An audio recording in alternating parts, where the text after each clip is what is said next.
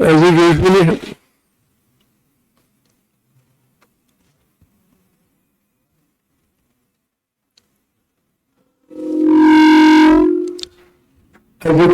happens, second day people take it easy. So many people are starting from their places and slowly walking up. But the people who are learning and guiding stars, they are in time always. I've seen it in many conferences. So both the Puja Swamiji have come. So whoever comes late, he will join late, but we will begin today's session.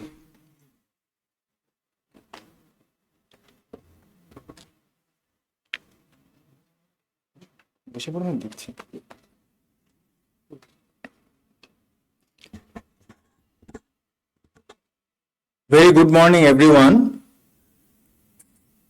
I begin with my referential pranam to Paramapujya Swami Bhajananandaji Maharaj and Paramapujya Shankara Bharati Swamiji. And my pranams to all other monks, my namaskar to all delegates and attendant participants. So in our second day, our very first thing would be our technical session 3. The title is Forest, Wildlife and Creation, Modern and Ancient Perspective. So we have two speakers, one would speak on modern perspectives and another one on ancient perspectives. So we will have today with us Sri Neelohit Banerjee, Press and Communication Officer at Wildlife SOS, New Delhi. Sri Banerjee plays a crucial role in raising awareness about conservation and organizations' impactful work in rescuing and rehabilitating wildlife across India. Wildlife SOS has been working a fantastic work. It is founded in 1995 by Karthik Satyanarayan and Geeta Sheshamani. It is one of the India's leading wildlife conservation organizations. Established to protect and conserve India's rich biodiversity, Wildlife SOS focuses on rescuing wildlife in distress, conserving habitats, conducting research, and creating sustainable livelihoods for communities that previously depended on wildlife exploitation. The organization gained international recognition for eradicating the use of dancing bears in India, providing these rescued animals with a safe and natural habitat. They also led efforts in elephant conservation, establishing India's first elephant hospital, which provide medical care to abused and injured elephants. With 12 rescue centers and 24/7 hotlines, Wildlife SOS continues to make a lasting impact on wildlife conservation and human-wildlife conflict mitigation. Our second speaker is Revered Swami Kaleshanandaji Maharaj, Registrar of RKM Very. Swami Kaleshanandaji Maharaj completed his MSc and PhD in Environmental Science with a specialization in agriculture from Indian Agricultural Research Institute, IARI, Pusa, New Delhi, between 1995 and 2001. Since joining Ramakrishna Mott in motion in 2001, Swamiji has been actively teaching and delivering talks on environmental sciences, sustainable agriculture, and the Indian spiritual knowledge system. Many of you know that his classes on spiritual heritage are immensely popular among students. Before taking on his current role as registrar, Maharaj has served as the controller of examination at RKM Very for 15 years from 2008 to 2023. So, we will right now request Neelohit Banerjee, who will shed light on the remarkable efforts of Wildlife SOS and share his insights into the innovative approaches to conserving India's wildlife. I request him to come.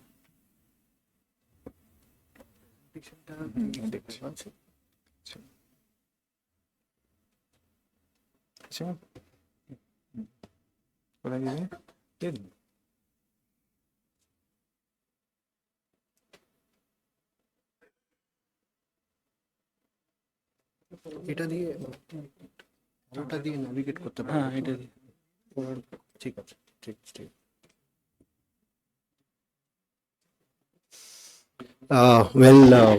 Getting up on an early, chilly winter morning is seriously an ordeal. I wouldn't underestimate that, but I will definitely praise myself a little because I'm not at all a morning person. So, yeah. Eric, anyway, thank you so much to my friend who just introduced me and also presented a brief summary about our organization. And good morning to everyone here. আমি আজকে রামকৃষ্ণ মিশনকে ধন্যবাদ জানাতে চাই আমাকে এখানে আমন্ত্রণ জানানোর জন্য। আর যেহেতু আমরা আজকে এই বিষয়ে একটা গুরুত্বপূর্ণ বিষয়ে আমরা আজকে আলোচনা করতে চলেছি, তো এই বিষয়টার ব্যাপারে চর্চা করা আমার মতে খুবই খুবই প্রয়োজন, আর এটা একটা বেশ গুরুত্বপূর্ণ বিষয়। আর এর আগে আমরা এই বিষয়টার ব্যাপারে কথা বলি, আমি ছোট্ট করে বলে দিই। The topic that we are talking about is human wild conflict and climate change, জলবায়ু পরিবর্তন আর তার সাথে কিভাবে জড়িত মানব প্রাণ আর বন্যপ্রাণের সংঘর্ষ। So before I dive into the topic, I'll just briefly tell something about myself. My name is Neil Banerjee and I'm from Kolkata. I stay in Jadavpur. I'm a native here, born and brought up here. And also I work as a conservation communication expert. And I'm also an independent researcher. I'm an academician, an educator, and also, as I like to call myself, a son of nature who is also a warrior who's fighting to protect and preserve Mother Nature and her natural resources. So as our friend here briefly introduced our organization, so we were established in 1995. We are a wildlife conservation organization based out of New Delhi. We have different locations across the country: Maharashtra, Bangalore, Jammu and Kashmir, Delhi, Agra, Mathura. These are the places where we operate out of, and we have many rescue centers, as was rightly pointed out, and also we done rescue hotlines, emergency rescue helplines. We work in partnership with indigenous communities, local people, villagers, ছোটখাটো শহরের আশেপাশের লোকজন, গ্রামের পার্শ্ববর্তী এলাকার লোকজন, কারণ এখানে বন্যপ্রাণ অনেক পাওয়া যায়। And also state forest departments and state governments, রাজ্য সরকার সবার সাথে মিলেমিশে আমাদের কাজ করতে হয়।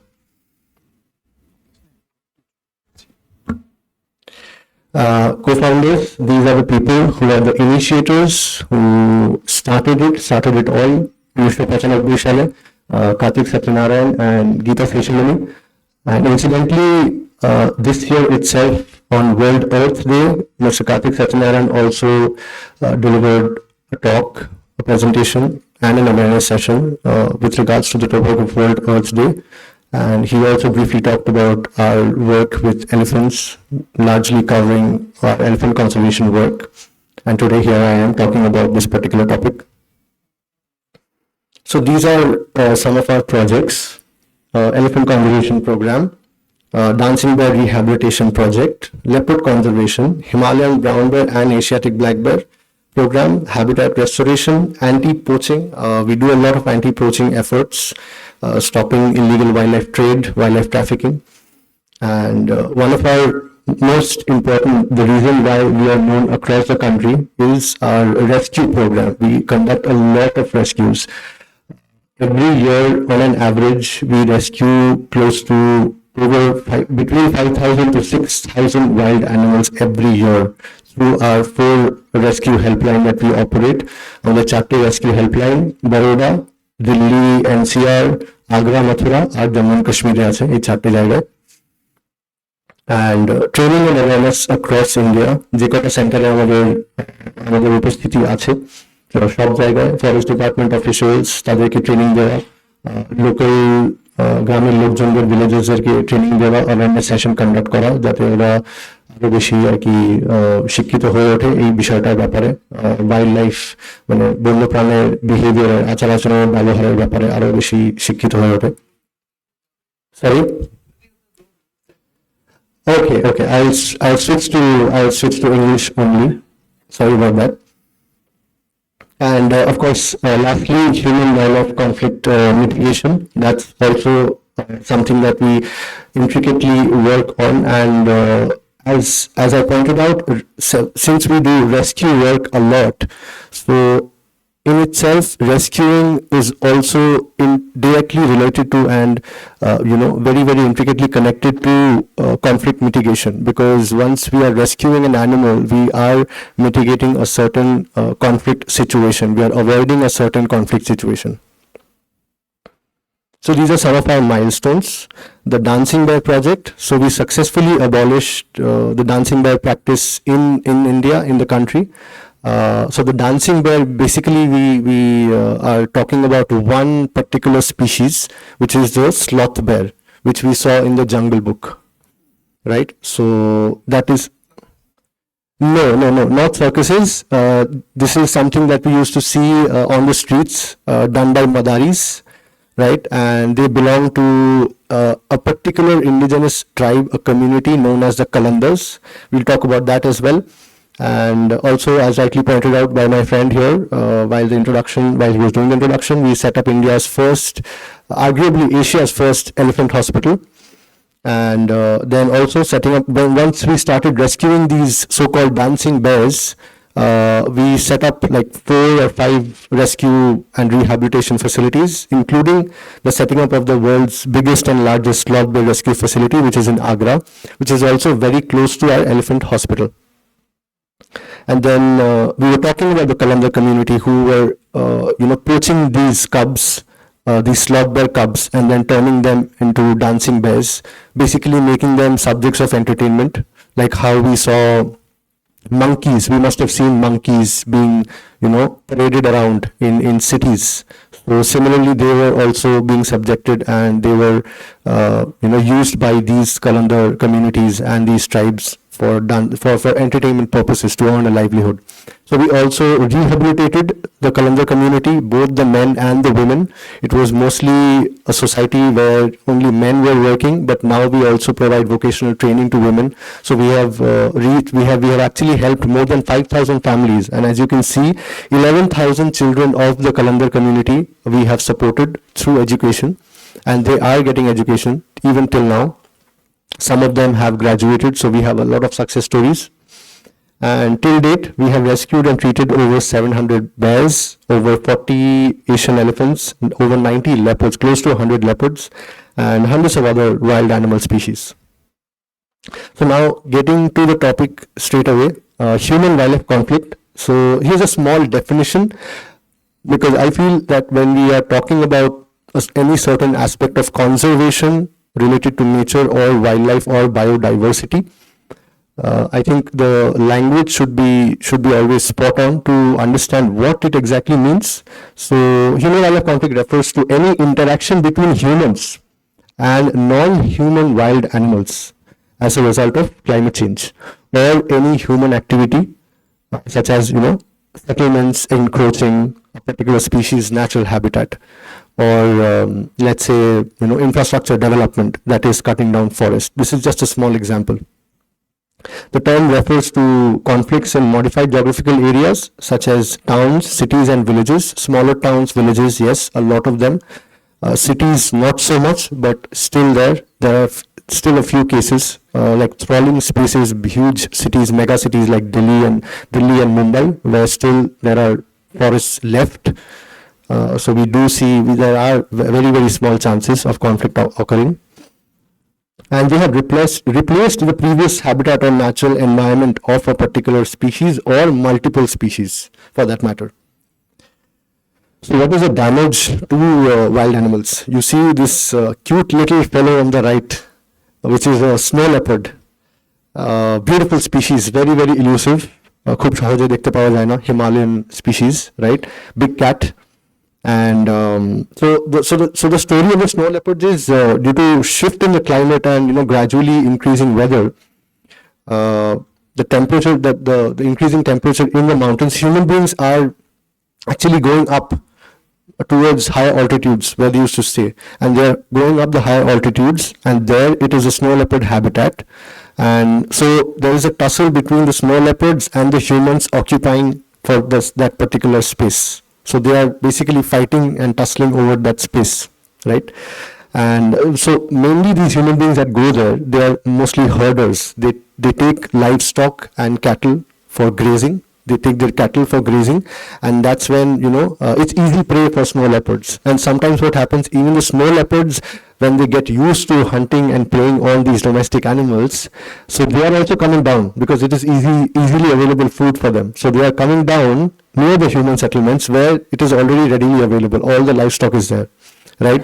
So again, due to a warming, planet, and due to the drastic change in climate, we can see that snow leopards can have shortage of food right up the high altitudes where their actual home is, and that is forcing them আরো নিচে চলে আসছে, মানে বাধ্য করছে আর কি snow লেপার্ডদেরকে।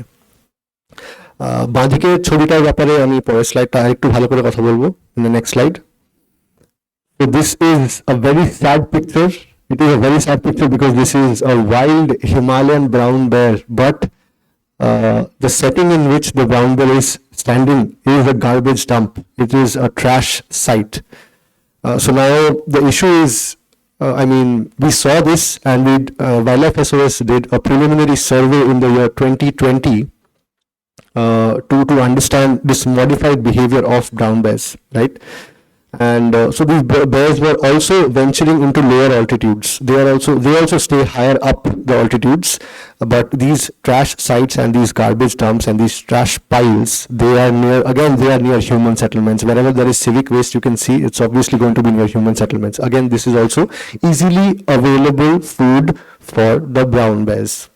So they will frequent these garbage sites and dumps for easily available food, right? And that, since it is close to human settlements, that can also be a reason for conflict between humans and brown bears. Brown bears are huge bears. It is the largest bear species found in this country. We have 4 bears that are found in this country. We work with 3 of those. Sloth bears I already mentioned, the Himalayan brown bears, and also the Asiatic black bear. The 4th one is called a sun bear. We haven't started work with that yet, but that is also very, very elusive, and that is found in the northeastern part of the country. So coming back to the Himalayan brown bears issue, so why are they coming down to the lower altitudes? This is also directly related to climate change. How is climate change forcing brown bears to come down to lower altitudes? This is something related to their own, the behavior of the brown bears, very individual to brown bears, that is hibernation. So now they have long hibernation periods, right? During the whole winter, they only sleep. Some of us might know that already, that they sleep, but due to a warming climate, due to the change in climate, the hibernation period choto hoye jacche. So they ghum tatari bhenge jacche. So they are getting up early from the sleep, and now they are hungry. But since they are getting up early, and obviously the other species are still not active yet, which is their prey species, right? So they are frantically searching for food. They were to na khiye thakte parbe na, right? So they have to search for food, they have to find food, and that is causing them to venture downwards. Now they could have actually tackled the single threat and the single menace of climate change, but now obviously human beings being human beings, we made it worse by creating these trash piles. They could have eaten anything else, but they're already getting readily available food waste there, and they are, out of necessity, they are having this food, which is not at all absolutely harmful. And then I'll come to the kind of research that we did, and I'll talk about this whole issue, like what we worked on. Now this area for the survey that I was talking about, we chose Sonmarg, which is an essential brown bear habitat. Not just brown bear, we find a lot of other animals in this area.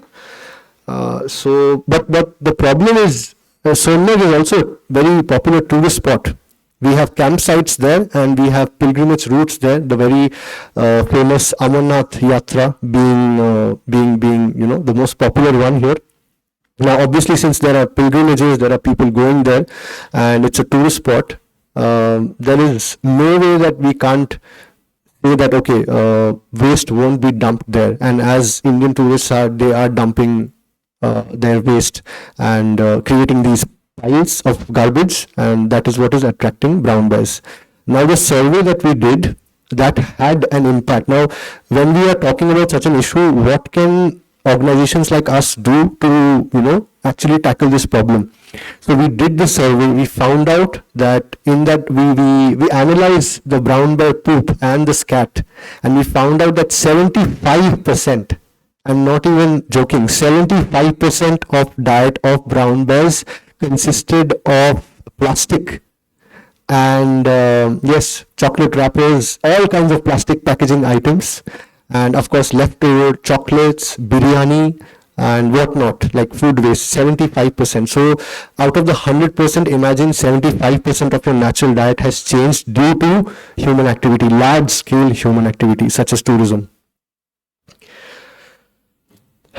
Okay, so now talking about brown bears, sorry, I had to mention one more thing about brown bears since we were talking about this. So this Amarnath Yatra story also has a very positive side to it. Not exactly positive, it started as negative, and near this Amarnath Yatra site, we found a bear cub. The poor fellow was just 8 to 9 months old, and we found him with his head stuck in a bin. Right, and obviously he was also one of those bears who was frequenting these garbage piles. Now this fellow was rescued. We rescued this Himalayan brown bear and named him Nawab. And incidentally, today, December 28, 2024, happens to be his 7th rescue anniversary. So look at the coincidence that he was rescued on 2017. December 28, and this guy, I mean, he had a good celebration yesterday at our center.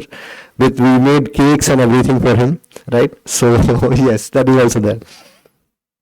But yeah, Nawab's story is, I won't really say it's a success story because that is something that came out of a tragedy. একটা খুব বাজে অবস্থা থেকে ওকে rescue করা হয়েছিল, but now he's leading a good life. That's a good thing, but we don't want that for wild bears, right? আমরা এটা obviously চাই না. So here again, damage to wild animals. On the right side, you can see it's a massive python, huge python. Now what happens is pythons like these, this is actually on record. This is one of the largest and heaviest pythons to be rescued in the country. This was 55 kg. Massive, 13 feet and almost close to 14 feet, like 55 kilos. আমাদের 4 জন দরকার হয়েছিল, 4 people actually to pick up the snake. Right? So again, now what is causing snakes to appear in human settlements? This particular snake was found inside an open well, and sometimes they are also found on like farms, agricultural lands, khete, chasher khete tete pawa jay. Into keno, why is that? Because during summers, snakes actually come out of their dens, underground dens and burrows, which is their, we can say that is their home. Right, so now they are coming out of that to look for, because due to the warming and the change in climate, the dens are becoming very hot. They can't stay there, so obviously they have to come out, and they're looking for like cooler shelters, like colder places in human settlements, and since that is happening, any snake for that matter, that can be like drains, pipelines, kitchens, residential kitchens, gardens, like think of any institution, any building, even this particular campus. Snakes can be in this particular campus to take shelter. They are not doing anything because their habitat was replaced by all of this infrastructure, which was previously, let's say, probably a forest, any kind of forest. Right, so we come across a lot of snakes as well, reptiles, and we do conduct rescues to mitigate this particular conflict. On the left side, again, this is another story, a similar instance where climate change impacted this particular wild male elephant. It was a tusker. Last year there was a lot of flooding due to the monsoon, and in Haridwar we tried to save this poor elephant, and he was nearly 50 years old, this male elephant, and he, due to the monsoon and there was a lot of flooding, it forced the elephant to come out of an adjacent forest, and he came into a farmland, like a farm and agricultural land. But due to the monsoon flooding, it became like a swamp. It was very, very muddy, and he got stuck. He struggled a lot. We went there. We used a lot of heavy machinery, excavators. We tried our best for 12 hours, an overnight operation, but this poor fellow struggled a lot, and ultimately he died due to ingesting a lot of that muddy water, and that compromised his, it entered his lungs and compromised his respiratory system. We couldn't do anything, and we just couldn't get him out of the mud. So that was an unfortunate situation. That is also something that you can see a direct impact of climate change. This heavy incessant raining out of nowhere, and then automatically a place is flooded. And obviously now if he wouldn't have gotten stuck, maybe the rain and the excessive rain would have forced him out, but he still was in an agricultural land. If যদি জায়গাটাতে অত বেশি বৃষ্টি না হতো আর যদি আটকে না থাকতো, ওটা তো that is still a human settlement, right? And that could have caused a conflict. In this particular situation, the elephant died. That was a tragic situation, but had it not been flooded, the elephant could have come in contact with humans, and some conflict could have happened. Okay, very cute mugger crocodile just sitting there in a human toilet in a residence. So no bother in the world, just chilling there. So this fellow is like, stay away from me, I am just in my place. But no, this is actually in Baroda, and this crocodile was rescued from a residential toilet. And something that happens in Baroda is actually there is a river called Vishwamitri River, and that is one of the prime habitats of, this is a mugger crocodile, and that is a prime habitat of mugger crocodiles in that particular river. So now, since Baroda is, and that river is very adjacent to the city of Baroda, again monsoon, we are talking about monsoon, when due to climate change a lot of rain happens, it floods the river, and the river water comes on the land, right? And it just not brings water, it also brings the crocodiles to the cities. So it's not that the crocodiles are coming, it's the water that is actually dislocating and bringing the crocodiles to the cities, and that's how they're entering residential areas in cities such as Baroda. And we have been working in Baroda. Baroda is one of the places where we run our rescue hotlines, and we rescue these animals from these places. And now a lot of awareness has come in, where people, they even in villages adjacent to the Baroda city, they just call us. They call us and say that, okay, we have seen a crocodile. It can be a baby crocodile, it can be an adult, sub-adult, anything. So we have rescued a crocodile as big as 15 feet long. Now, this is not the biggest crocodile on the planet. Let me remind you, the biggest crocodile on the planet is saltwater crocodile, which can get up to 20 feet long. But this is not even the biggest crocodile, but this was like 15 feet long. This was rescued in 2022, the year, if I'm not mistaken. But yes, again, so this is the problem with crocodiles and climate change in Baroda, where we work. Last year, a lot of flooding happened in Delhi. Again, poor urban planning. So the city was flooded, and Delhi is home to 23 species of snakes. 23. And again, a lot of snake rescues done during that flooding period. And we were called to different areas. You can see how the situation of Delhi was last year. Rescue teams being deployed. Again, cute little fellow, but always stay away. This is a very rare coloration of an Indian cobra, and we rescued the cobra from a residential area due to monsoon. How is monsoon, again climate change, affecting reptiles, and how can it lead to human-wildlife conflict? So now snakes, as I said, they stay in burrows, underground dens. So when there is a lot of rain, it can flood their homes, underground homes, and that will again everything is caused by flooding. So flooding can force them out of their home and on the land, on the surface, and they can enter anywhere. Wherever there is high ground, you will find snakes during monsoons and during excessive rains. That is when we go there and rescue them and avoid human-wildlife conflict. But avoiding human-wildlife conflict, rescuing is obviously a part, but first thing is awareness that the snake is not there to harm you. All of this knowledge that the snake is not there to harm you, it is there because of a particular reason, and this is the reason. When we know the reason, and when we know the snake, when we identify the snake species, we are much more armed with knowledge, and we don't just simply kill a snake. So what are the approaches to mitigating human-wildlife conflict? Well, we mostly they are driven by local contingencies and can be, as you can see, can be categorized under the below given strategies. Modifying human behavior, as I was talking in the previous slide, telling them about the issue, telling them about wild animal behavior, how non-human animals behave, a certain zoological aspect from a behavioral point of view, right? Then tolerating any kind of damage, such as the snow leopard case I was telling you, that they have to tolerate that damage that the snow leopard has taken away their livestock, and then also providing compensation, financial compensation and incentive. Proper waste disposal, as I said, that is also a problem with regards to the Himalayan brown bears. Modifying behavior of wild animals. This is also like a deterrent strategy that dure রাখতে হবে একটু বন্য প্রাণীদেরকে.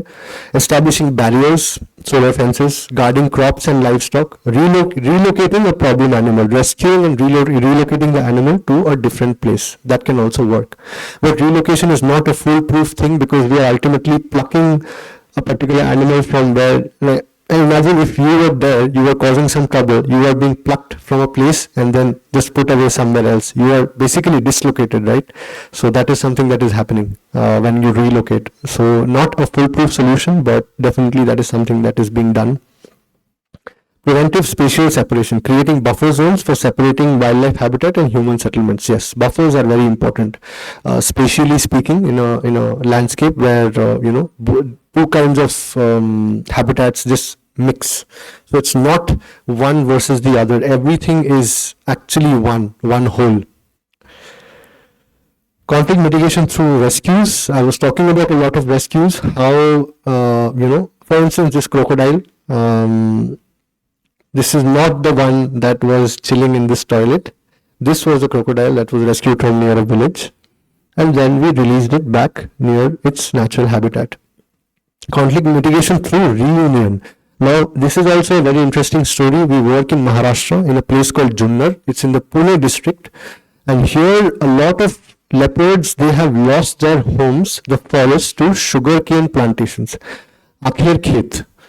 তো ওখানে ওরা অনেক জন্ম দেয়, leopards give birth to their cubs.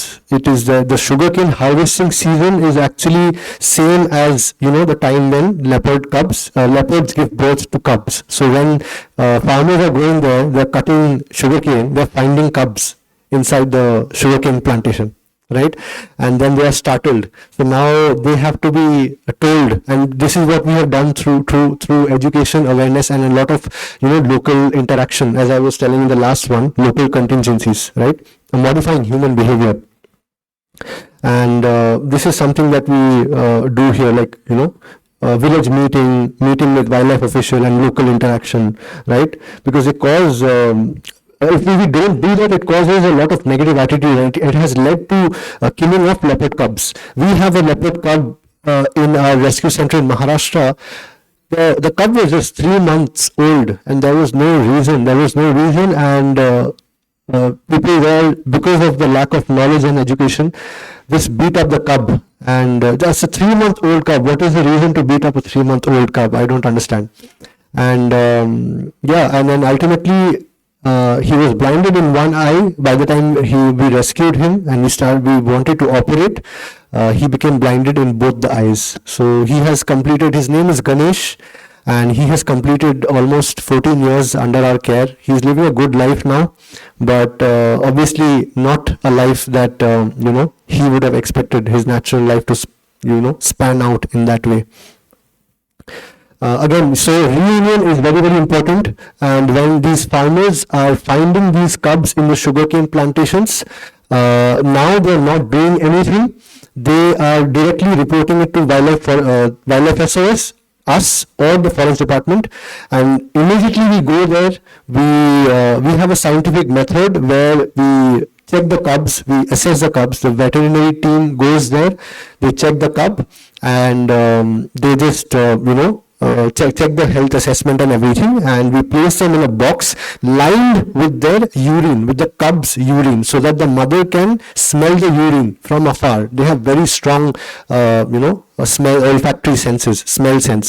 So the mother will come there, topple. You can see this box. They will topple the top of the cover, and they will open the cover. They will topple the box, and they will pick the cub with their mouth by the scruff of their neck. Very, very tenderly they will pick it up. আমরা হয়তো বেড়ালদেরকে দেখেছি বাচ্চাদেরকে তুলে নিয়ে যেতে. So it's similar to that. They have very, very strong canines that can, when they are hunting, they can actually puncture your jugular vein.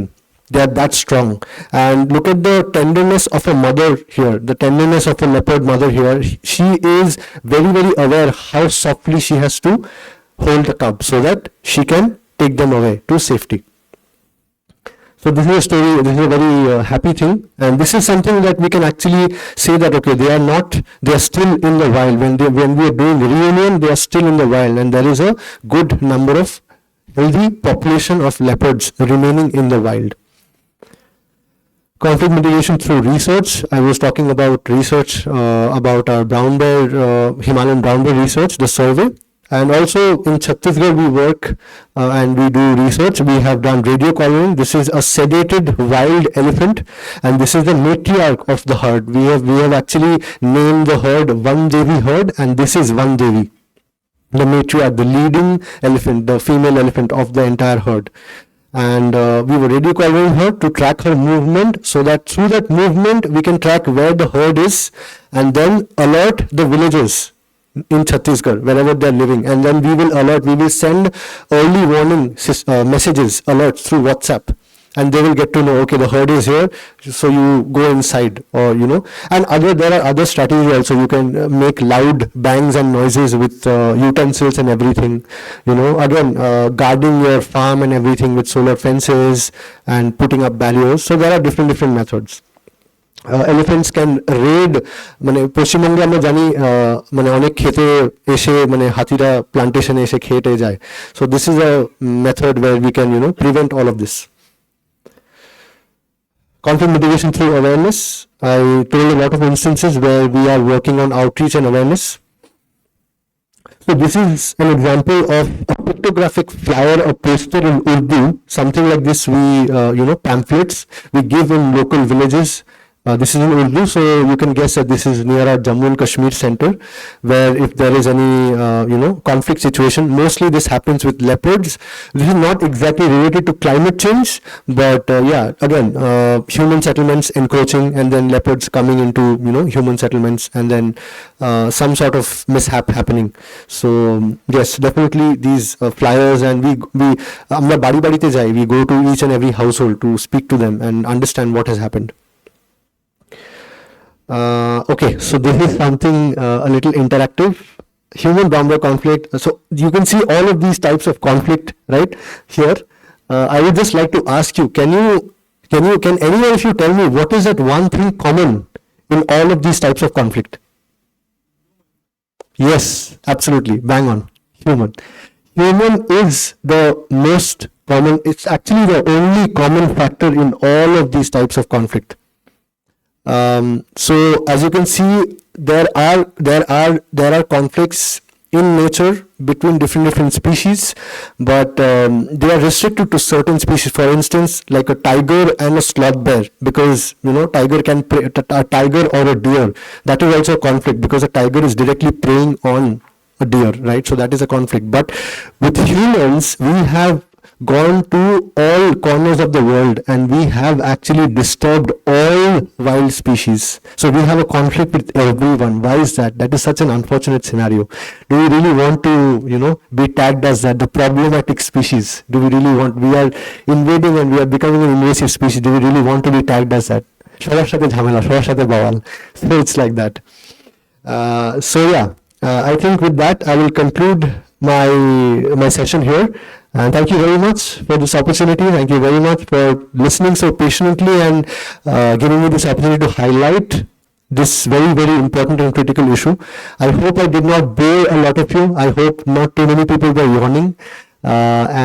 Yes, please visit our website, and please write to us at info@wildlifesos.org. And I would also urge people here at Ramakrishna Mission Institute please do visit with your students, and you can email us at visit@wildliferesource.org, and you can visit our centers and see that how we have also tackled human-wildlife conflict and rescued so many animals from conflict situations, and we have rehabilitated them, and they are under our long-term and lifelong care. And but apart from that, we have also rescued a lot of other animals from other situations as well. But since we are talking about human-wildlife conflict, I just specifically mentioned that. But yeah, once you once you visit our centers, you will get to know a lot of issues related to conservation of different animals, not just conflict. So yes, definitely, and not just Ramakrishna Mission. Anybody is free to visit our centers. You just have to drop an email, and please come and see our work. That's it. Thank you very much. Thank you. Do we take any questions now? Okay. Phone number, yes. Right. So, is it all right if I give you the official phone number after the talk? Yes. In Gujarat, Yes. 50% of the Asiatic lions are outside the Gir forest, Right. mostly in human habitation. Right. But we don't hear any conflict situation in Gujarat. Yes. Other parts of the country, why is it that we hear so much of conflict, or so why is it? What is different in Gujarat that people are living so comfortably with Peacefully. Yes. So Gujarat is an area you will say that it is being highlighted in the media, right? So it looks like that is the only area, but that is actually not the case. As I was mentioning, all of the places where we carry out rescues, for instance, Agra, you saw in Baroda, right?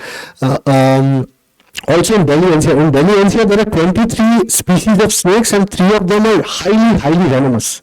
Right now, even despite these venomous snakes existing there, and and mugger crocodile, it's a ferocious predator, right? And they are coming inside cities, inside houses, and still people are not doing anything. And this has taken a lot of time, like 20 years of constant rescuing and talking to the people. So we don't just conduct rescue. During the rescue, we are also educating them. Look at the behavior, understand about the animal, don't hurt it. We are there to rescue it. We are there to understand more, read more, learn more about it. But Gujarat's case is it's also, I would say, obviously it's unique because there is this community called the Maldhari community. And they are the local there, right? And they have a very strong ideal with the ancestral land. The tribal people there, the Maldhari, they say that without Gujarat, so there is this very interesting series called Living with Big Cats on Disney Plus Hotstar, National Geographic. In one of those episodes, you can please check it out. They talk about this particular issue. One episode talks about peacefully living with lions. So there, the Maldhari community, they say that without lions, Gujarat is nothing. We are here because the lions are here, because they are allowing us to be here, and which is true. Lions have been before humans there, so they are the real ancestors. So according to them, if a lion comes and picks up a livestock or a cattle, according to them, it is rent. So they are giving rent to the lion. So yes, Gujarat is definitely unique, but in other places also, you're saying that why it is a problem, right? Again, the problem is because awareness needs to reach there. The problem is because people are not again educated about the particular animal species. Let's say in Mumbai, Mumbai actually is very close to Sanjay Gandhi National Park. And leopards come into, housing societies and pick up stray dogs. They prey on that. So now obviously people are creating issue there, but obviously they don't know why the leopards are coming there. Once they know, the conflict situation can go down. But sometimes conflicts are very unavoidable. We have to then ourselves question, what is conflict? What is conflict? How much? Again, I was talking about tolerating damage.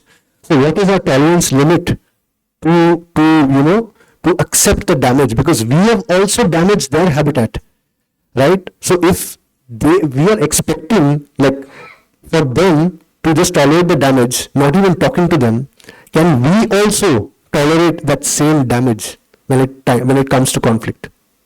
So yes, right. Sorry? I can't hear your question.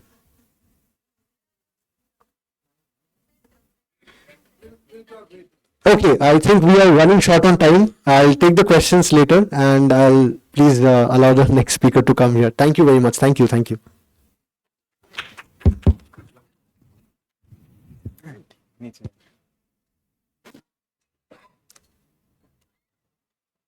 Elephant, bear, leopard, python, cobra, right? So many. We learned a lot, and we are glad to see that such impactful things they are doing, rescuing the animals and providing them safe and natural shelters. Thank you very much, Sri Banerjee, for your impactful talk. And now I will request our next speaker, Swami Kaleshanandaji Maharaj, to come forward. He'll present the Vedic and Vedantic insights on sacred forests and their role in preserving the sanctity of life. I request Maharaj to come.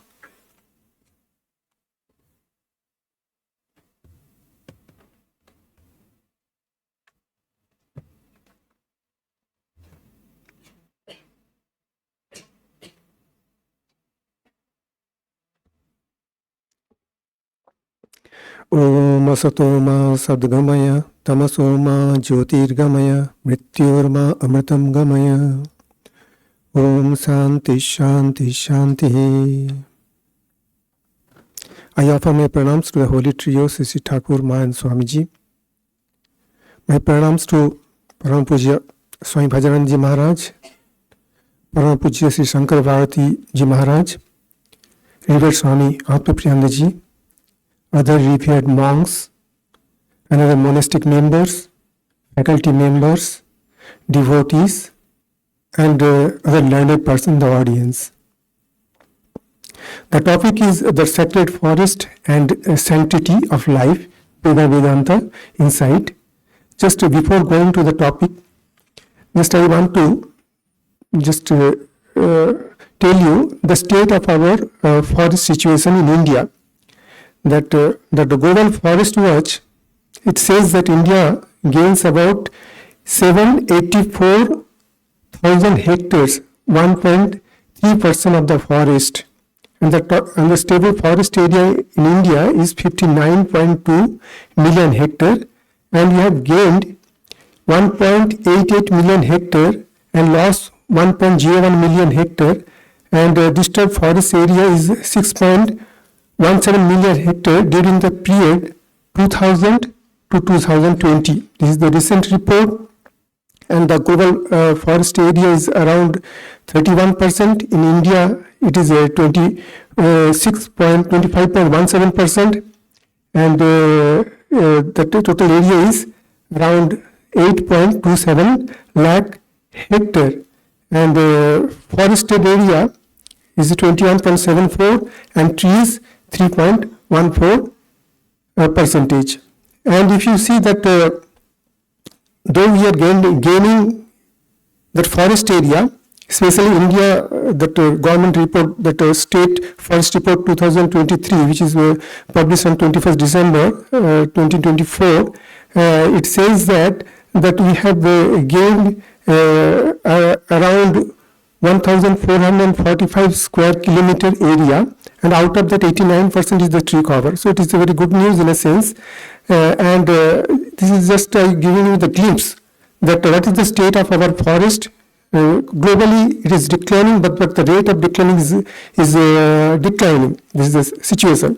But deforestation is going on, that habitat loss is going on, biodiversity loss is going on, and our relationship with that nature over the globe, not only in India, over the globe, our relationship with the nature is decreasing. So that is the one way of concern. Simply we talk about that how to save forest, how to just keep our biodiversity intact. We are talking about those things, and especially nowadays when gene is very important, gene bank. In earlier days we simply think of biodiversity, something is there, and some of the prominent species we used to focus on.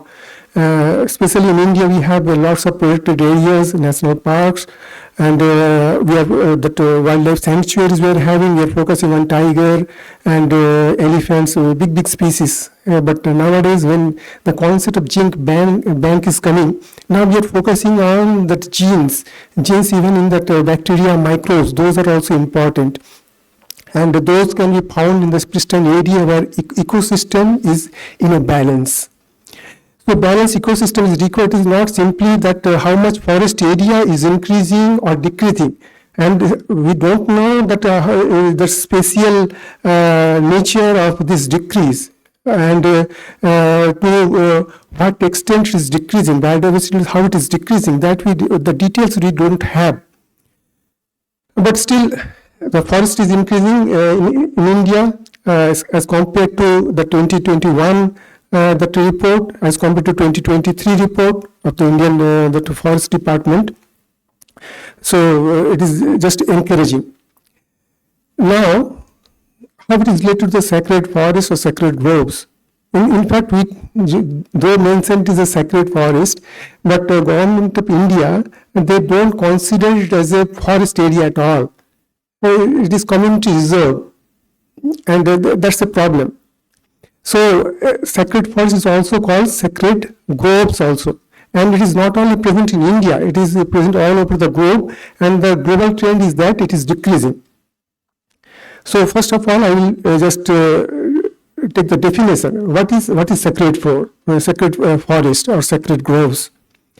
Simply, if you go to any village, or nowadays it may not be, you will see that every village, but at a point of time, especially Madhav Gadgil, ecologist and environmentalist, he was just writing in one of his articles that he has visited Sargoza, that district in MP, and every village is having 20 hectares of that sacred forest. And it is very encouraging, but not all the villages are having that type of sacred forest. So first the definition. So what is sacred forest? You will find that at the outskirts of the village, that local people are maintaining that a part of land, and it is untouched by the human being, and they are considering it as an abode of their local deity. So it is a place where they can commune with the nature, commune with God in some other form, that God is not same as that Brahman or something there. They may be having the tribal gods, maybe Saivite God, maybe Vaishnavite God, or maybe in most of the cases in the form of Bhagavati or Amman, that is the mother god. So, and we must remember the sacred forest does not mean only the trees. Generally, when you think about the forest, it comes to a picture the big trees are there. But here, when we are dealing with sacred forest, we are considering it as an ecosystem, a total ecosystem in which biotic and abiotic species. Biotic means those who are that animal, plants, etc. Abiotic means those are that inert in nature. So both are present there. The landscapes are present there. So the segment of landscape that containing trees and other form of life and geographical features.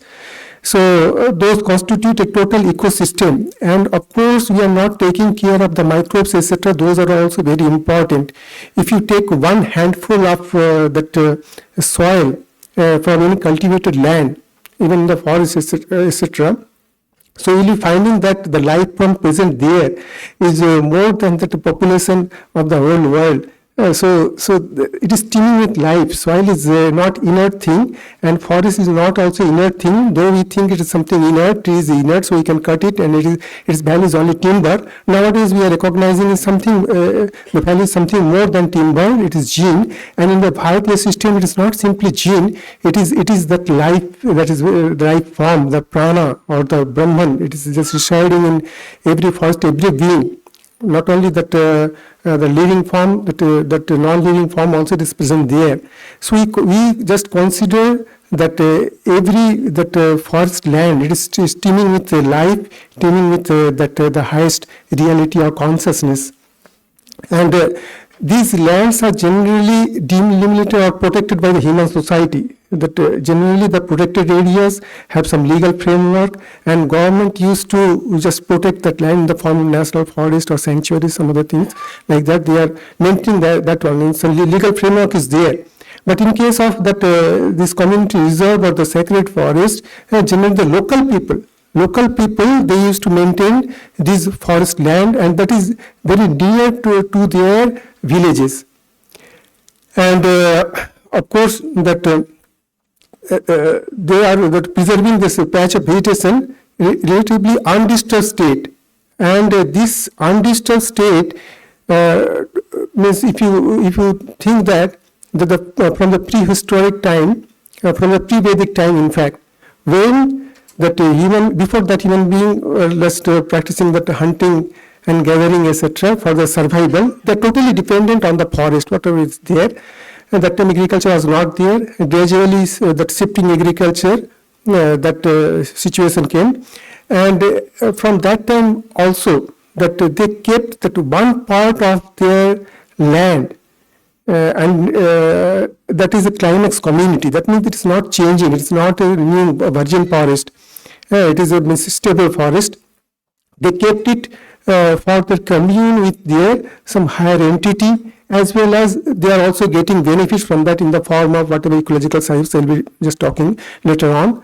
So they are giving something and they are getting back.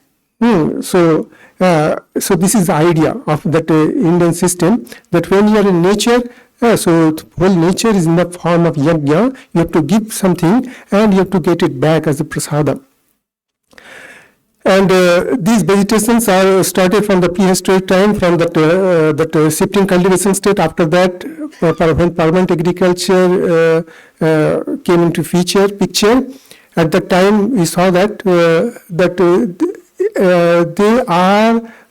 they become the relics or the living museum, in which you will be finding that lots of vegetation or biodiversity, especially endemic species. Nowadays, if you go to any villages, all around you will be finding that agricultural lands are there in between, like an island, like a living museum. You will be finding that from the hundreds or thousands of years, that the vegetations are there and they are intact. Why?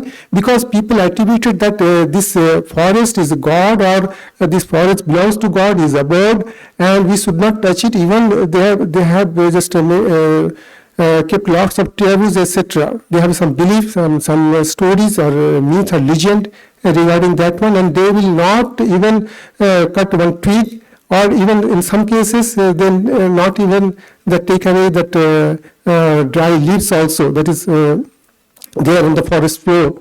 So this is the way they have preserved the whole thing. And that most interesting part of that is that the endemic species that are present there. But what happened after when that British came, so 1757 onwards, at the time some Britishers wrote that when they came to India, Bharat, at the time that the whole that India was like an ocean of forest. It was the situation. So, but the British came for the especially East India Company. They came for their own purpose. They want to just gain revenue, etc.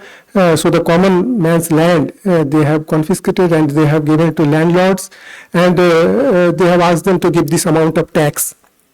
And for that they have converted into agricultural land, or they have just sold those big trees, giant trees, as a timber, like that. So in this way, a large part of the sacred forest that we are maintaining for the ages were lost due to the policy decision and due to the greed, or that they call it that modern scientific forestry. They have created a department in 1860. They have realized that despite of the effort to conserve the forest, that the forest area is decreasing, the biodiversity is decreasing, the habitat is decreasing.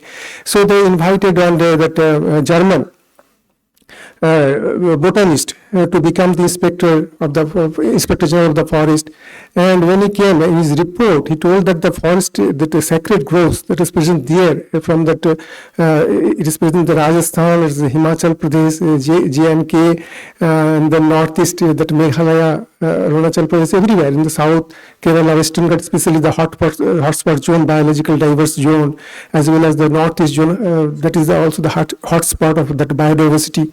So lots of sacred forests are there, and he used to find the lots of endemic species, especially in the protected areas. You'll be finding that lots of biodiversity is there, but you'll be finding in the sacred groves some of the species are there that is endemic, that is restricted to that area only, and those are in the sacred forest in the form of bottom-up approach of that forest conservation. Local people on their own effort, they are conserving such areas, and government does not pay anything, and people are also happy, and for that biodiversity is also conserved, especially the endemic species, that is very important. Even those, especially some of the medicinal plants, those cannot be found, it cannot be found in that forest area, what I told that forest in India is having.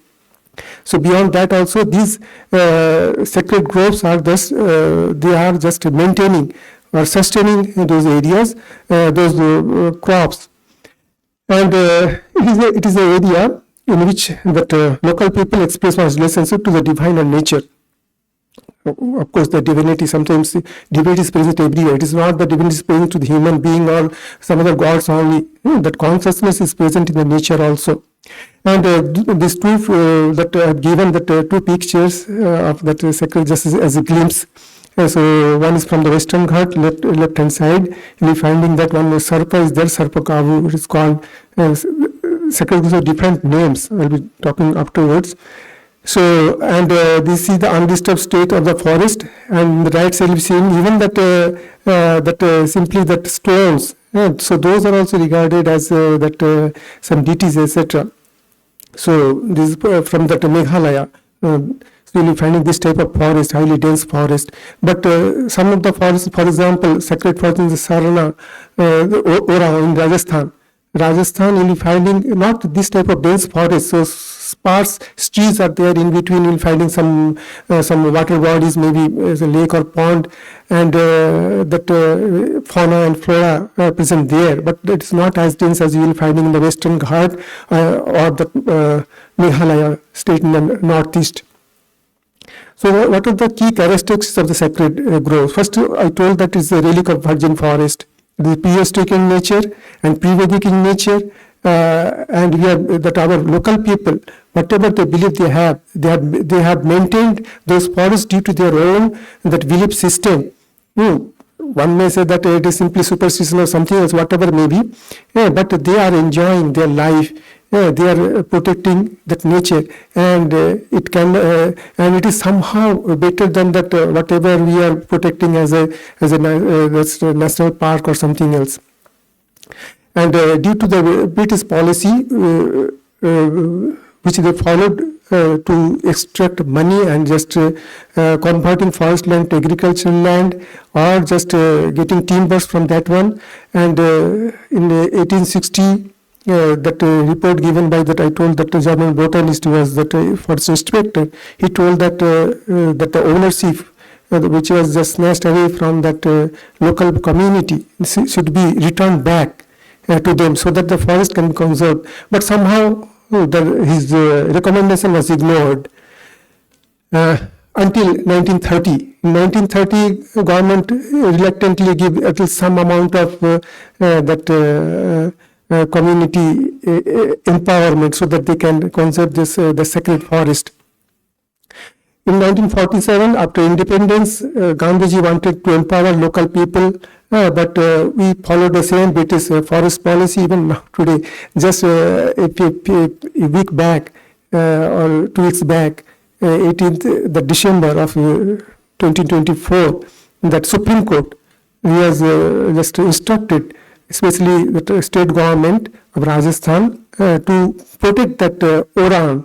There is a sacred forest there, and to empower people to recognize the people's effort, as well as to give the forest status so that it cannot be cut by other people from outside for monetary gain. And also it instructed that government, central government, to just define some policy so that sacred groves present over India, pan-India, whatever that sacred groves are present there. So some policies should be there, that would protect and encourage local people to follow this practice. Second is that the local community-based conservatory, I told that one, and the size may be a few trees, maybe some square meters. You're finding that some Mahama tree, they are considered as a sacred. Of course, in India, the sacred sites are there. Sacred groves are, of course, sacred sites. Apart from the sacred sites are also there, Tirtha Kshetra. And sacred animals are there, sacred trees are there, butter leaf, aswatha sarvekshanam, Sri Krishna ji is telling in Gita. So aswatha tree, people tree, the butter tree, and then bale, tulsi, and some of the trees are also there. That is considered as sacred. Sacred animals are also there, especially by the tribals, the tigers, elephants. Those are the bahanas of our gods. And apart from that, that water body is also considered as sacred. And all you will be finding in this sacred grove, the water body is also there, sacred water bodies are there. And the size from hectares to kilometers, the highest, largest sacred grove can be found in Haryali. That is in Uttarakhand, 5.5 square kilometer. So this is the highest area. Apart from that, small areas are there, and they're conserving. And these are considered the abode of the local deities and unique folklore just attached to that one. And due to that, the consideration that it is sacred, due to that one, and they have just attributed some beliefs and taboos. So due to that one, we are now getting that sacred forest as in prehistoric form. And I told that it is richer in biodiversity in some sense, as it contains some rare species, endangered species, endemic species, and that can be found in that area only.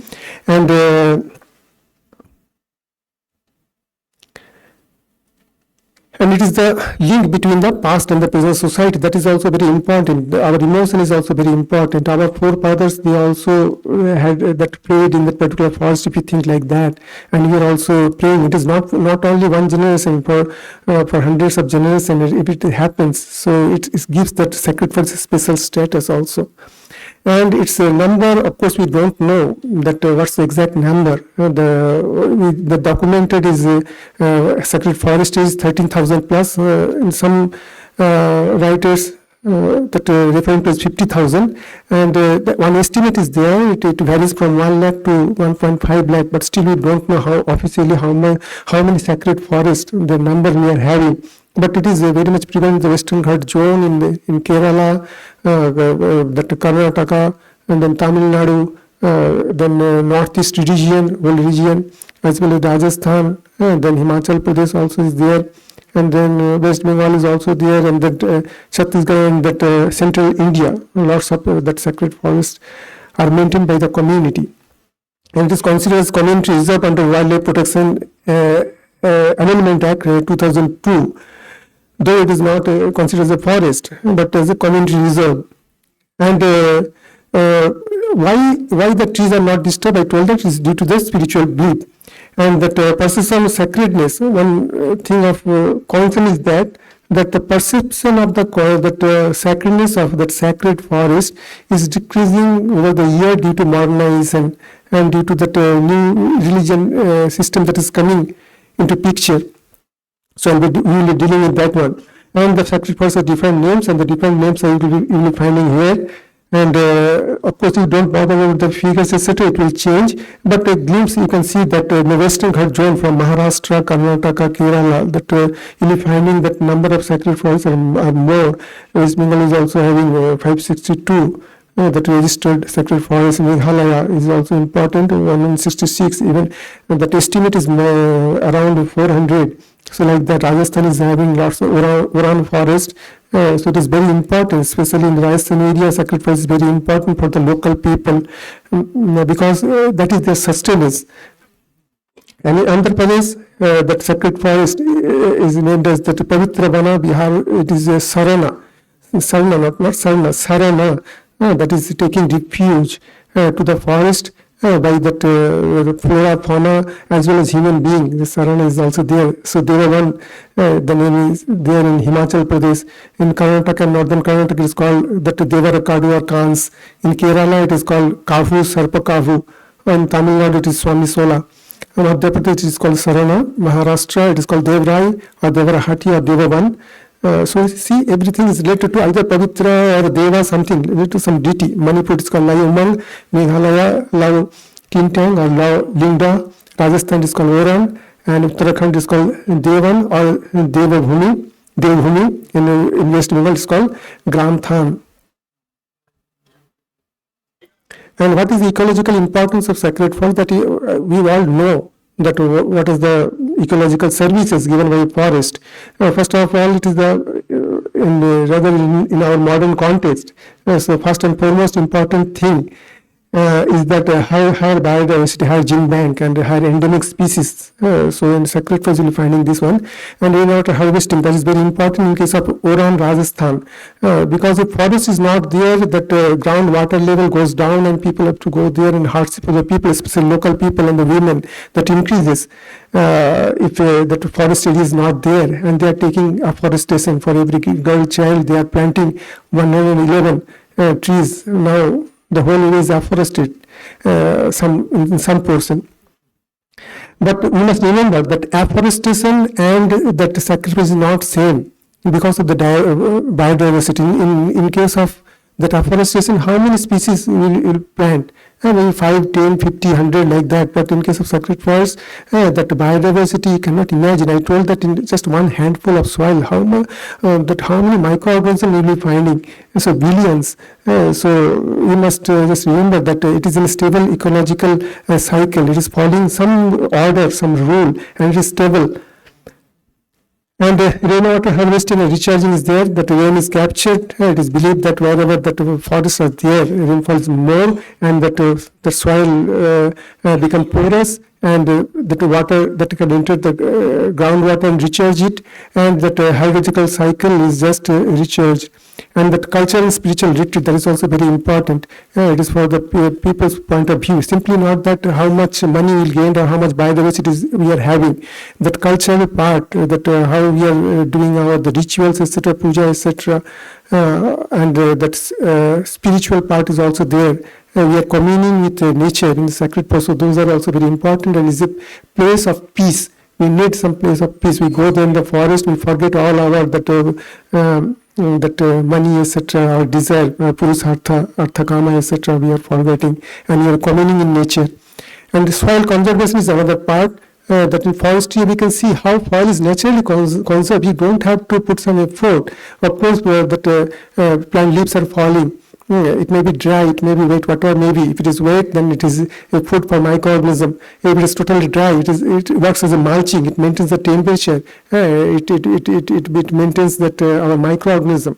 And soil health is also one of the most important part of soil health is soil biology.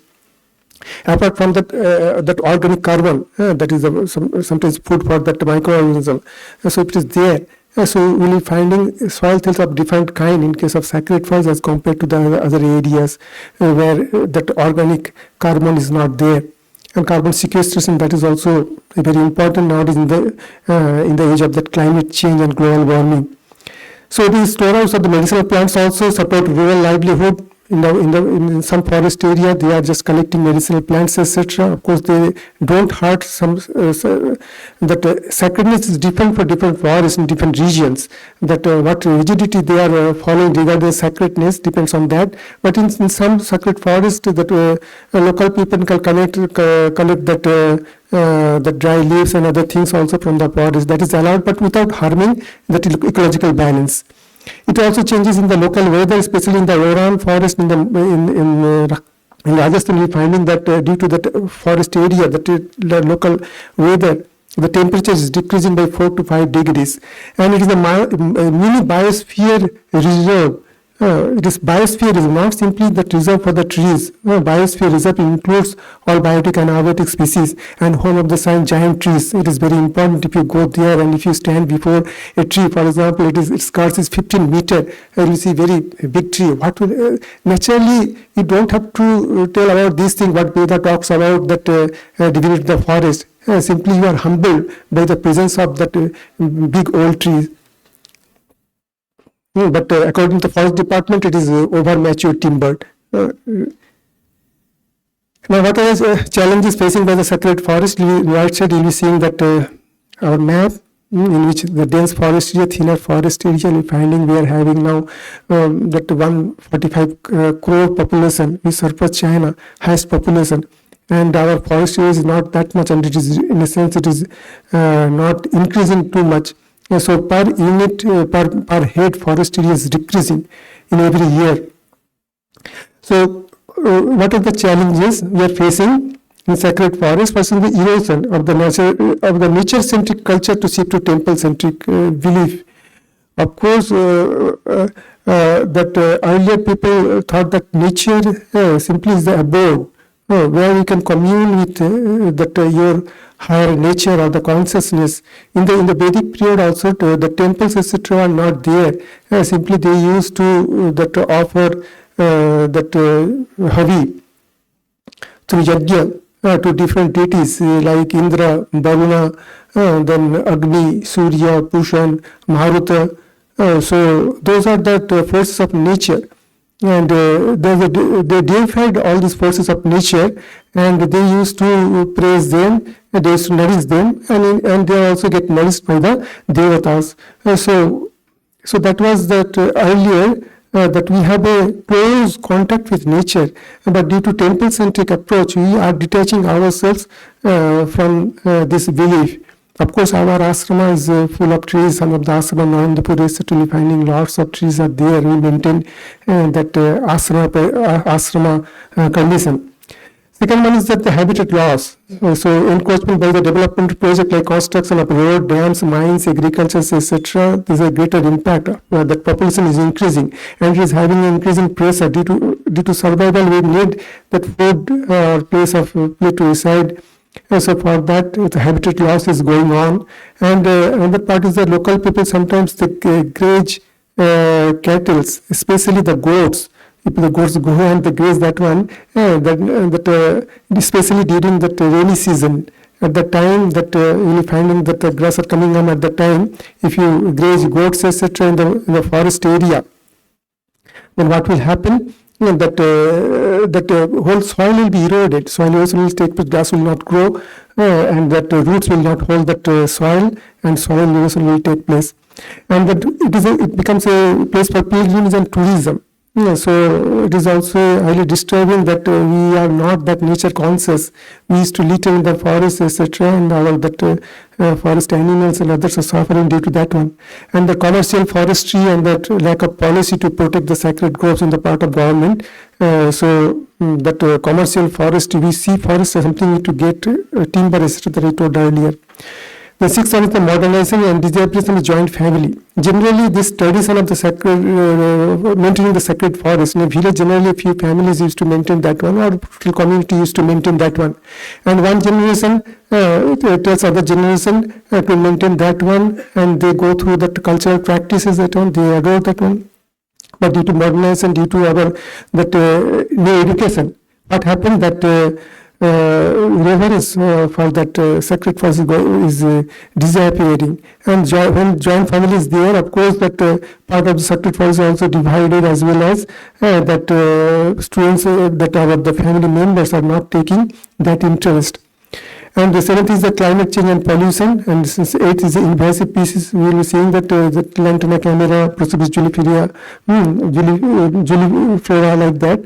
A number of that invasive species, they are not native to particular locality. For example, they are coming from the Central or the South America, and they are introduced there accidentally or somehow introduced that one, and they are just proliferating, and they are just they become the dominant or climate species. And now, protected sector, why it matters? India has around more than 1,000 protected areas, and it is 1.75 lakh square kilometer, and our that sacred forest is less than 1% of that one. But why should we protect sacred forest? First one is the finest instance of the traditional conservation practice, richer in biodiversity. And it is unparalleled in simplicity. I told that one that it is simple to maintain that one, and it is effective also as compared to that protected areas of the government. It is low cost, and it uses bottom-up approach. In democracy, finding that people are just maintaining their own forest, they have their own ownership, they can enjoy their spiritual life of course, and also get some benefit in terms of medicinal plant and other non-timber products from the sacred forest in some areas.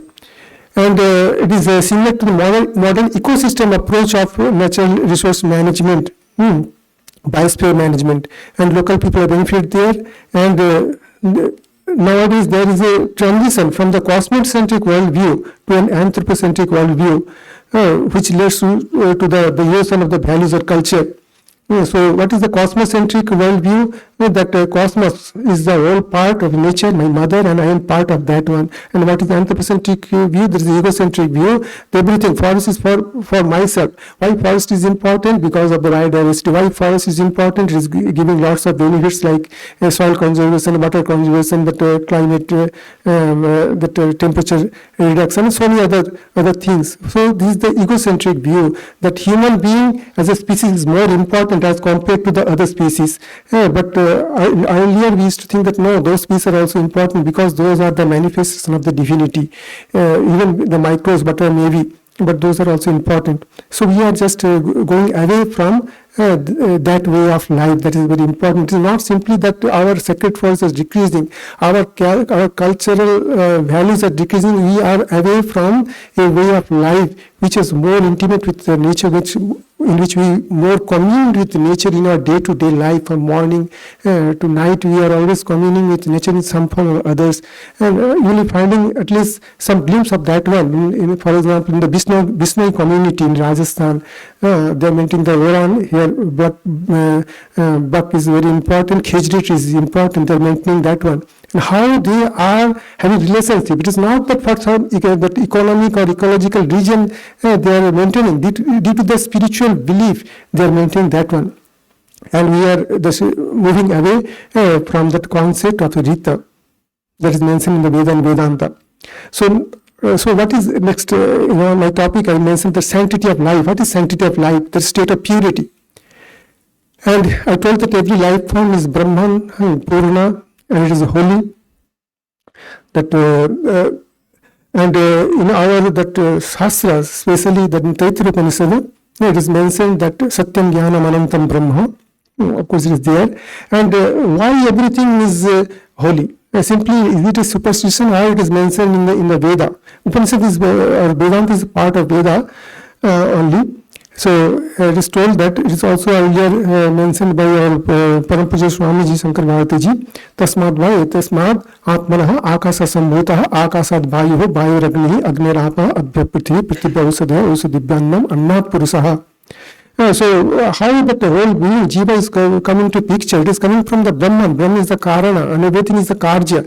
And it becomes from that invisible to visible, from that subtlest to the subtle to the gross. From the Karana level, it is coming to the subtle level, and it is coming to the gross level in which you are interacting. But whatever may be, Karana will be always present in the Karja. So that gross world we are dealing with, if it is the Karja or the result, of course in which the Karana must be present. For example, if that particular podium is made up of wood, what does it indicate? That podium is the name and form, but actually it is wood only. So wood is the Karana, is the cause. So in that way we will be finding that in Taittiriya Upanishad it is mentioned that from Atmanaha, Akasa, from Akasa, Vayu, Agni, Apaha, that elements, Mahabhuta is created. And Prithvi is also very important, Mahabhuta, and from Prithvi, Ausadayaha, the herbs, etc. And from Ausadi, Annam is very important, otherwise we cannot survive. And from Annat Purusaha. So this is the cycle. So everything is Brahman only, it is mentioned. So that's why the sanctity or sacredness is there. And also in the Kathopanishad, and also Gita is also 15th chapter is there. Urdhvala avak shakho ishwar satta sanatana tadeva sukram tad brahma tadeva amrita muchyate. Taspil lokasita sarve tadunati iti kaschana. So whole the samsara vriksha, whatever may be that subtle, whatever we cannot see, as well as that gross. So everything is like aswatha vriksha. So it is a form of that God. So I will say that that what is why the sacred is there due to the prana. That whole world is created from prana, remaining in prana and remaining that one. And the created objects, for example, the sun and moon, etc. Why they work that one? Here in Katapinstha, it is told that Bhayadasya Sapati Bhayat Tapati Surjaha Bhayad Indrasya Vayushya Mittu Dhavata Panchamiti. So due to that rigorous rule, Rita order of that consciousness, highest consciousness, everything is working in a particular order and you have to follow that order. And in the Taittiriya Upanishad also, in other places, that it is told that the Lord has created this world and he has entered that one. And he has become everything. And Sarvam Khalvidam Brahman Chandogya Upanishad, everything is Brahman only. And God has created everything from himself, and he is that Upadana Karana, as well as that Nimitta Karana is mentioned in the Mundaka Upanishad. And of course, it does not mean that that name and form is God. That is mentioned. Name and form is just that form of name and form is something different from that consciousness. So in Mundaka Upanishad is also mentioned there. And why that Veda-Vedanta is important, the significance? So they are the highest authority, and they are coming from God only. And that in case of sacred falls, religion spiritually have immense importance. And sacred groves, those are present in the old world, not only in India, other parts of the world also. In Europe also it was present, and the Central America, Africa, so it was present. But due to modernization, it is decreasing. And now, if you want to understand that what Veda-Vedanta talks about, that conserving that sacred forest, regarding that one, how our attitude towards that whole system to the nature, we have to think about three things: Rita, Dharma and Karma.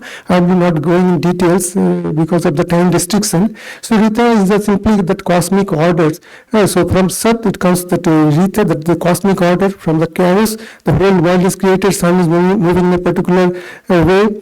So it is following certain order. Every being, even in our body also, in microcosmos also, as well as macrocosmos also, our prana, our other things, following particular order. And that order, that dynamic order present in everything, that is called Rita. So nobody can just, it is the highest, nobody can just disobey this Rita, otherwise he will be destructed. It is mentioned in our Shastras. And Dharma is that that cosmic aspect when it comes to our that mental world, or then it becomes our duty to follow that Rita. So Rita depends on that Sat or that Brahman, and that Dharma depends on the Rita. In earlier Vedic period, Rita is also, it is more used, and Dharma is more used in the later Vedic period to just as the interchange of that Rita concept. But Dharma, you have to follow that one, and what was mentioned, that Varna, Asrama, Dharma, then Ahimsa, Satya, still like that. All these things are comes under Dharma, and that Yajna, that concept of Yajna is coming also under Dharma.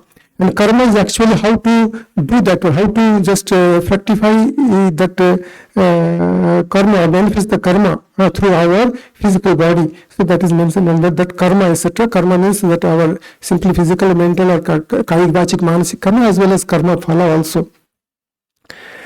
And that why that Rita is important?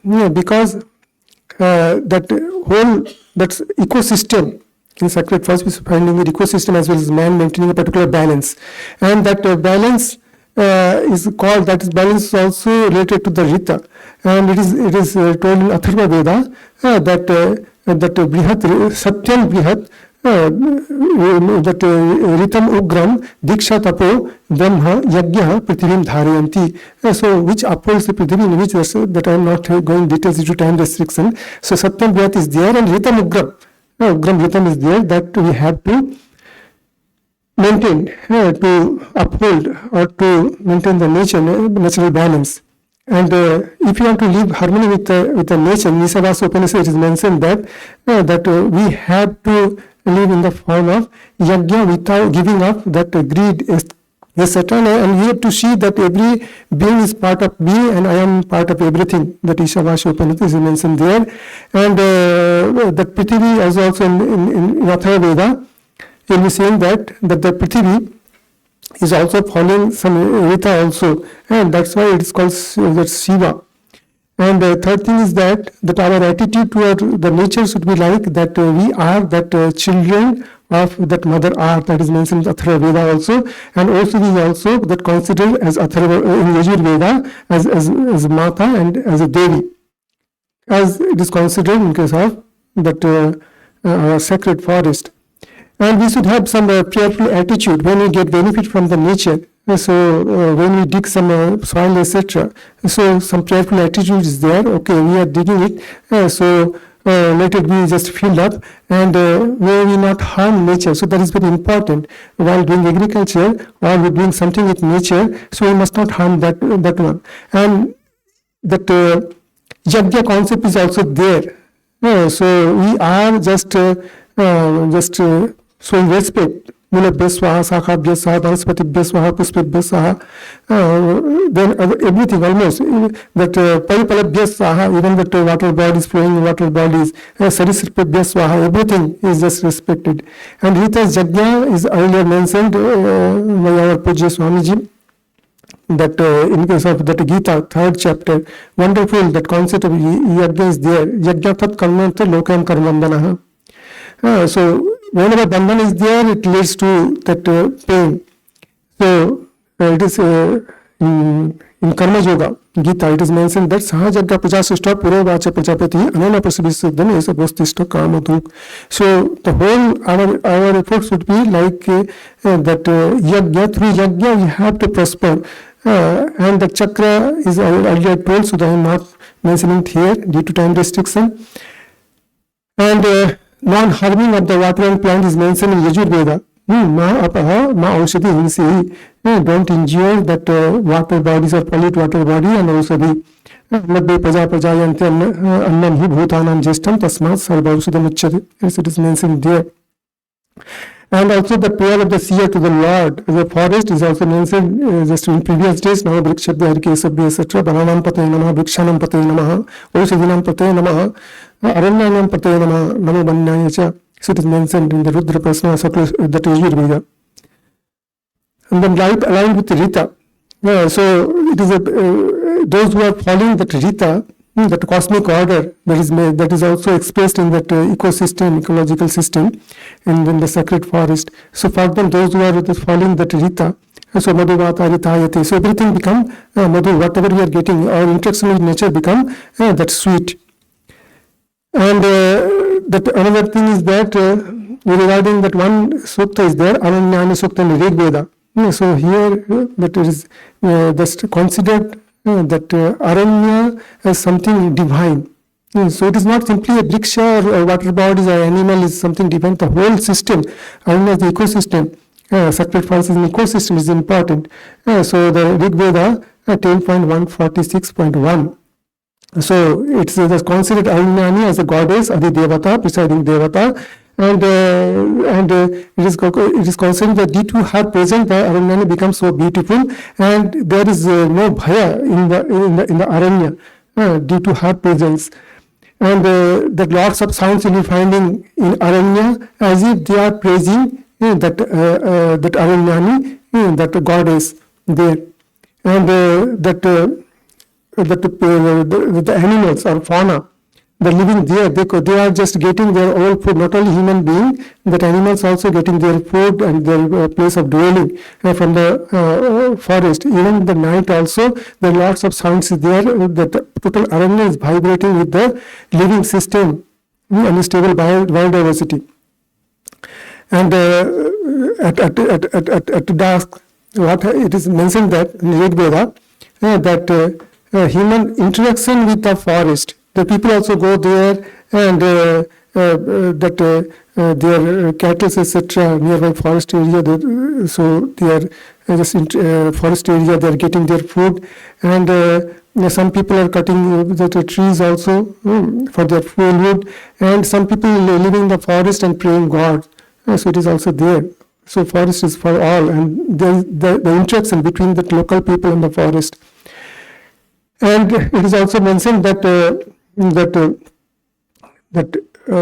the goddess It does not harm anybody. Except the other people goes for some ulterior motive. And whenever any animal or human being goes to the forest, they take that sweet fruits, and after that, whenever they want, they can come back. So safety is also there, food is also there, and Abhay is also there. And what's nature? The Swarupa told earlier is very subtle, as if not visible, but visible by the Rishi can see her. And this is Anjana Gandhim Surabhim, that Kasturi Gandha and lots of herbs.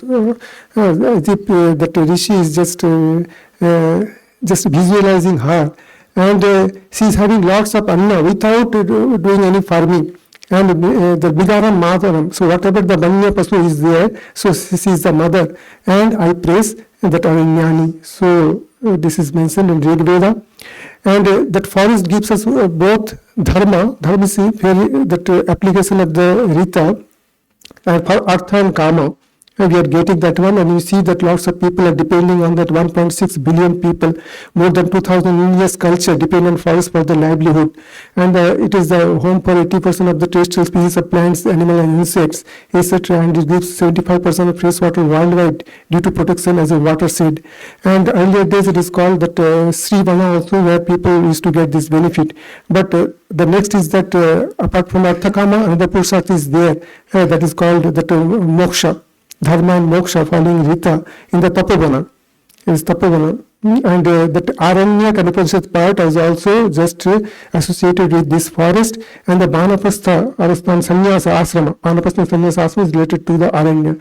So nature and art is bountiful. If somebody is like a child, you ask something, so nature will give automatically. You don't have to even ask also.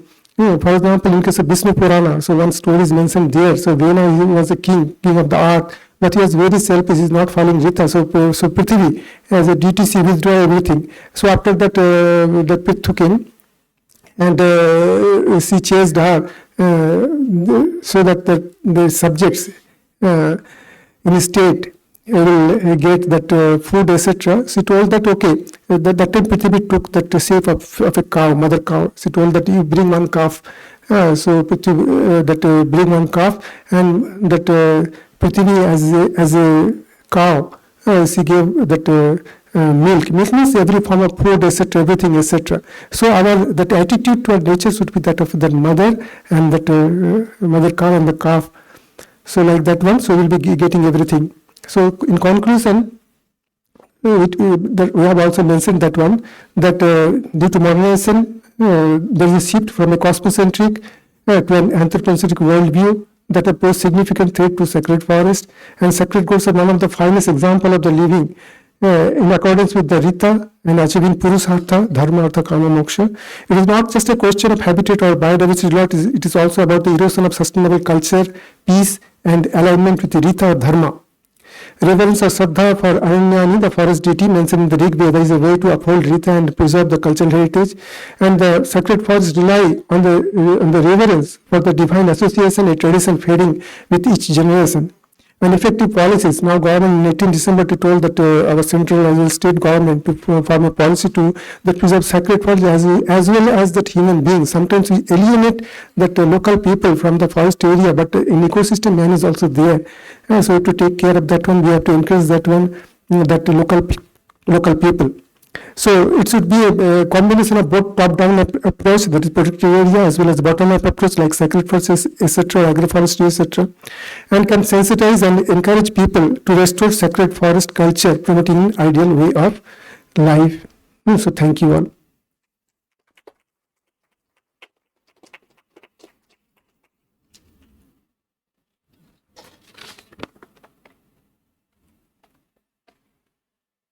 Thank you, Maharaj, for your Vedic and Vedantic insight into the sacred forest.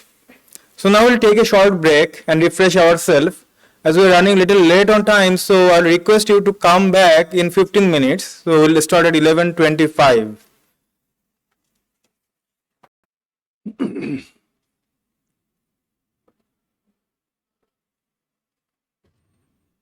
We begin the fourth technical session. We have assigned it a very peculiar theme. So we are talking about disaster management. So I was thinking, what is the first disaster God created? Creation is the origin of the disaster. He created the world, we believe, and the greatest disaster is the creation of the world. And science also talks about Big Bang. Suddenly there's a drop and burst into a Big Bang. And the origin of the universe is discussed in the Nasadeva Suktam. And Dr. Rakesh Dash will discuss that from the Vedic perspective. And we have two speakers now. I've titled it Creation, Origin of Disaster. Is it a mystery or is it a master plan? The two scientists, both of them physicists, one strayed into biophysics, the other stuck to higher energy physics. They will be introduced by Brahmacharitamal.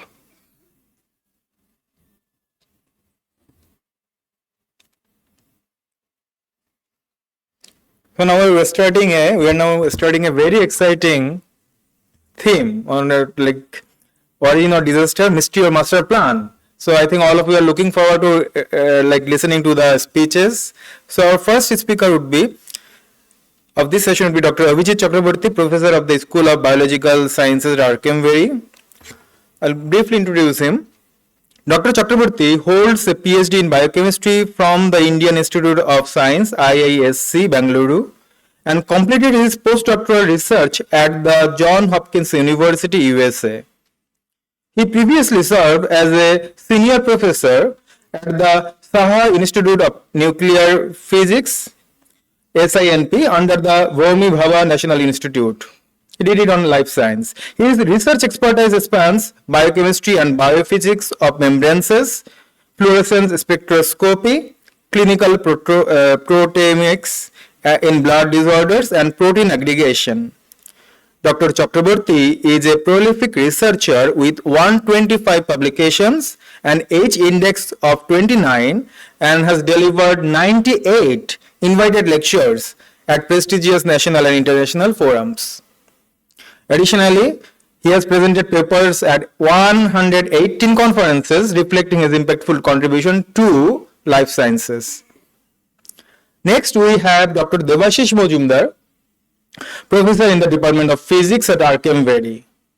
Professor Mojumdar holds a PhD from MS University of Baroda, along with an MSc from Bharati University and a BSc from University of Kolkata. With an illustrious career spanning over 3 decades, he has contributed significantly to astroparticle physics, neutrino physics, and especially dark matter phenomenology. His active research interests are particle dark matter phenomenology, direct and indirect detection of dark matter annihilation, neutrino oscillation physics, dark energy. He has held various prestigious positions, including senior professor at the Saha Institute of Nuclear Physics, a prolific writer and researcher. He has authored over 125 research publications and a notable H index of 29. He has delivered innovative talks at renowned institutions like CERN, Oxford University, and the Abdus Salam International Center for Theoretical Physics. So I'll first request Dr. Abhijit Chakraborty, who will discuss the chemical origin of life and Darwin theory of evolution. Please.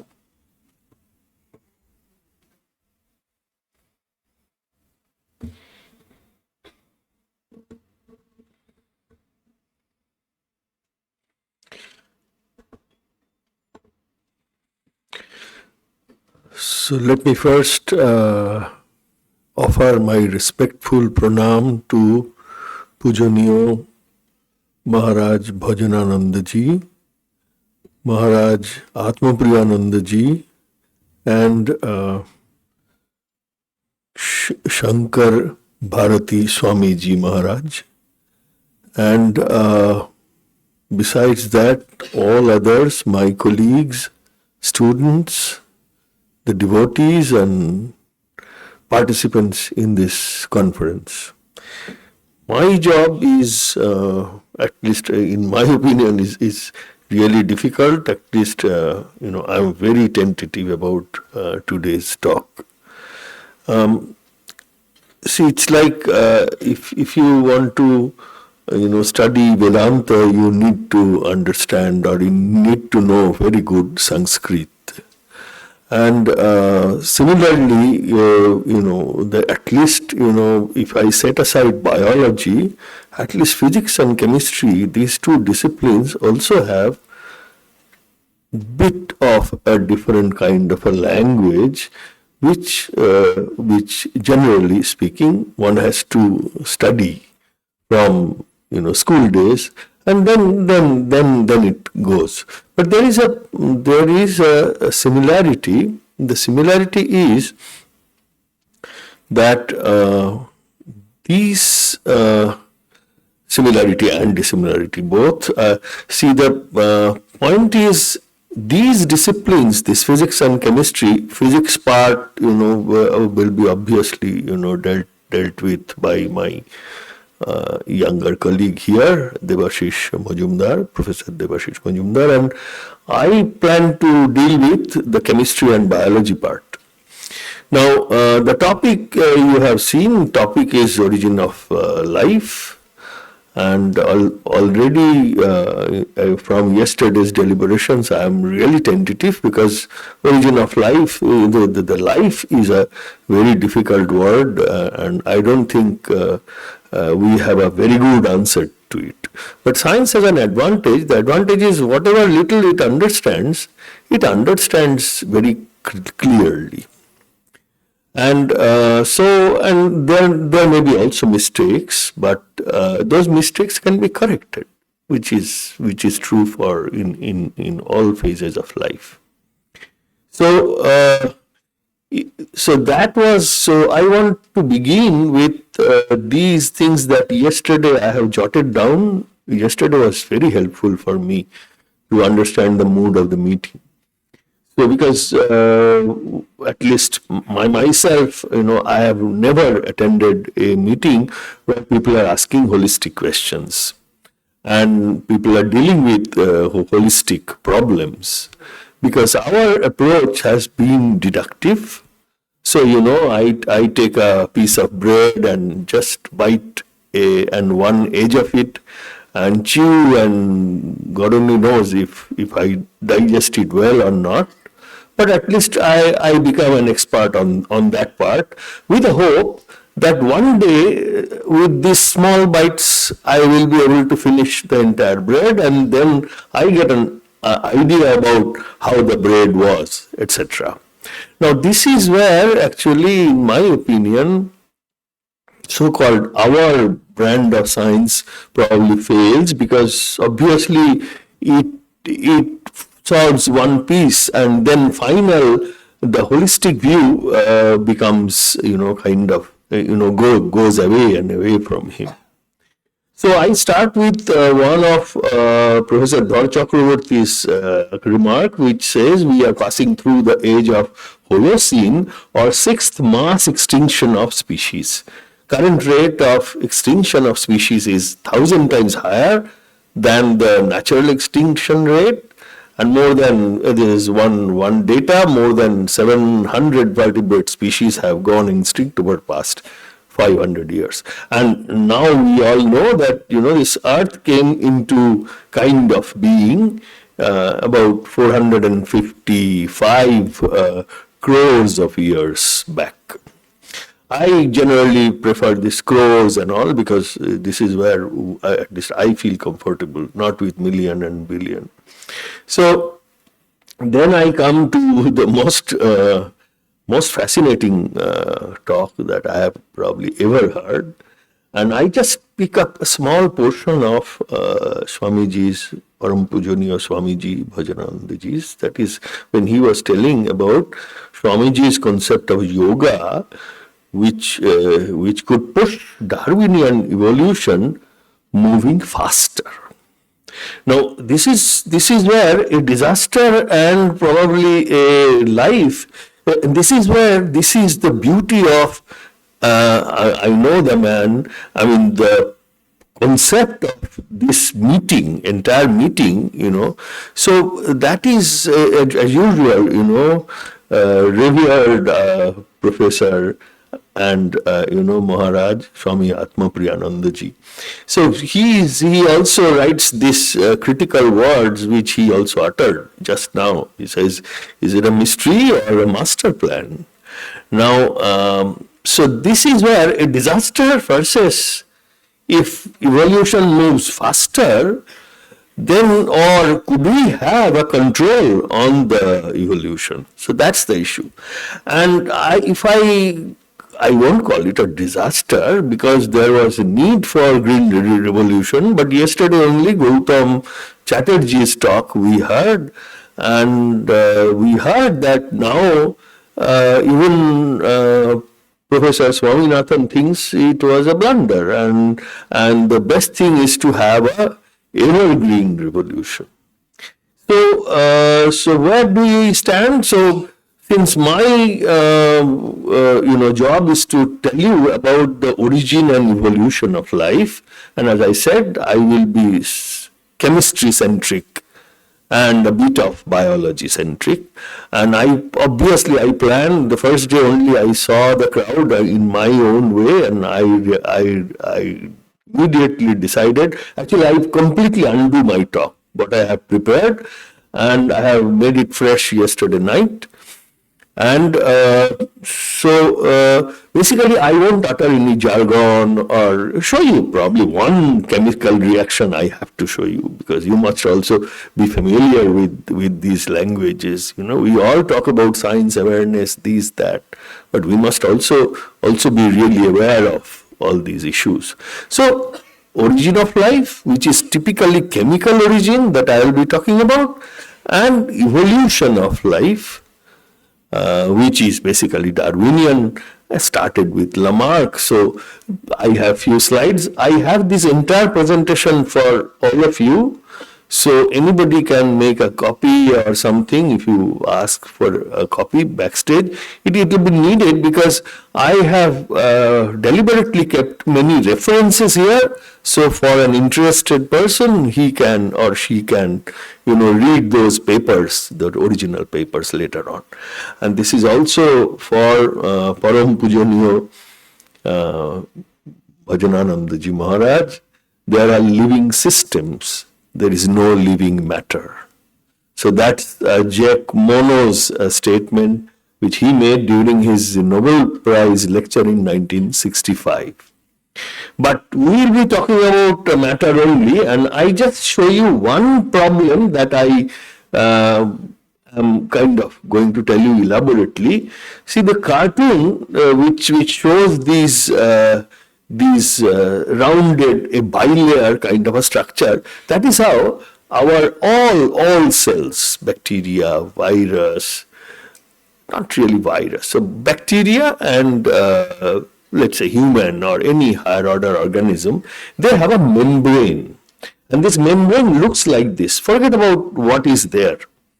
So one component in the membrane is always there. Okay, this membrane is the barrier, so that that in a cell there are DNA, there are RNAs, there are proteins, there are all these molecules, and they don't come out of the cell because of this barrier. And this barrier has very many important properties. Ions can go in. I can give you just one example. If you measure inside, sodium potassium balance is so important in our body. So it is maintained by a protein which is there in the membrane. Now this membrane, there's a very important component is cholesterol. I'm sure everybody has heard of this molecule. Actually, that's why I have chosen this. And if you see, the cholesterol this is the structure of the molecule, which has only one O. O stands for oxygen. Rest are all carbon, hydrogen. Carbon is made in the stars. It's known. Okay. And why? Because you have to, it's a simple arithmetic if you do. So carbon is 6. So 6 electron system. So naturally you need to then fuse 3 heliums to get a carbon, which is not possible. Just when Earth was formed, it's just all radioactivity, volcanic eruption, whatever had happened, it is impossible to synthesize carbon. Similarly, it was impossible to synthesize oxygen, and most importantly, molecular oxygen. And this is known, obviously I'm not getting into the detail, this is known that if you want to make cholesterol, then you need molecular oxygen. So this is the beauty of this. So then when did cholesterol come? Cholesterol is ubiquitous. Even in plant there is not cholesterol, but there are similar molecules which looks exactly like this, almost exactly like this. So these are the issues of the problem, and this is one paper I would really request all of you to for simple thing. I would really request Professor Paramita Rai to read this article surely. So, and probably Maharaj Japasiddhananda ji also. So this is an article written by Arthur Kornberg. He is the first person who first discovered molecular machines. So these molecular machines are, so if I like when we sit for taking interview or 5 hour exams for our students, so generally this is a common question we ask. So what is a living, how do you define a living system?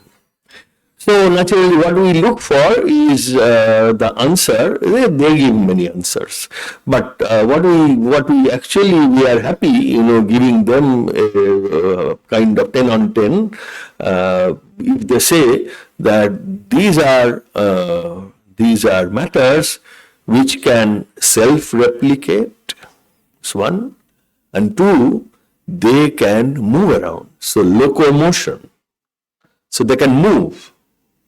1 and 2, they can self-replicate.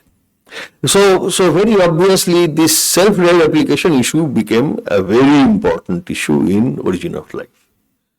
I will, I am telling you kind of maybe these first 2-3 slides only, I will take about 20 minutes, and rest 15 minutes I will just run through, because as I said, they will be here. If you are interested, you get a copy and study them thoroughly. So the first line of that article is, much of life can be understood in rational terms if expressed in the language of chemistry. And obviously, since my training is in chemistry, at least my basic training, so I think molecules are anything and everything. Like my next speaker thinks particles are anything and everything. So they don't even bother about molecules. They will not even bother about cholesterol. So forget about DNA and RNA and proteins. They are very big molecules. So this is typically the chronology is Oparin. Bhajananda ji mentioned yesterday this name, and so life originates from carbon. Yes, we know, and then comes this person was in Kolkata also. So this J.B.S. Halden. So he thought obviously out of many experiments and observations, hot and light chemical soup. And then this is very important because scientists actually love to simulate things. Either it is in computer or in the laboratory. So I know this happens. Can I simulate that? So it's like we all know, I'll show you only, as I said, one reaction where an amino acid is synthesized. Because proteins, like I'm speaking, I'm moving my hands, they're all protein actions. So proteins are made up of one single form of a small molecule which are called amino acids. So amino acids actually, so they have to be synthesized first. So that is now known how they were synthesized, and not only known, so this is the person in University of Chicago, this Stanley Miller, And then he was challenged, and actually there are 20 amino acids found in nature. So, but he could only synthesize 15 of them. So naturally people were at him. So then, with some modification and all, so finally this in UA's lab, so 1952, and that was the time when 15 amino acids could be synthesized in the laboratory. And then, 2007, so this is, so origin of life, the problem is also kind of holistic, because obviously there is no life, so how it was synthesized. So you are approaching, so here everybody is kind of together. But then what happens is, I will just mention the name. So there is only one Nobel Prize awarded in this area of origin of life, which goes to a person named Manfred Eigen, and he discovered a hypercircle, it is called, and that is the only model available till date, which tells you that, okay, I have got some bacteria, I've got some unicellular, etc. But then how come, I am here, speaking, or an animal, or a big plant? Oh, no. It is extremely complicated, and there is only one model.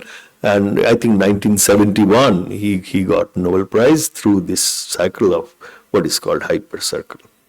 So this is what life began, and this is what is called a ribozyme, which is also incidentally discovered, I think 1987, because I was doing PhD, I remember.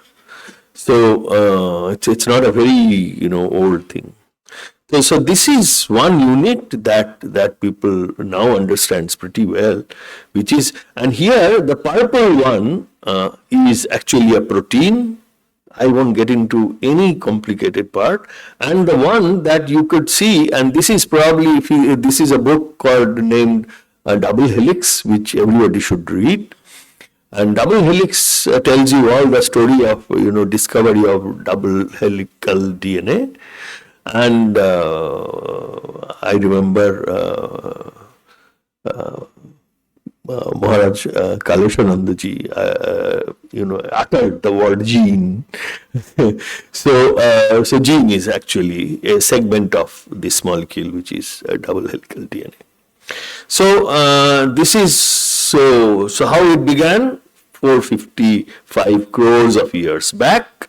And then, so semi-molten, this and that, these are all very, everything is high school though, whatever I'll be showing you.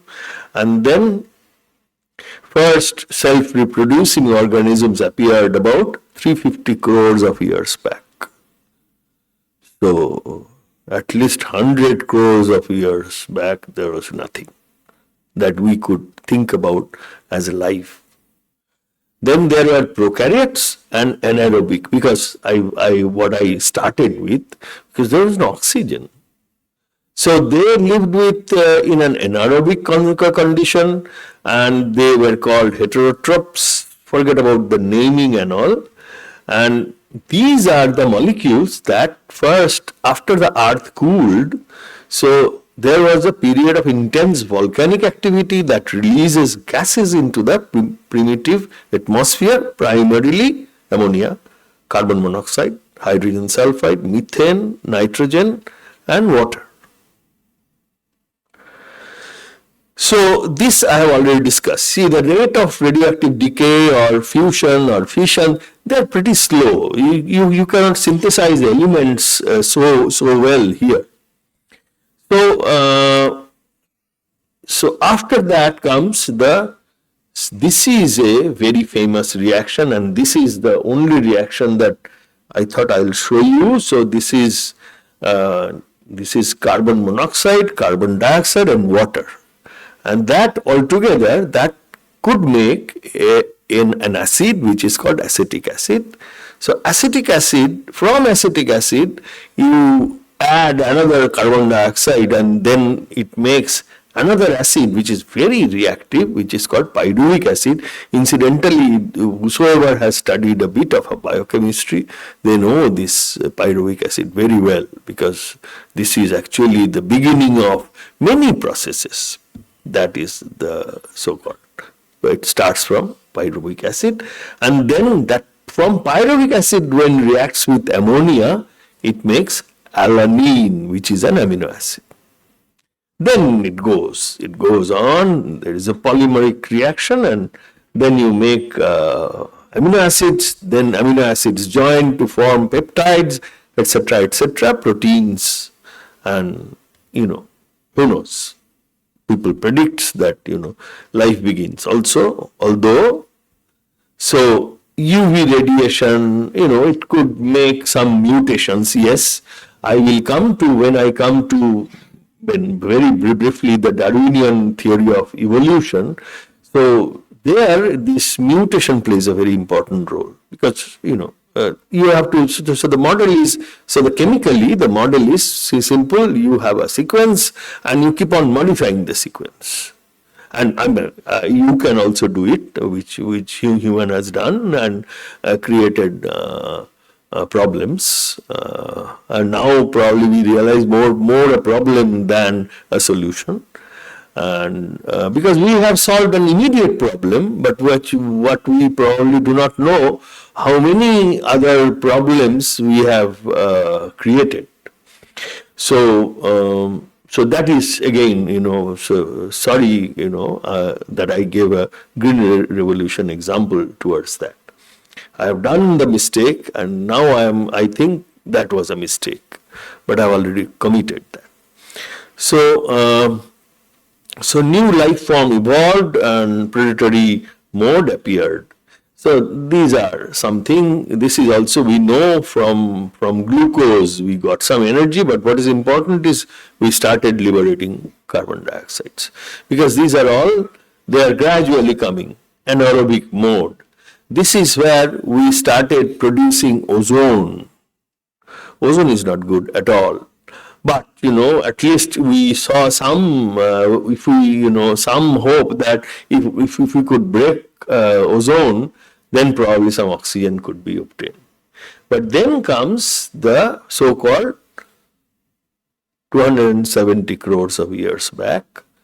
There comes some blue-green algae, and there are some organisms who were capable of doing photosynthesis. And from there only you learn to produce oxygen.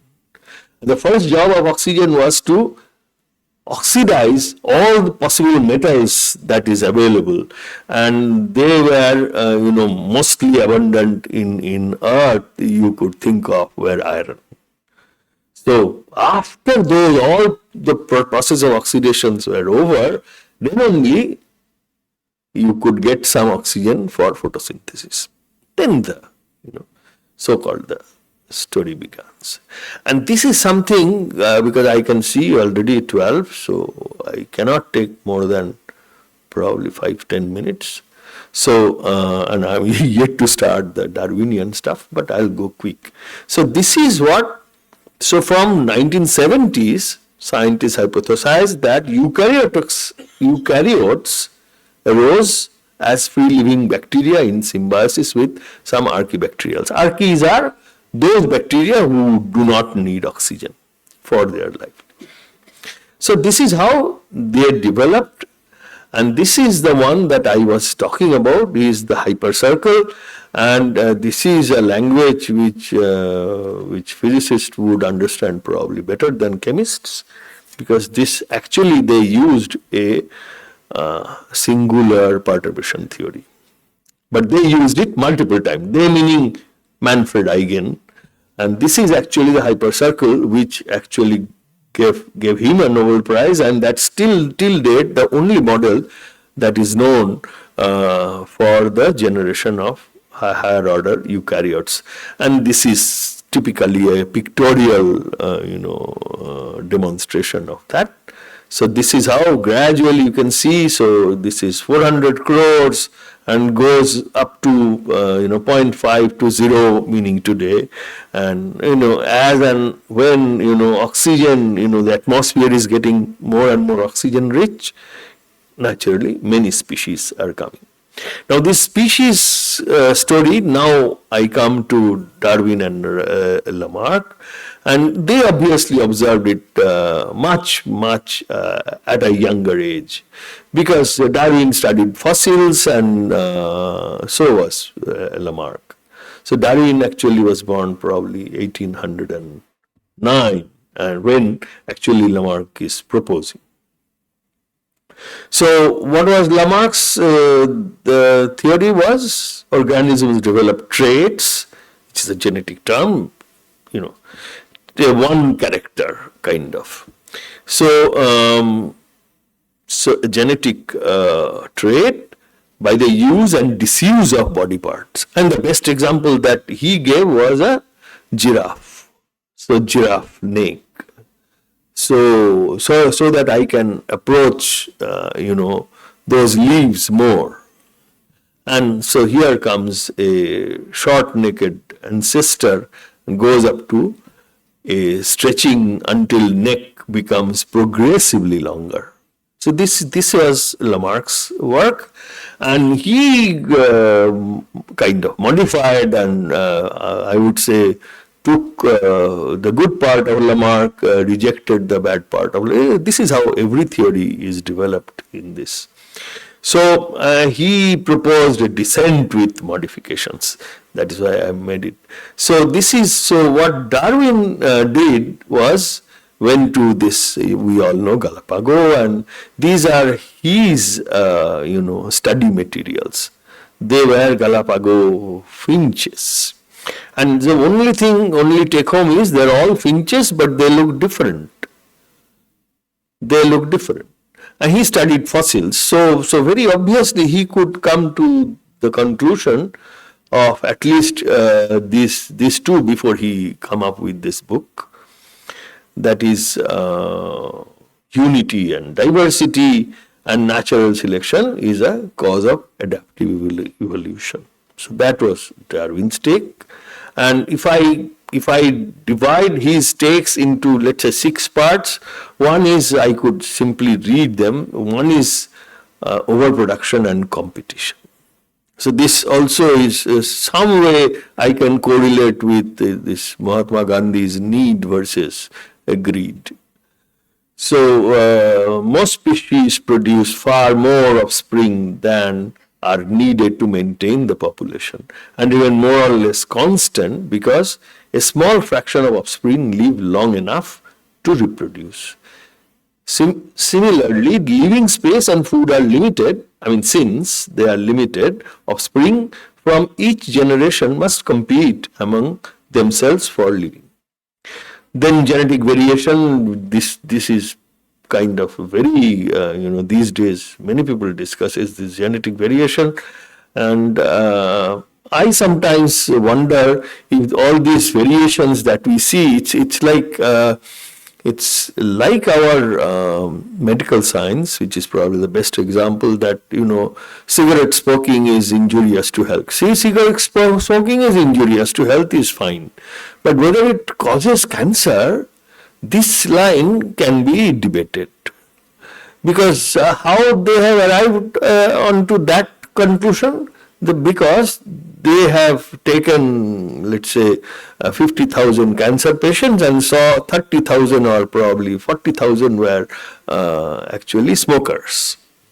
But this is something, this has also, in my opinion, this has also created problems mostly for biologists, because nowadays, due to the advancement of technologies, there are lots and lots of information available, data available. So data science has become a subject by itself now. So people starts analyzing data, and very obviously they would get some conclusion to draw and write a paper kind of. Now this is probably a time has come, at least in biological science, if I may call a life science, that so this is where for me or for every scientist, this kind of a meeting, they must listen to Siddhananda or Kaleshananda ji, and listen to all of it, Maharaj, Shankar Bharati Maharaj, Swamiji, and very obviously Bhajanananda ji. So some important part is, just think about it, There is no harm. And where actually I will end with him only. So this is so. Characteristics in individuals in many species are not exactly alike. Yes, okay. But where from these differences coming? No, scientists will say it is a genetic difference.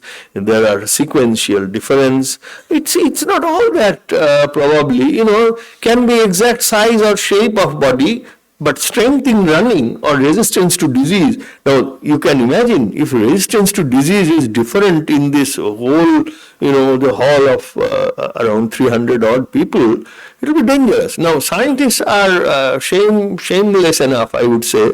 They will say personalized medicine. They are already talking about it.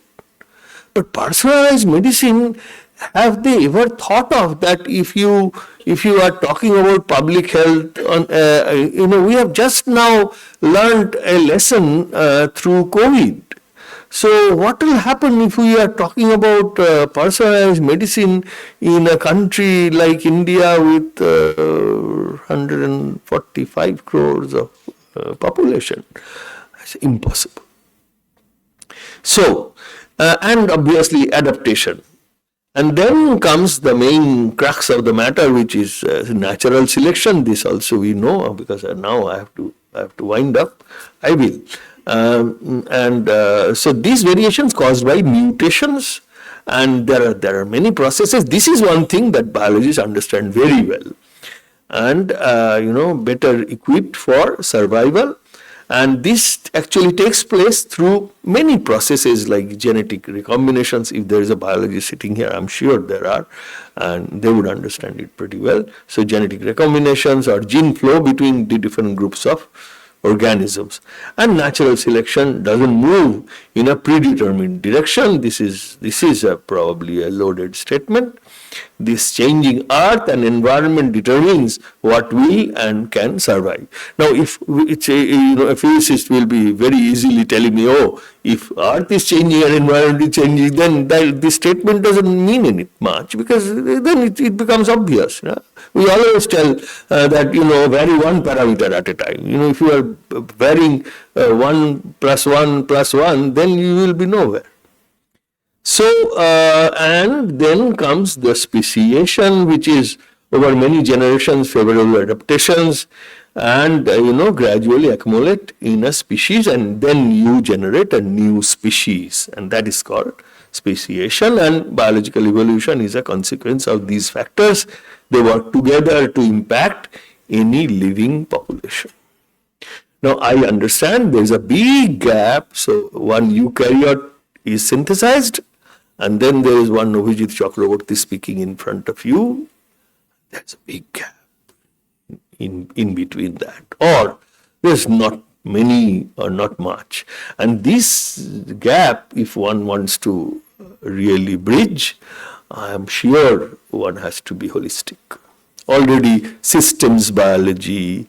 Now biologists are learning that, okay, I have to also go holistic. They are. So this is an example of elephant, and this is one example of us that we started with mustard plant, and then made turnip, made Brussels sprouts, cabbage, cauliflower, broccoli.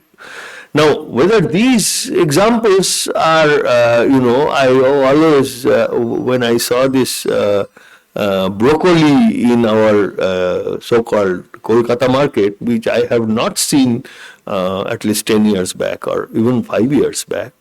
So I was wondering, I argued with many, what's the problem? I didn't know the problem, but I never ate broccoli in my first, before going to United States, so 30 years. So Bangalore also I haven't seen, at least in when I was there, 85, 90, I haven't seen broccoli there. So what's the point eating broccoli? Because I don't know whether it is damaging other crop. Because we are only discussing interconnectivity between that. Now I must stop now. So this is where actually I will stop. And that is the founder of the founder's profound statement, which actually gives me a satisfaction, gives me a sense of something that, oh, okay, then science needs to be studied at least. Because, this is what, I was trying to translate it. And, it's a difficult translation I found because it's very loaded, যাতে প্রাচীন ধারা বজায় থাকে অথচ নূতন জ্ঞান বিজ্ঞান তাহার সহিত অনুশীলন হয়। So stick to প্রাচীন ধারা, but practice modern science. I would end with one story of Maharaj Japasiddhanandaji's talk when he was hitting a rock. So that the color becomes like fire. And then what Vedanta, Sushruta probably says, then if you sprinkle some lime water, the rock breaks. Now this chemistry I understand. So this is something that is, so here, I just give you one example, there are many. So this is where actually, so-called modern science or the language that I was talking about, so that language and this language kind of merges. Ayurveda, I have tried to read some books, but in my opinion, what is scientific, I haven't found much of them. Those statements, at least in those books. So this is where probably a very big opportunity of collaboration between a so-called Western trained scientist versus our traditional knowledge begins. So, and this is only yesterday, Swami Atmori Priyanandaji Maharaj said that we will choose the chemicals and let the crystallization start on its own. Sure. He has been doing it in Arcane Berry, I can closely see that. And we are all interested to see what crystallizes. And I stop here and thanks a lot for your interest.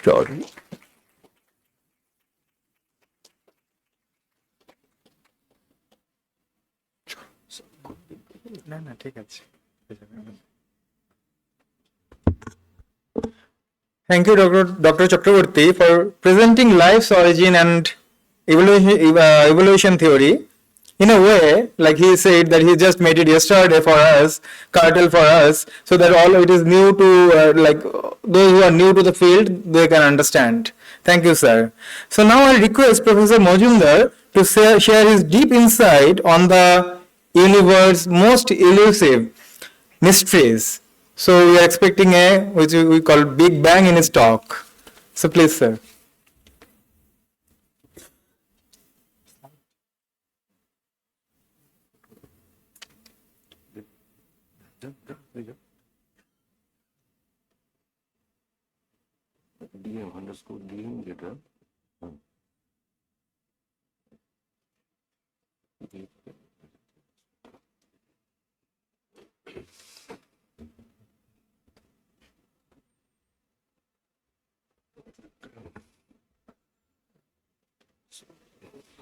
First, I begin with offering my pranam to Sri Sri Thakur, Sri Sri Ma and Swamiji and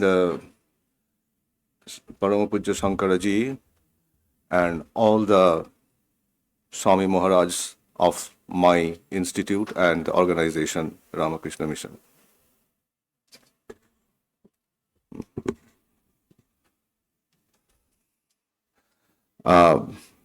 I am consider myself fortunate to speak in this august audience and in this revered place.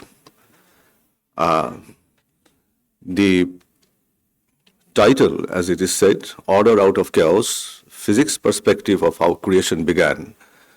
So, just after my talk, you will listen another interesting talk of my colleague, Rakesh, where you will see a different perspective to understand or to approach the path to creation.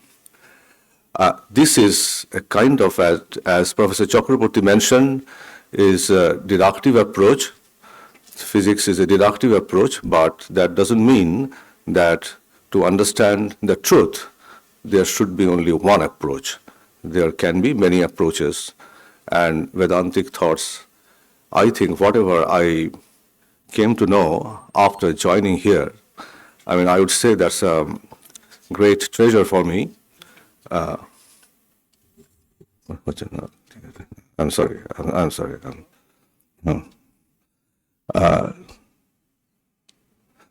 একটা bottle, ঠিক আছে. And the other thoughts which goes, this is a deductive approach, but the other one, as I could understood with my little knowledge of that you go inside and look for the Brahma, and this is Brahmanda, so there are similarities, of course, and as Kaleshanandaji Maharaj just said in the previous talk, in the morning talk, about the Rita, and I was talking to him outside this lecture, and he also touched upon that part, that go inside, and from the consciousness, everything is encompassed there. The Brahmanda is there, the Brahma is there, and Brahman. But we are talking about here Brahmanda, and it is a deductive approach, first of all. So, how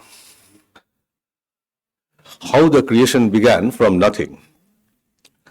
Now, the general wisdom is that it has been created from a huge explosion of a point called Big Bang. Now, immediately the question arises, what is the point? And why there should be an explosion out of nothing? And these questions will arise, which the scientists still are pondering, scientists and mathematicians alike, I would say. They are still pondering what was there previous to the Big Bang, and why this explosion suddenly and expansion, etc. I have mentioned a word, a singularity. I don't want to elaborate on this. There is a mathematical definition of singularity. My colleagues and students here and Swamiji Maharaj here in my department and in my school of mathematics, they are expert on this. So I'm just to say that a singularity means where a function cannot be defined. That means where physics cannot be defined, everything is failed. Something like that, if you divide by 0, some 2 by 0 has no meaning, so that's a singularity. So this kind of a point is called a singularity, where the physics couldn't touch it, the mathematics couldn't touch it, but from that, its sudden explosion is started. Now, why this explosion, why this point, this limit concept, etc. will come, I am not going into that. It started, then it is expanding. This expansion of the universe was not known previously till 100 years back. Only in 1929, in Hubble, did lot of observations on the galaxies and stars. Then he found that it is an expanding universe, which is contradictory to Einstein's prediction that the universe is static. And then Einstein supposedly made that famous statement, that was my historical blunder. Now the creation started and the creation progressed through the creation here. I am using in tandem with the universe. So the universe is created and it has started expanding. As we observe it, it is expanding. Also, the one important thing is, there is no point in asking the question, what about the time, what about the space before the Big Bang? because the space and time, or as Einstein put it, space-time together, it started with that explosion when the creation came into being. Then only we talk about space. Space means everything we see here. This is my space. And time, that is also an enigma, because we measure time, that is our measurement, but is time fundamental? Is time is really necessary, rather, or even if it is there, then why is it so that it only moves in the positive direction? Because in the space, you see, any space here, you can represent a point by 3 coordinate system you can draw, x, y, z, and then pinpoint this point with that with respect to this coordinate system. That means space is 3-dimensional. Any point, if you want to pinpoint, you need 3 quantities. And according to Einstein, there is one more dimension, which is time. So one has to look at it as a space-time, as a 4-dimensional space-time. But then,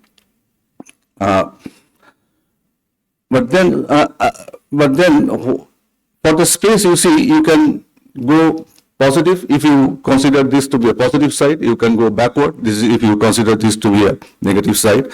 But for time, there is only unidirectional. This is going only in one direction, from past to present via past to future via present. And the present again is not defined. You cannot hold the present actually. Every instant it is becoming past, or you are going to future. So this present thing is a point, you cannot define it. So this enigma time bears still with us, and of course another enigma, that is time is fundamental to modern nature or not. I mean, there is something else called the entropy in thermodynamics. Who are the students of physics or the experts in physics, so they all know that entropy can easily replace time. But those are the questions that the scientists are pondering about. But here we are talking about the path to creation and the progress of creation. And so the progress of creation is checkered with a lot of phase transitions of the universe. Phase transitions means, firstly, it's a big bang, it was all radiation. Then, of course, the particles have come in.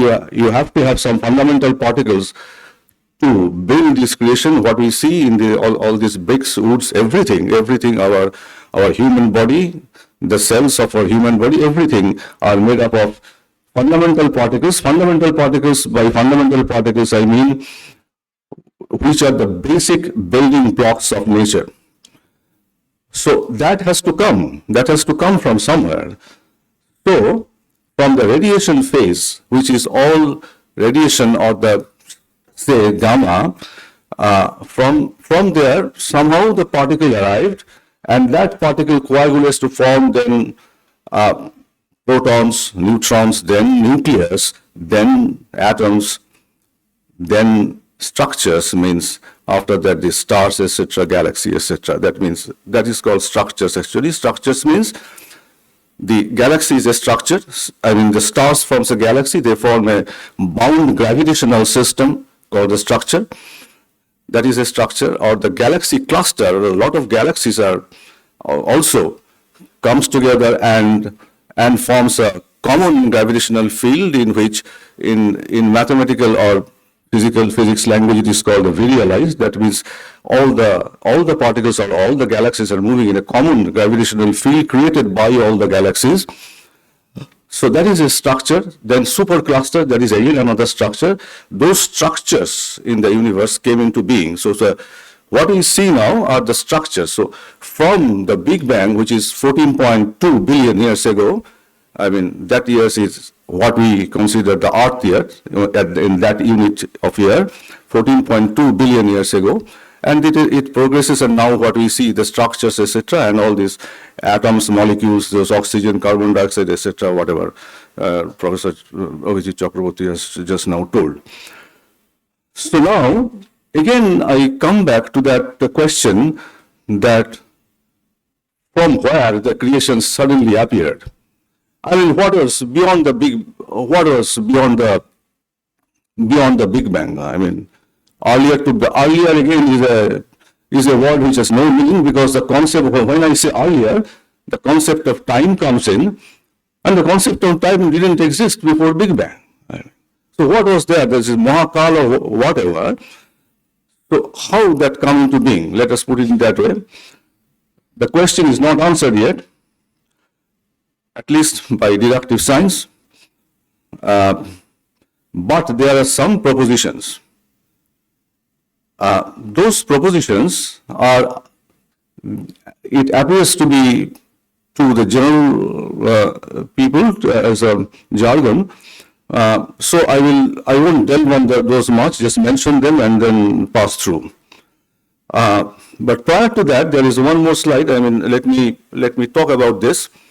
I told you about this, what was there before Big Bang, but the two important things that has to be pondered about is that what is the quantum nature of gravity? You see, like the fundamental building blocks of nature, which are the particles, there are four fundamental forces in nature or the universe. They are fundamental to the nature. They have created with the creation of the Big Bang, and then they got separated one after another. Those are gravity, then electromagnetic, and strong and weak. So just after Big Bang, which is a singularity, I said that the physics is not defined here, mathematics is not defined there. So after 10 to the power minus 44 seconds, 10 to the minus 44 means 1 divided by 1, then 44 zeros after that much of a second, some calculations can be made. So 10 to the minus 44 second after the Big Bang, the universe's size was 10 to the minus 35 centimeter. That's the scale of that universe. So in that size, the classical physics or the Newtonian physics that we do about S is equal to ut plus half ft square, force is equal to mass into acceleration, which we study in the schools and then high schools, and of course later also Newtonian physics is great.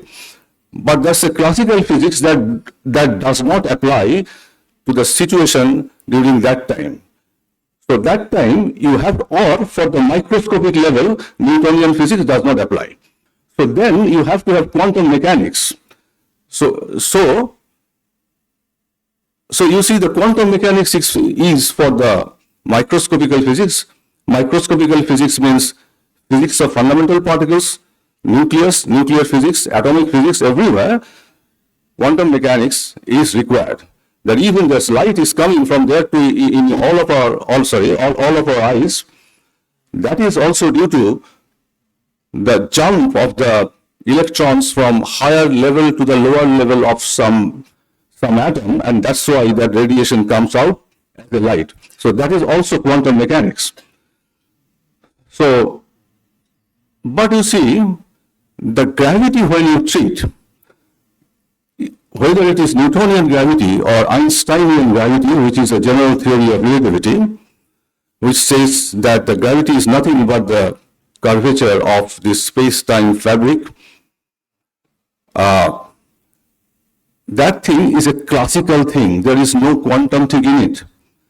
But in that time, when the universe is tiny, even tinier than the baby universe also, 10 to the minus 35 second and all, that time classical physics has no meaning. That time quantum physics or quantum field theory has to be the mathematical approach to figure out the processes at that time. Now, there, gravity, of course there is a fundamental force of nature, gravity was there, but the Einsteinian gravity or the Newtonian gravity won't help. We have to have quantum nature of gravity, that means quantum gravity, which is still not yet that developed, but it is being developed. And also, I mean, we are also working on it to some extent in our department in this institute or university. And then there is one more enigmatic question, is there is the last one. This expansion is going on, is all right, but suddenly in recent times and in cosmological scales, recent times means some billion years actually, recent times, that expansion rate, again from the observation it came out that the expansion rate of the universe is accelerating. That means it is expanding in some constant rate, and what would have been the fate if that would have been true? The fate would have been there are masses are there. The masses has to converge because of their gravity. So at one point of time, this expansion has to stop, and then it will automatically collapse. The universe would automatically collapse due to gravity to a point again. So that will be a big, that would have been a big crunch. But the universe expansion is accelerating, then it is going to rip off everything actually. And it is true that every day we are losing a lot of stars because a lot of stars are going out of the horizon of the universe. I didn't define what the horizon is. Horizon is something that of the universe is something that the farthest point from where the light of a star or light from something can reach us. Now, once again, there is also an enigma, is that why the light speed is constant. There is one constant in the there are other constants also, physical constants, but the one important constant is that the velocity of light in vacuum is constant. And on that, the special theory and general theory of relativity actually stands on that the velocity of light in vacuum is constant, and this is experimentally proved. Now, because of this constancy of light, there is a limitation of the light that will travel from a distant object to come to our eyes.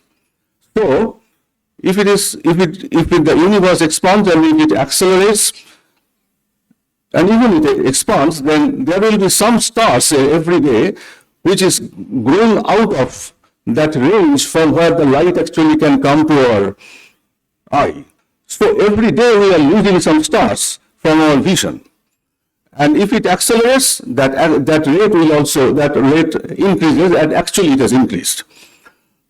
Now, what is that? Why it is sudden, that is called a why now problem in physics. That why is it suddenly means it is 4 billion years ago that, I can tell you that myself with my colleague, Professor Abhijit, here in this university, have analyzed and shown that it is 4.5 billion years ago that this acceleration started. And this is corroborated with the study of the other scientists elsewhere in the world. But the thing is, why now? Why it is suddenly accelerating? There must be some energy that is pushing in, which is tearing it apart against the force of gravity.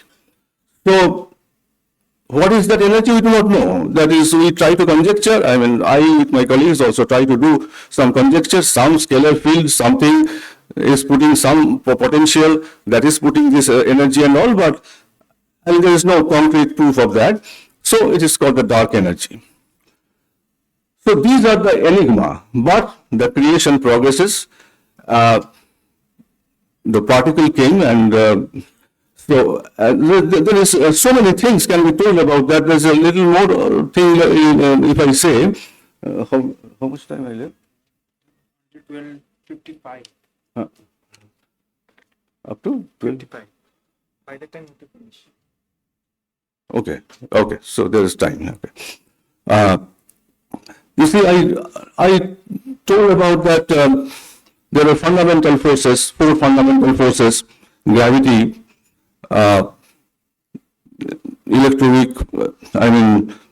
electromagnetic forces, weak and strong forces.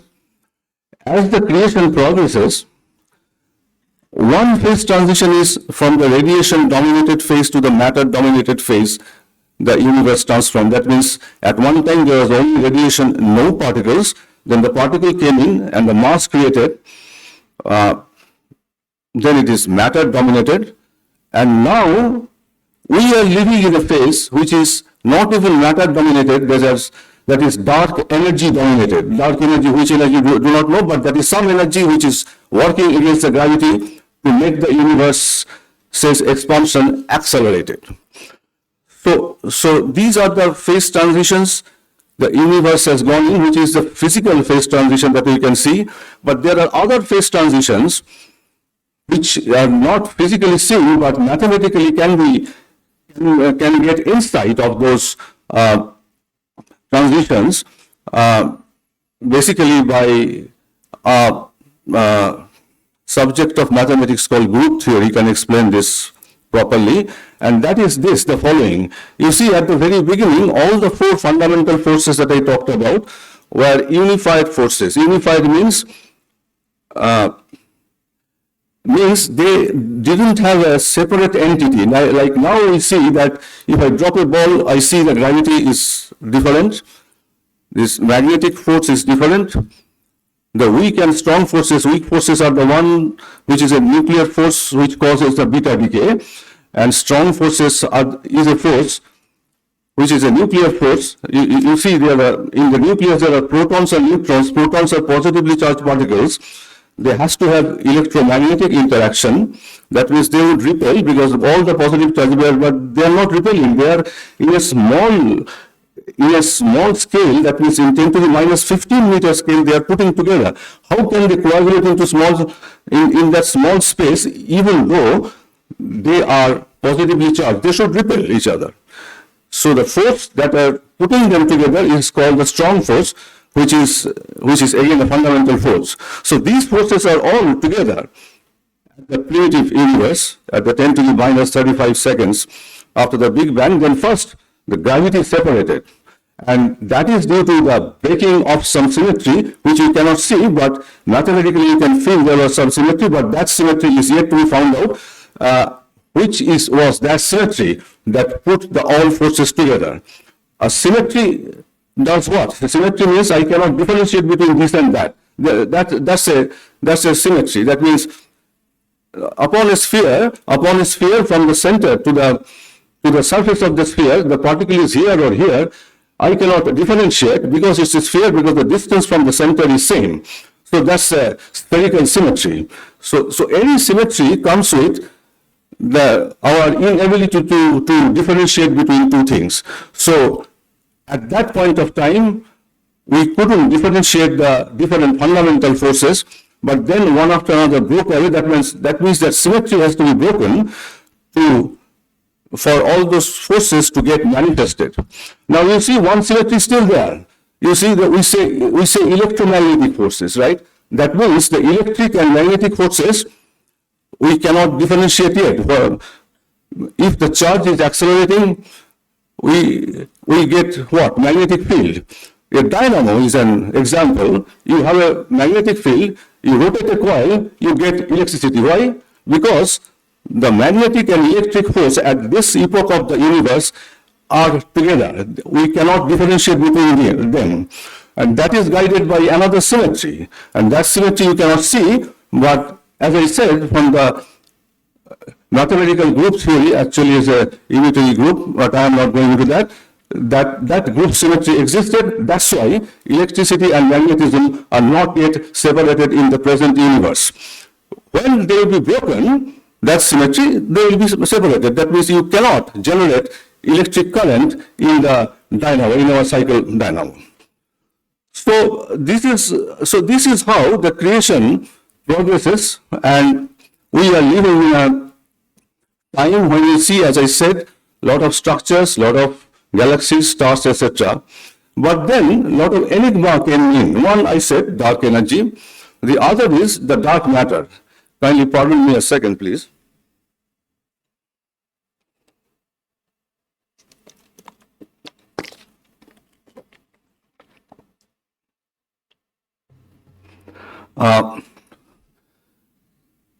And now, as the name suggests, something matter, of course, matter means which has a mass, but dark means we do not know what they are. People may say, is this a black hole? Black hole we do not know. Black hole we know. Black hole we know. A lot of black hole things we know. We know Hawking radiation. We know black hole. Black hole horizon. we know something about that. But this one, we do not know anything about it. And the surprising thing is that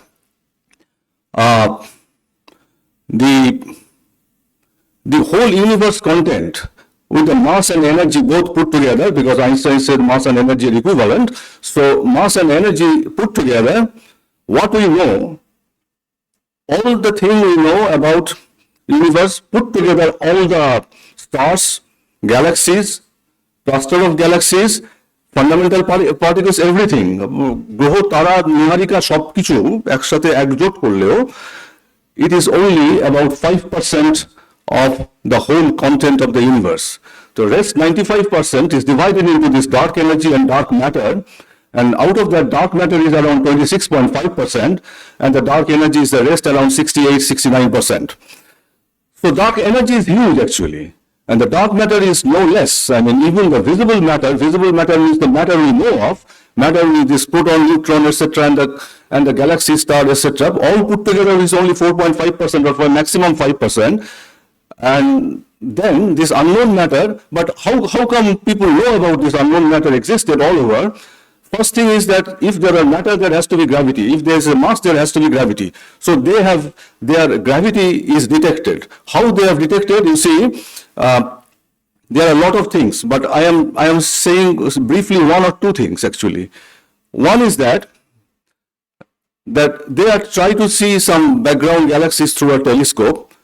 They found multiple images of that, and the multiple images found, we learned it in our school or higher secondary days, that if it got lensed, that object got lensed, if a lens is there, then what we get, you get an lensing image of that. But if that lens is spherical, then you can consider a lot of lenses like that so that it makes spherical. That means you get multiple images of that on a circle. That is called the Newton's ring actually. Einstein's ring. And then this Einstein actually proposed it, and that was proved later, that the huge gravitational field of matter actually can bend light coming from a distant source, or from any source rather. So if it can bend light, then the light bends, and the lensing is all about bending of light and then focusing it at the foreground of the lens. So that's exactly what's happening, but they couldn't see anything. They couldn't see anything, but the light is getting lensed by the huge gravity of something. So that gravity is there, that means mass is there, but I could not see it. I couldn't see it means I cannot see it through one electromagnetic wave, no, not through light. I cannot see it means they have no interaction with anything. If they would have interacted with something else, so from that interaction I could have known that that particle existed, so I could see, sort of quote unquote see the thing. So that way, so that's quite unknown. I mean, the fundamental particles which we call quarks and leptons, I am not going into details of that. Leptons are these electrons, muons, neutrinos, they are all fundamental particles. And leptons are only capable of undergoing weak interaction, which is a fundamental interaction. And quarks can undergo both strong and weak interaction. Actually, protons are made up of quarks. Protons, the substructure of proton are 3 quarks actually. A proton and neutron both, 3 quarks. So quarks, and after that, whether anything is there or not, we do not know actually. But string theory is there. They say that, okay, they are not actually particles, they are vibrational mode of some strings, different vibrational modes of different particles, etc., etc. There are a lot of theories for that. So what I try to point out, the dark matter is not made up of known fundamental particles that I just said, quarks and leptons, and also there are some other particles which are the carrier of the force. Like the simplest is the electromagnetic force carrier. That means that light is coming through me via photon particle, right? The photon particle. So photon is the carrier of the electromagnetic force. And like that, for weak interaction, there is a carrier which is called the W boson. And for strong interaction, there is again a carrier. There's called gluon. That means in a nucleus where the protons are there, the gluons are being exchanged in the quark level, and that's why the gluon. Glue is the glue. Glue it. That's from there the name came actually. They are gluing the protons or quarks inside the nucleus in that small scale. It is 10 to the minus 15 centimeter radius. The nucleus is from that scale. That's why it is called glue. From that the gluon name came actually. So, but what is there for gravity? But then for that we should be able to do quantum gravity actually. The field theory of gravity, quantum field theory of gravity. Then only we can talk about some particle called graviton, which actually carrier of the gravity forces. That means that I am pulling you, you are pulling me, because both of us we have masses. That pulling thing is carried over by some particle which is called graviton. Once again, the mathematics is being developed for that, and that is not fully developed for other forces actually. So I will just, because Maharaj has just told me there's 5 minutes left, I will just go to the one photograph. I am not delving into this. This is a snapshot of the creation and the progress of creation, the path to creation. But path to creation means beyond this one has to talk about. But I couldn't talk much. But there are some theories are being built up, like one is the quantum gravity theory, one is a string theory, and the other is this loop quantum gravity or loop quantum cosmology, which doesn't bother about space-time. They bother about the space-time arises of some finite loops, and these are very complicated mathematics, and also I'm not going into those actually. And Big Bang is a part of the broader theory, and this is also Penrose, who got the Nobel Prize, I think, 4 years back. Penrose also talked about this, that it is actually a bouncing universe. That means it's a collapse, then again expansion, it's again Big Bang, and then it will collapse. It will collapse, and then again an expansion, etc. But the string theory prediction, actually, they talked about many other dimensions. We have 4 dimensions, 1, 2, 3, space and time, 4 dimensions. But there can be other dimensions also. But why we can't see it? Because they are curled up in such a way that is not those dimensions are not being manifested to us. Just like you see, you take a cylinder and you consider an ant is moving on that, and you take the cylinder far, far away, then you will see just a string is there, an ant is moving. What is a cylinder? Cylinder is a surface. Surface means what? It is a 2-dimensional thing. The surface is just XY. So the surface of the cylinder is a 2-dimensional thing, and you take it away. You see it as a string, just a string. That means it is just 1-dimensional. So the other dimension got hidden. Right? That is called the compactification. But the string theory problem is that they talk about 10 dimensions, 23 dimensions, etc. But the compactification, the way you compactify, that requires topology, etc. in mathematics. But the way you compactify, that creates new universes. That means it gives a theory of multiverse. We have just one probability. There can be other universes. It is just one probability that we are in actually. So these things are there actually. So I just 1 minute more, sir.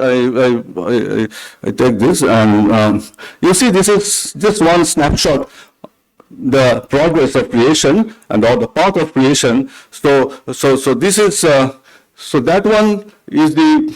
First is Big Bang, then an inflation. I didn't talk about it, I didn't get time of this, but the inflation was required to make it everything causal. And again, what is causal? Causal means two points at a distance, they have a causal relation. Means if I do here something, I can see that thing over what is going on there. That means they are connected by light velocity actually.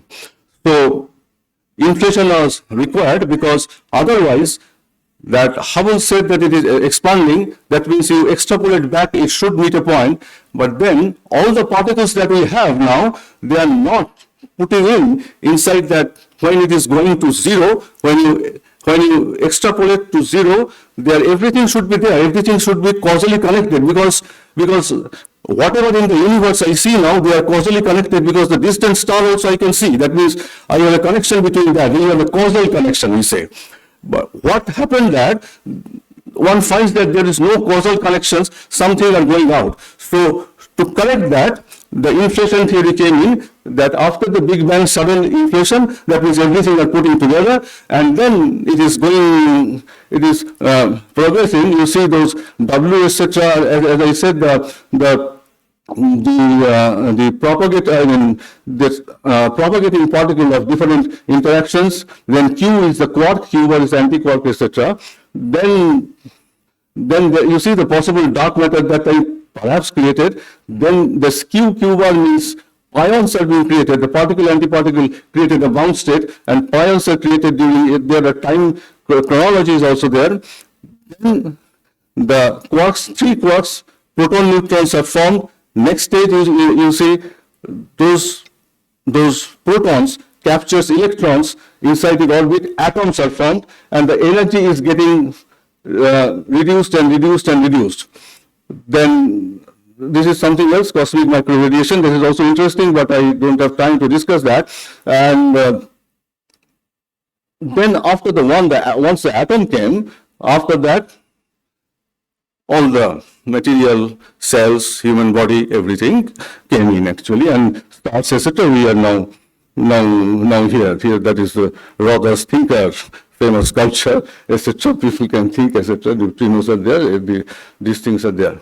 So I end here now because the time is limited, but this is a very fascinating and interesting subjects, and it is it would be more interesting on my part because I am now in a place where the other approach, the Vedantic approach, are being studied intensely. So I like to learn, of course, in that approach and try to see whether this grand unification is possible or not somewhere actually. So with that note, my pranam again to Atmapriya Nandaji Maharaj and my registrar Kausha Nandaji Maharaj, and then I end here, and pranam to all of you, and thank you for the patience in this afternoon. Thank you very much.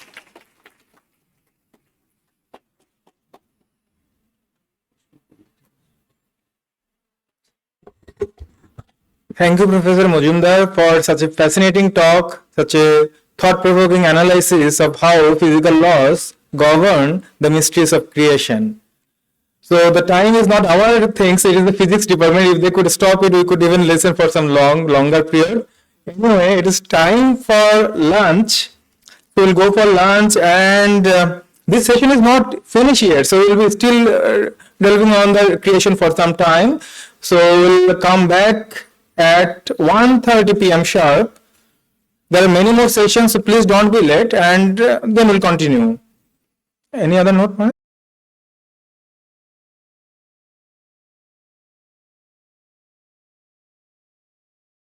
Have a kind of a panel discussion with all the speakers available will be there. I'll be moderating. So those of you who have been very eager to ask questions for the last 2 days, and so write your questions on a piece of paper, only one question per person, and please don't give a lecture there. Pointed, simple, direct question. Prashnopanishad says, Swami Bhajananda was mentioning yesterday, 6 disciples went to him and said, "Sir, can I ask a question? Live here, observe strict brahmacharya, do intense tapasya to be eligible to ask a question." So asking a question is not an easy affair. So many people so eager to ask a question so that they can be visible. That is not the way questions are being asked. So immediately after this lecture, we will collect, and then I will try to, and then please mention to whom the question is addressed. Which is the speaker to whom he is addressing. If there's no speaker mentioned, the question will go to Ramakrishna to answer later.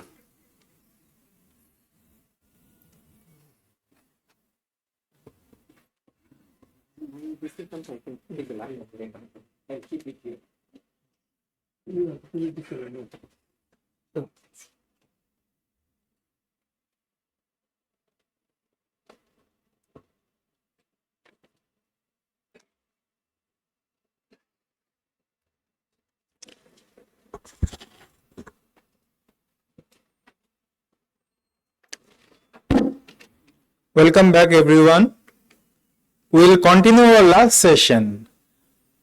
About the creation, we have learned the modern perspective, but the ancient part was missing, and we also have seen some many questions: what, when, where, who.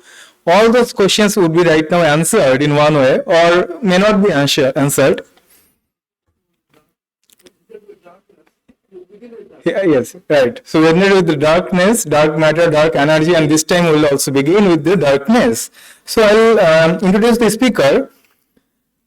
We are featuring Dr. Rakesh Das, the head of the Department of Sanskrit and Philosophy at RKM. Dr. Rakesh Das, currently serving as the head of the Department of Sanskrit and Philosophy at RKM, Belur, who has joined the institute in 2010, and since then he has been instrumental in advancing the academic and intellectual pursuits of the department. Dr. Das holds a PhD in Sanskrit grammar from Rashtriya Sanskrit Vidyapith, Tirupati. His areas of expertise encompass applied Sanskrit grammar, Advaita Vedanta, Shankha philosophy, modern Sanskrit literature, and also, you hear it, natural language processing. In addition to these academic responsibilities, Dr. Das has authored and edited numerous research papers, books, translations, including the critically acclaimed Mahanayana Upanishad, which bridges the traditional Sanskrit scholarship and modern interpretation.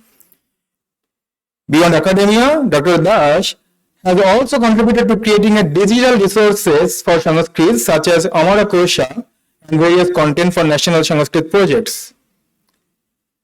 We are glad to have Dr. Rakesh Das with us to dive into the mysteries of creation as presented in the Nashadya Shuktam. And incidentally, his latest book also is titled the same, Nashadya Shuktam, which was released by RKM just 2 days back. So we will also introduce our next speaker for our next session. We have the privilege to have Dr. Professor Vivekananda D with us, who is an emeritus professor at IIT Bombay, renowned for his pioneering work at antenna design, microwave communication, and space science applications. With decades of experience at premier institutions like ISRO, IISc, Professor Vivekananda has been instrumental in advancing India's capabilities in deep space research and sustainable technological development. As an adjunct member at the Indian Institute of Space Science and Technology, IIST, and other prestigious institutions, he has played a vital role in integrating space science and disaster resilience into modern education. Professor Vivekananda has authored impactful research publications and mentored numerous scholars in areas of spanning wideband communication and sustainability. So I'll first request Dr. Rakesh Das to deliver his talk, and then after that we'll go to the next session and Dr. Professor Vivekananda will speak for us. So time limit is 35 minutes for both the talks. We'll try to stick to the time.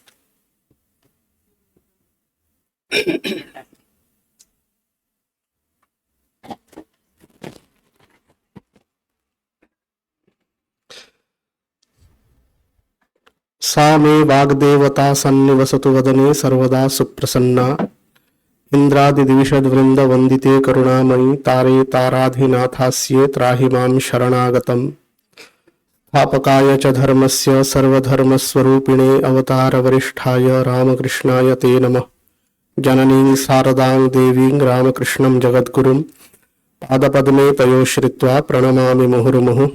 नमः श्री यतिराजाय विवेकानंद सूरये सच्चित् सुख स्वरूपाय स्वामिने तापहारिणे। My humble pranams to revered Swami Atmapriyananda ji and other respected monks and the erudite audience. So Nasadiya Sukta from Rigveda 10th Mandala 129th Sukta. It consists of 7 mantras.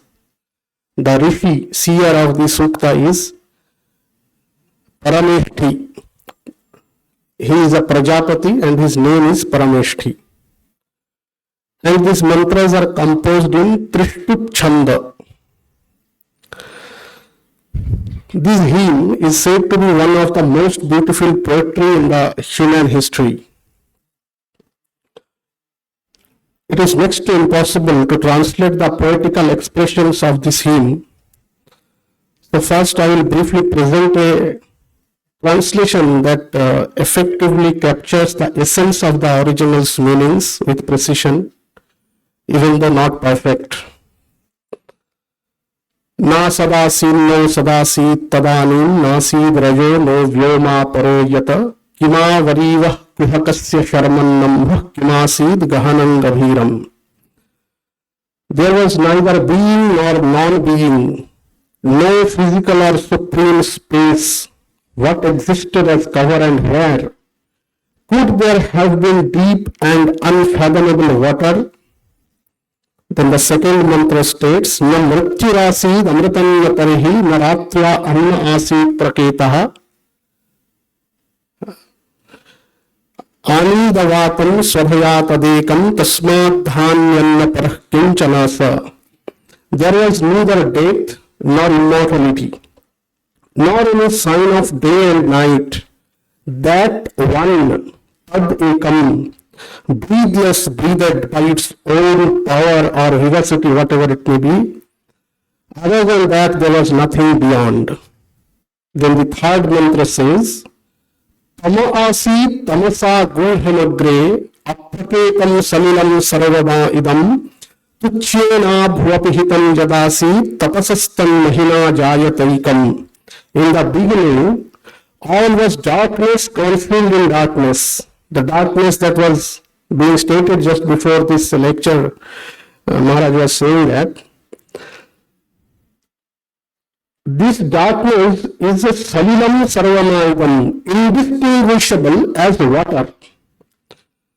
That which was the all-encompassing one, covered by the void, tuchyena apihitam, manifested itself by the greatness of tapaso mahina.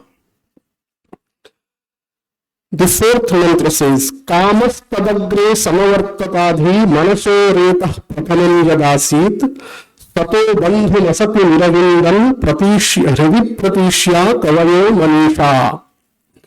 In the beginning, there arose Kama, which was the first seed of mind. Sages seeking in their hearts through intuition discovered the connection between the manifested and the unmanifested. Tirashchino vitato rashmiresham abhasvidasid uparisvidasit reto bha asan mahimana asan svadha avastat prayatih parastat. The rays of these spread out across, above and below. There were bearers of seed and great things. There was consumable Swadha lay beneath and experiencer or enjoyer, that is Prayati, above.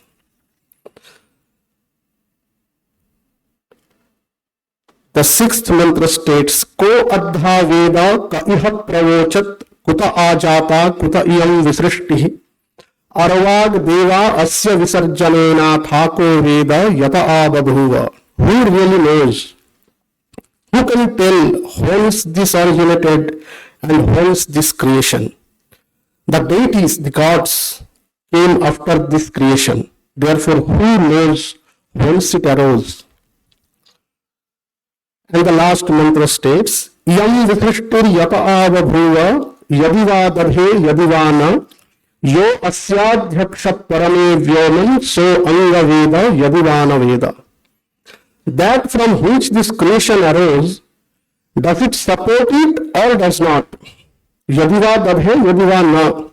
He who is the superintendent or adhyaksha, the overseer, the eternal witness, and he lies there in the highest heaven, Parame Vyoman, he certainly knows, or perhaps he knows not. So Anga Veda, Yadivana Veda.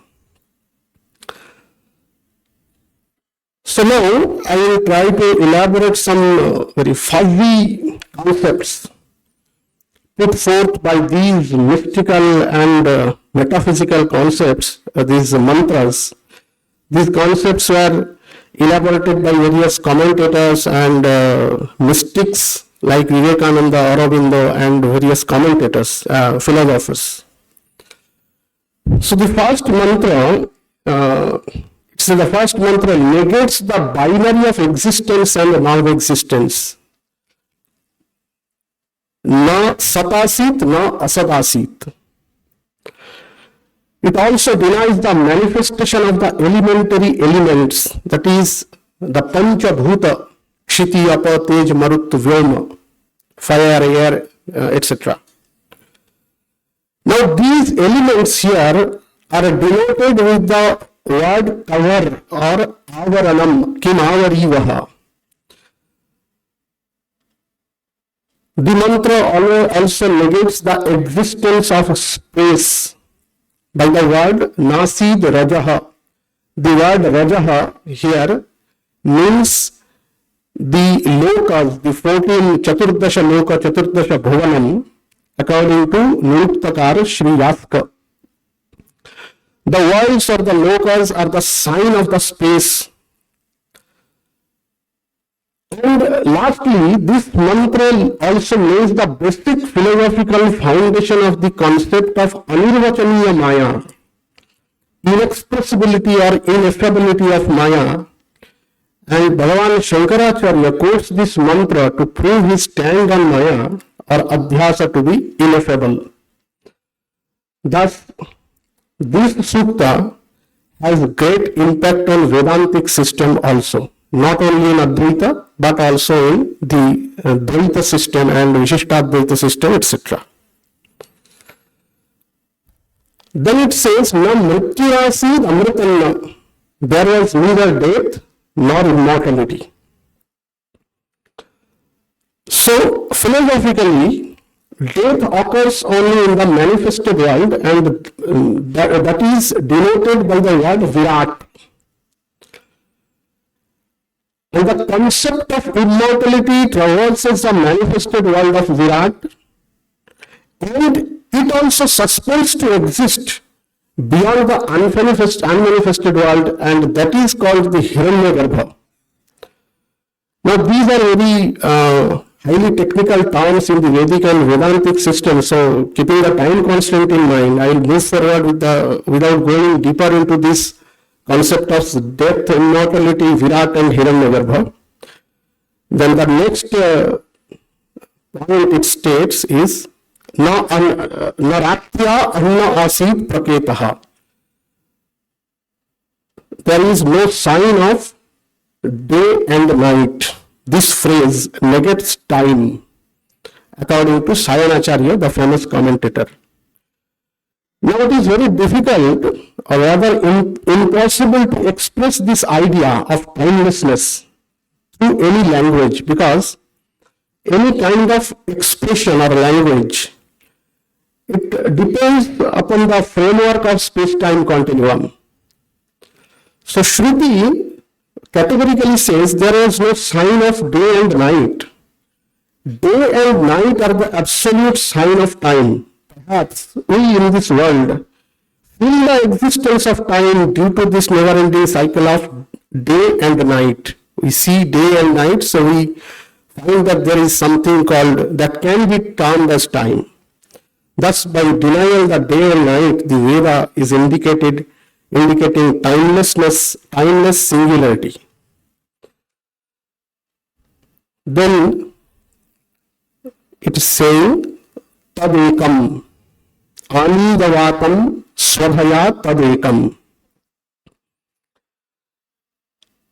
the Veda denotes this entity as Tad Ekam, that one. When we try to elucidate something vague and inexplicable, we use this pronoun that. The Veda also emphasizes the idea of oneness or singularity of the entity by adding the word Ekam. Otherwise, the word Tat could have sufficed. There is no significant, apparent or visible sign of life in the entity. Anid Avatam, breathless. It is breathing without air. But there also it is breathing. So it is conscious and vibrant by its own vivacity, Swadhaya. And this vivacity is termed as Swadha. The Veda also explicitly states that this, whatever it may be, the vivacity, the power, energy, whatever it may be, it is not separate or sovereign from that one. Now, of course, I am not using this term singularity as it is used in mathematics or physics. That is very difficult to get such a term in English, so I am using this word singularity. Otherwise, it is better to use this one, that one, because Veda is stick to that. Even it does not use the word Brahman for this concept here in this sukta. And then comes this famous mantra, Tamaasi tamasa gudham. There was darkness concealed with darkness. Swamiji, Swami Vivekananda, delivered a lecture in America on the topic Vedic religious ideals. There he quotes Nasadiya Sukta, and there he says, referring to this particular mantra, and I quote Swamiji, gloom existed first. Those of you who have ever been in India or any tropical country and have seen the bursting of the monsoon will understand the majesty of this world, these words. I remember of three poets' attempts to picture this. Milton says, no light but darkness visible. Kalidasa says, darkness which can be penetrated with a needle. But none comes near this Vedic description. Gloom hidden in gloom. Swamiji uses this word gloom for this tamas, which can be translated as andhakara or darkness. But Swamiji uses this word gloom very categorically. Gloom hidden in gloom. And Swamiji continues, everything is parching and sizzling.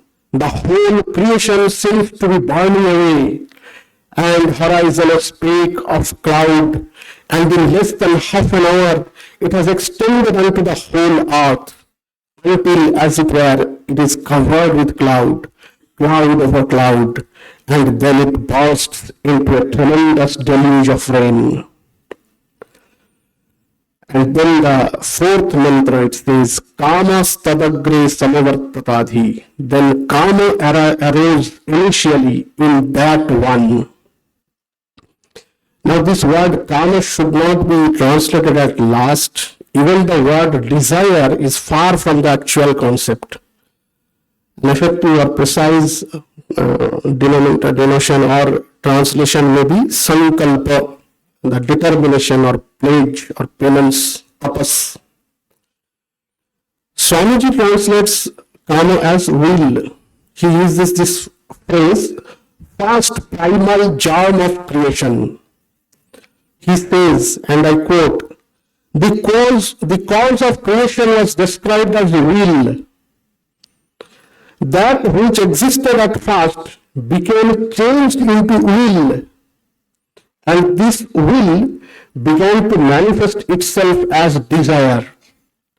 This also we ought to remember, because we find that this idea of desire is said to be the cause of all we have. And Swamiji translates this mantra, Kamastadagre Samavartatadhi, in a way, now first arose the primal seed of mind. Sages searching in their hearts by wisdom found the bond between existence and non-existence. This is the translation done by Swamiji himself. And then he goes on, this very desire, which as we have just read, arose as the first primal germ of creation, began to be stretched out until it became the universal God.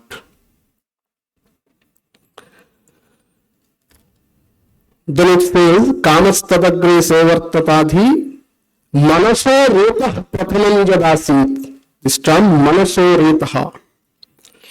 It says that the mind is germinated from this divine will or penance. Here the mind again denotes the inner sensory instruments, the antakarana, mana, buddhi and ahankara. So these again forms the philosophical base of the Sankhya philosophy of creation. Prakritir mahan tatohankaraha, ahankarat manaha, and then the other indriyas.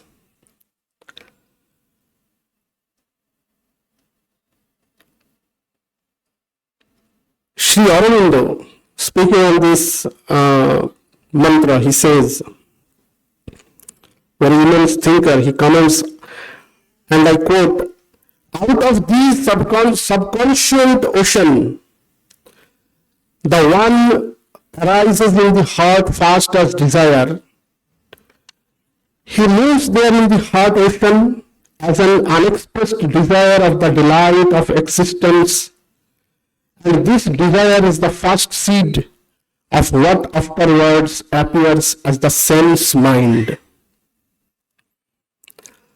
Then the mantra says, Tirashchino vitato rashmi resham.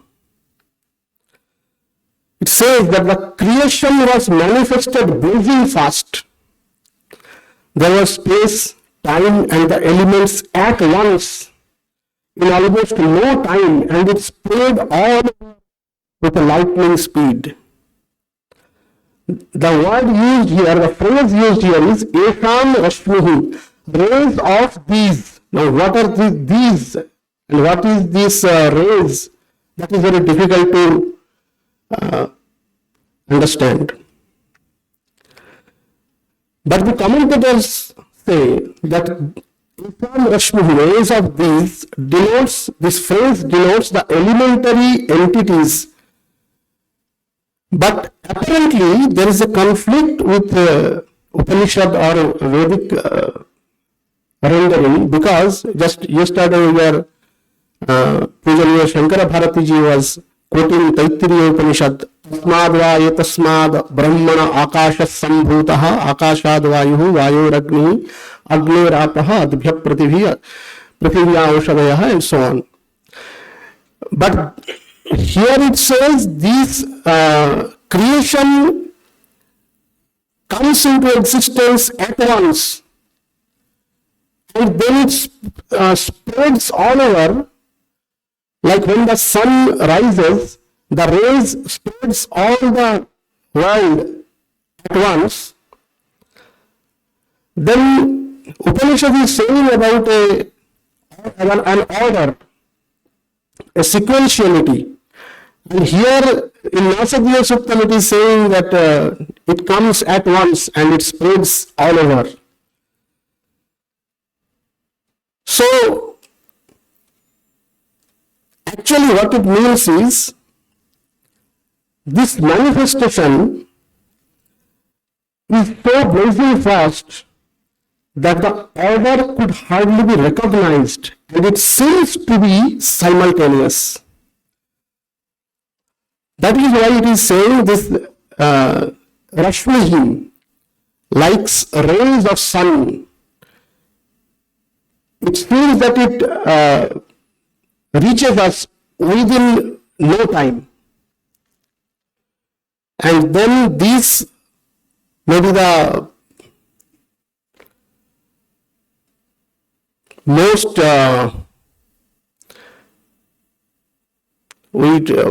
I don't know, actually this is atheistic or agnostic, whatever it may be. It says, it clearly states, the genesis of universe is unknown to the deities. The deities, the Devata, Devaha, gods, they don't know, because they were created much later. The gods, the deities were created much later than this primal or primary initial stage of creation. And then going further, in the last mantra it states that even the Supreme Being, Yo Asyadhyakshaha, he who is the Adhyaksha of all this universe, the overseer, the God, the creator, he may or perhaps this is the strongest statement that can easily be interpreted to be a suggestive to God's limitations. Even he may not know. It's the most feasible term philosophically, because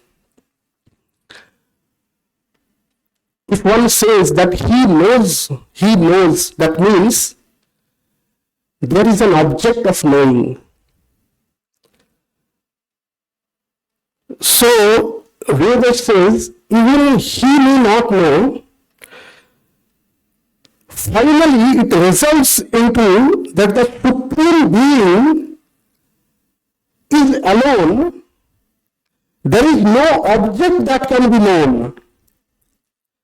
So he himself is the knowledge itself, and the conclusion is drawn in the Upanishad, Satyam Jnanam Anantam Brahma. The Supreme Being is nothing other than knowledge. So, to sum up, the Sukta gives us a different view of the genesis of universe and shift the focus from the earlier session to an all-encompassing Chaitanya consciousness from the unconscious matter. And with pranams to that Supreme Beings and regards to the erudite audience and revered Maharajas, I conclude here. Thank you all.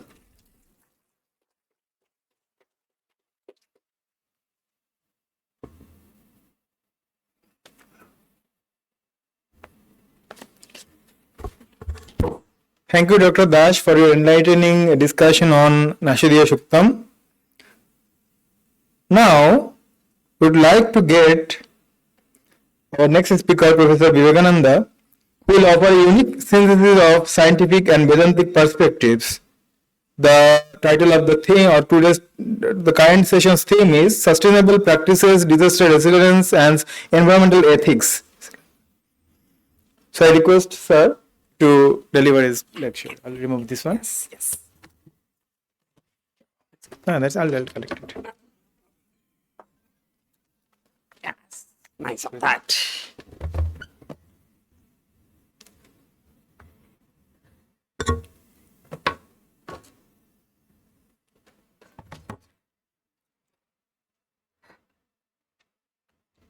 I've been given 30 minutes, 25 minutes. 35 minutes.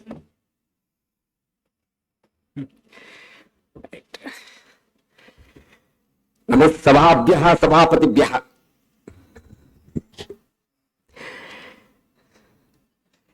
All the Sabha enrolled audience and the organizer Sabhapati, I say namaste to everybody. And normally when such gathering happens,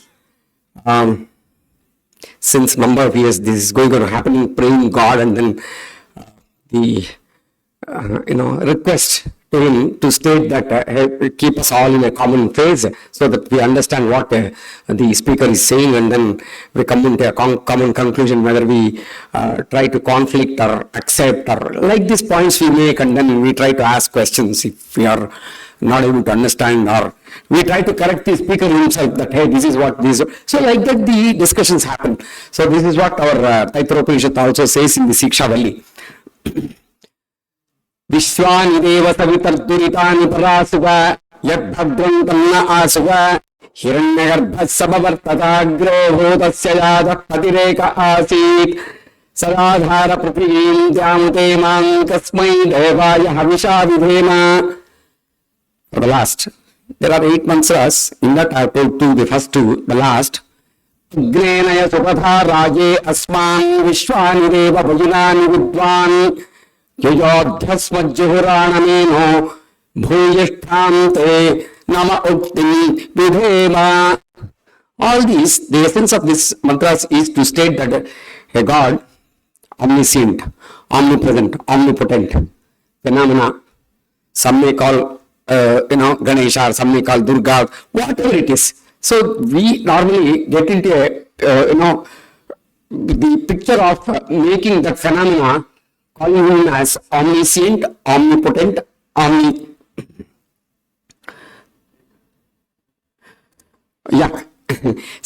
omnipotent, and yes. So we are trying to pay him, stating that, please take care of the situation here, so that we are in the common mode of understanding. So the Prakriti, you please make clear, so that we are in the mode of getting to this learning mode. Yeah. Now, since the subject given is all about the origin of environmental science from Vedas, myself and I guided my student, Sashi Tiwari. So we made so many things about this, and then etc. So what I'll do is, I'll try to get into, yes, yeah, hope this is visible. Shall I increase the fonts?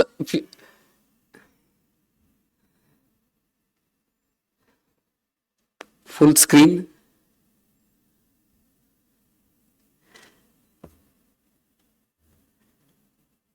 Now this is better. Make full screen and then you can zoom in also. Yeah. So is this okay now? Is this okay? Is this okay? You want me to increase further?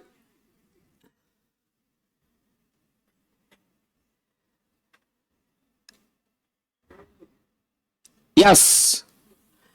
So the subject given to me is all about origin of environmental science from Vedas. We have been going on seeing about the calamities that has been occurring all around. Namaste.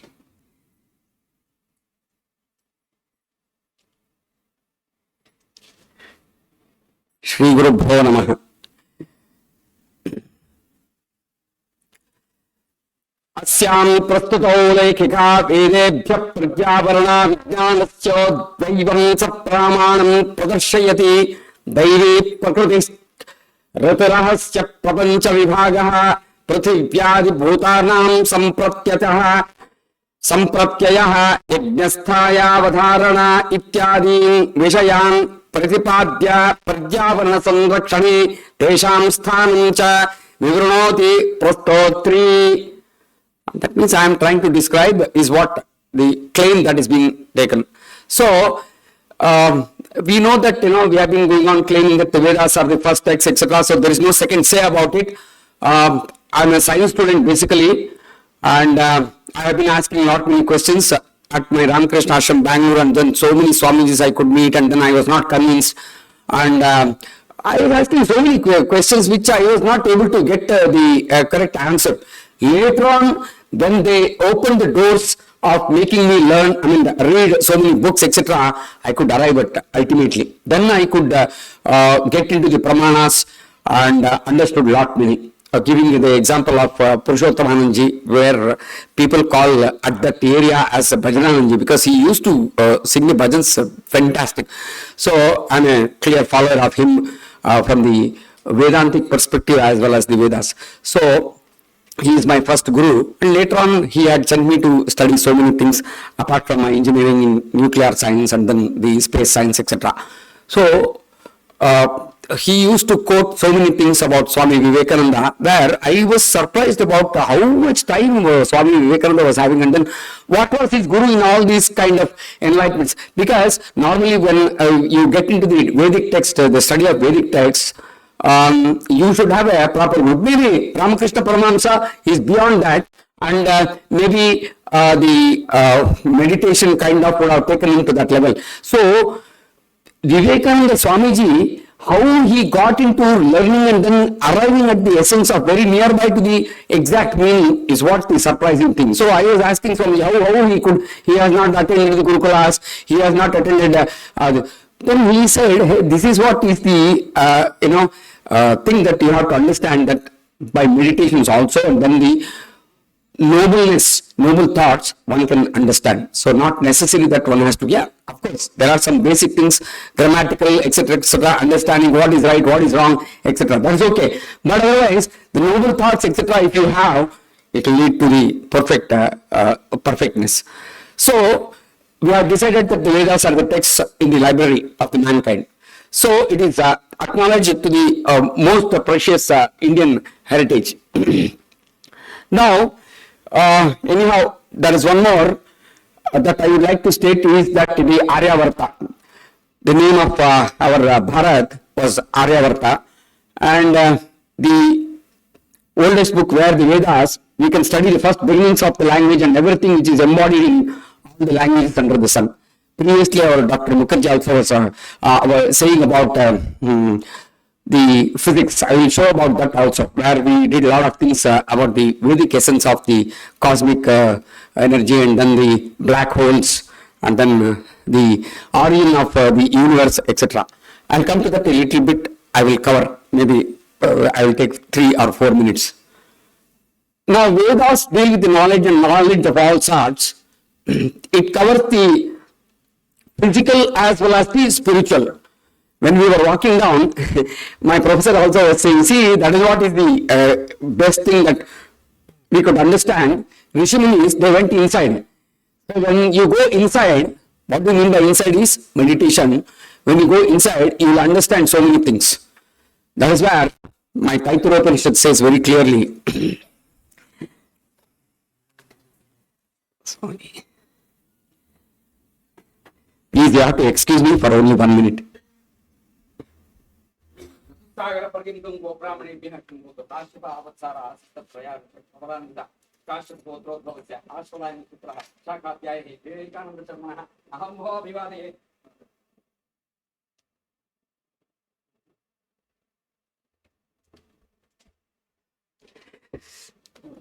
In the same place where Chicago Swamiji gave, I was given a chance when I was moving to Harvard University. They called me in the same place, on the same dais. It is changed a little bit now. When I said my pravara like this, people were wondering, see the introduction what he gave, like, previously, etc. That is not needed at all. Once you say this pravara, it is known. So those were the days of introduction, not like handshake, hey, I am Vivekananda. The other guy says his name, etc., etc. Those are all the modern things. But this is the kind of, paricaya that one has to get into the Gotra. Now, we know that Vedas deal with the knowledge of all sorts. So, I was telling about the spiritual as well as the physical. Adi Bhautika and Adhyatmika. So, they are the source of all knowledge according to the Manusmriti.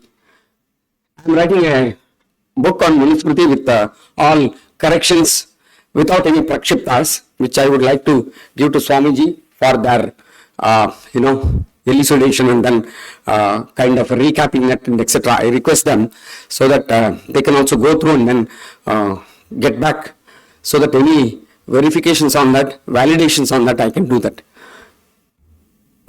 We have ignored that. There are so many things that in fact Kautilya's Arthashastra, he used to go on and say, Manusmriti has got it. So he picked up so many things from Manusmriti also. The Vedic views revolve around the concept of nature and life. The visions of the beauty of life and nature in the Vedas are extremely rich in the poetic value. When I say poetic value, how did it get originated? Swara. Swaras are very important when Of course, after that Shabda came, Shabda, after that the words and then formulated, and then the Vedic mantras to the 4 rishis culminated, Agni, Vayu, etc. And all these 4 rishis, the Rig, Sama, Atharva, they were culminated all this knowledge, and from there on these things came out. Now, when I say swaras are very important. Sometime back when I was sitting with, during the discussions of one of the seminars, Baba Ramdev ji asked me, स्वर का क्या महत्व है?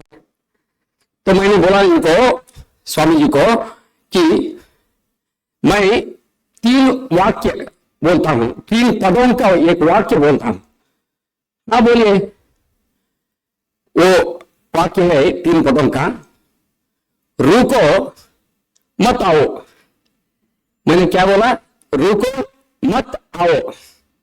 What is the meaning of that? Stop, don't come. Shall I say the same thing in a different fashion? रुको मत आओ. स्वर का क्या हो? उल्टा. रुको मत आओ. Don't stop, do come. So that is why swaras are very important. In so diphthongs, that's where Hyderabad English, that research place, English, that society is there, where they do a lot of research on diphthongs. Yeah, so diphthongs are already existing in our heritage and culture since quite a long time. That is where Udatta, Swarita, Anudattas are very important. So I was telling about the concept of nature and life, where the visions of the beauty of life and nature in Vedas are extremely rich in poetic value. So when the word poetic came, that's why I came to this, including the Samavedas. So nowhere else in the world has the glory of dawn and sunrise and the silence and sweetness of the nature. The symbolical pictures projected there remain close to life and nature. So the authoritative among the 4 Vedas is the Rig Veda. Each Vedic verse has 1 or more sages, that means rishis and deities, devatas, associated with it. Generally, rishis are supposed to be recipient knowledge revealed in the verses, and devatas are supposed to be the gods, where the praise verses are revealed. Now, the nature worship basically finds expression in Vedic texts. Many scholars have come to the conclusion that Vedas are primarily concerned with cosmology. However, they are not in a position to show the Vedic cosmology has a solution to difficult problems of modern cosmology. That's what our Dr. Ji also we were discussing when we were walking, and then he was explaining the difficulties in understanding the cosmology. Some say, like dramas are played to remember the history, the process of various Shrauta Yajnas describes the science of cosmology. The Vedic hymns are full of statement, ideas, and unusual images which contain truths of all sciences. Knowledge is couched in symbolic language, and unless the symbols are decoded, symbols has to be decoded. The only point is that Vedas need to be studied and interpreted not in a pedantic manner, but in their proper perspective and in relevant context. The tripartite model of knowledge at the basis of the hymns helps in their understanding. Generally, indication of most of the principles is there in their earliest form. Anyways, let us take one example now. Anyhow, I have to deal with the, the cosmos, the ecology kind of, but I am trying to get into the other systems also. For example, Brahmanasya mukhamasi bahurajanyakritah uru tadasya idvaishyah pabhyam shudro ajayata. This comes in Purush Sukta, which is a Rigvedic, and again, the Rig also is that. So again, people will get into that and then they go on chanting, and then that's fantastic. But the real essence of that is, basically, when it comes under the Sukta called, they have put that as Purush Sukta, but please don't take that as a Purusha is the normal, what we call the gender. It is beyond that. Okay, so because the God cannot be, put as three genders. No, he is beyond. Okay, so he is genderless. When I say genderless, don't get into the transgender. Okay, he is beyond that. So, the Purusha says, the same mantra can be articulated in different senses. Brahmanasya mukhamas. See, for example, I am standing as a body. When I am speaking something very useful and etc., and very knowledgeable thing which I am trying to give out. So that is from the mukha it comes. The brain is working. And therefore, it is compared analogy as a Brahmana. Then comes the Bahu, where we call that as Kshatriya to protect the other parts of the society or the body. For example, if some insect comes and then tries to do something to your body or what, so we try to take that away. So this is the Kshatriya's guna, and to have the energy in our body, it is the work of the Vaishya. So that's why Vaishya also is important in the society. And it comes to protect all these things and then cleansing and then making them, serving them, etc. is the part of Shudra. That is Pabhyam Shudro Ajayata. That means in a society everyone is equally regarded as equal. No, nobody is higher, nobody is less. So there is equality in all this.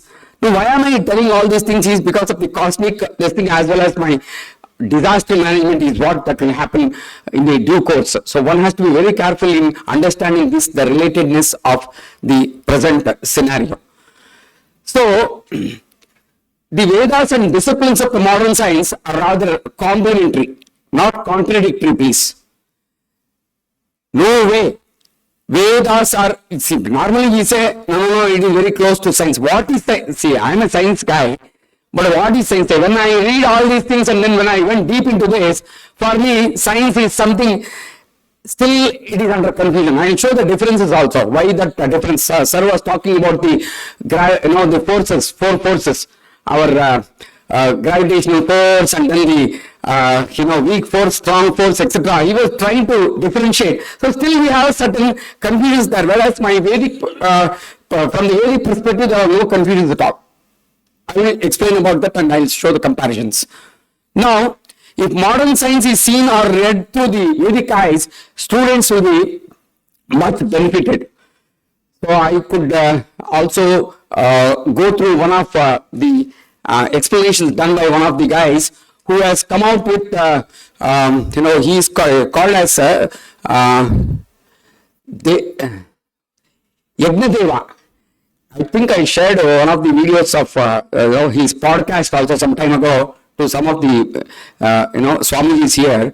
Okay, so Yagnadeva, he has done so many things and could find out he is in US and he could quote the cryptic and then says that Indus Valley civilization, what it is being claimed that Aryavarta is basically our Bharata only, it is not beyond. So he could prove that and people have got convinced about that.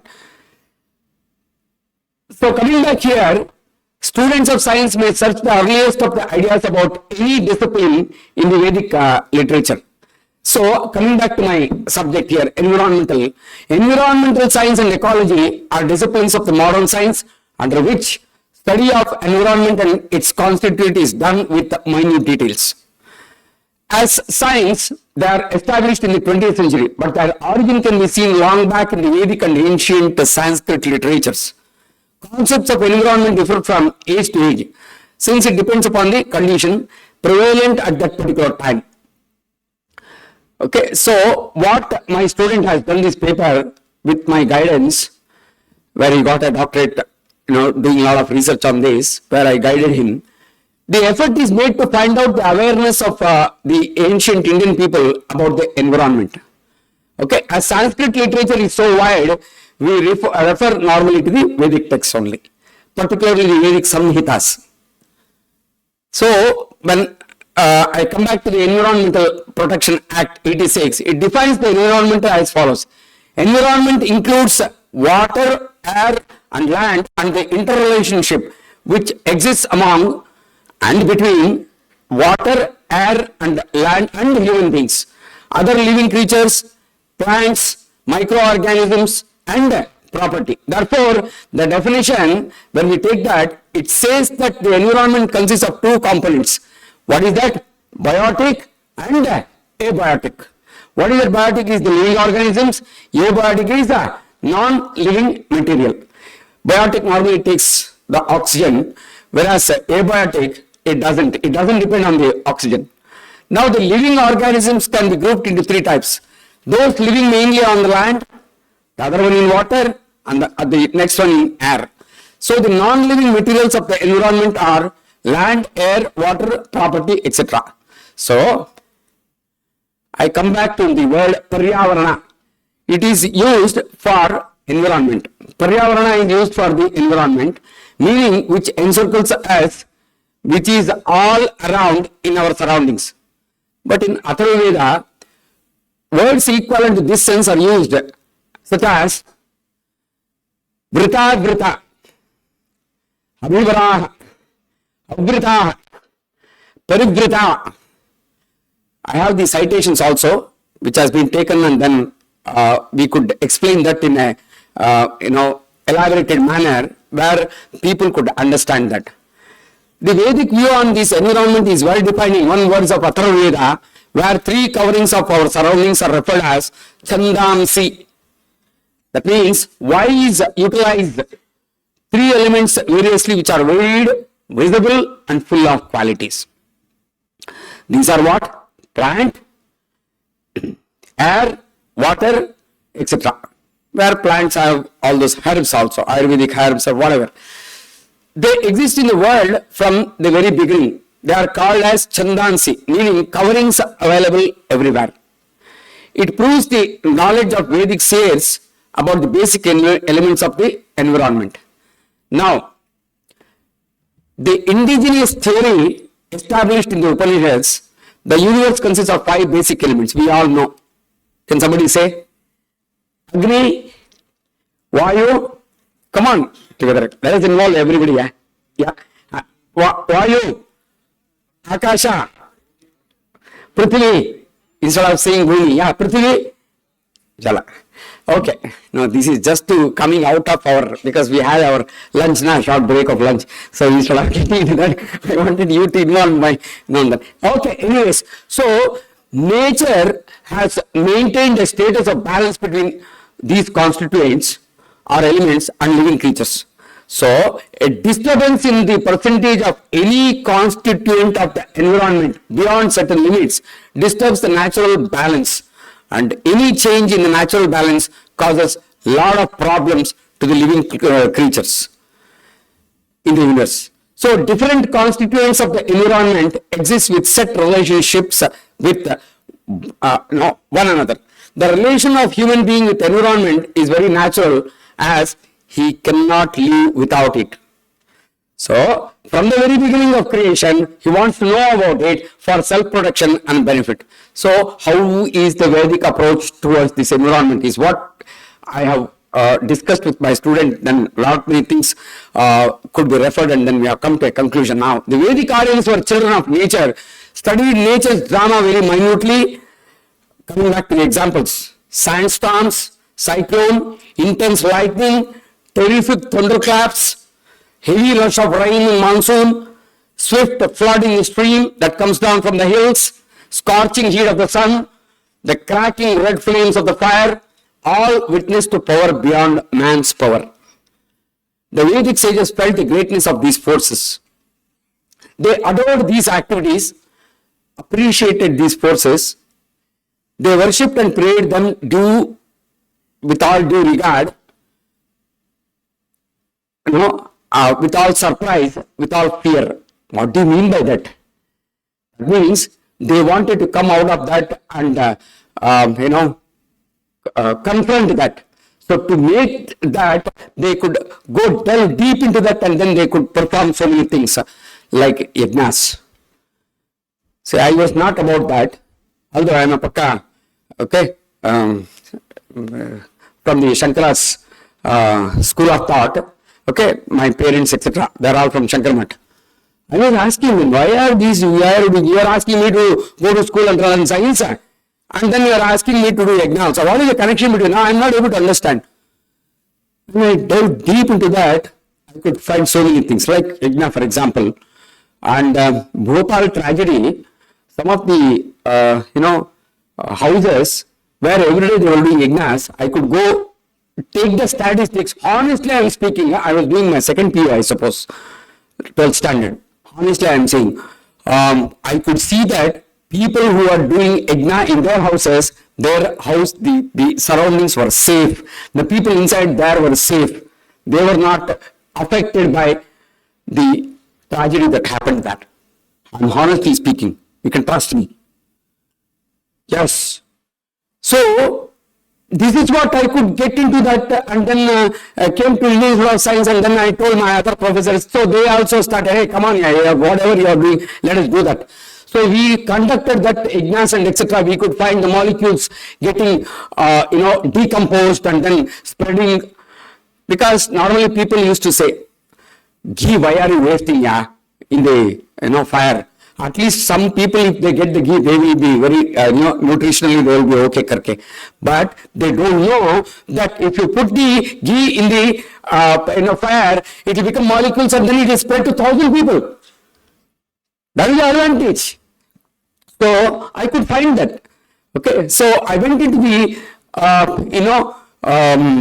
insights of all these practically, and then could find out, the benefits of this, and then I could respect my sages, rishis, who are more than science.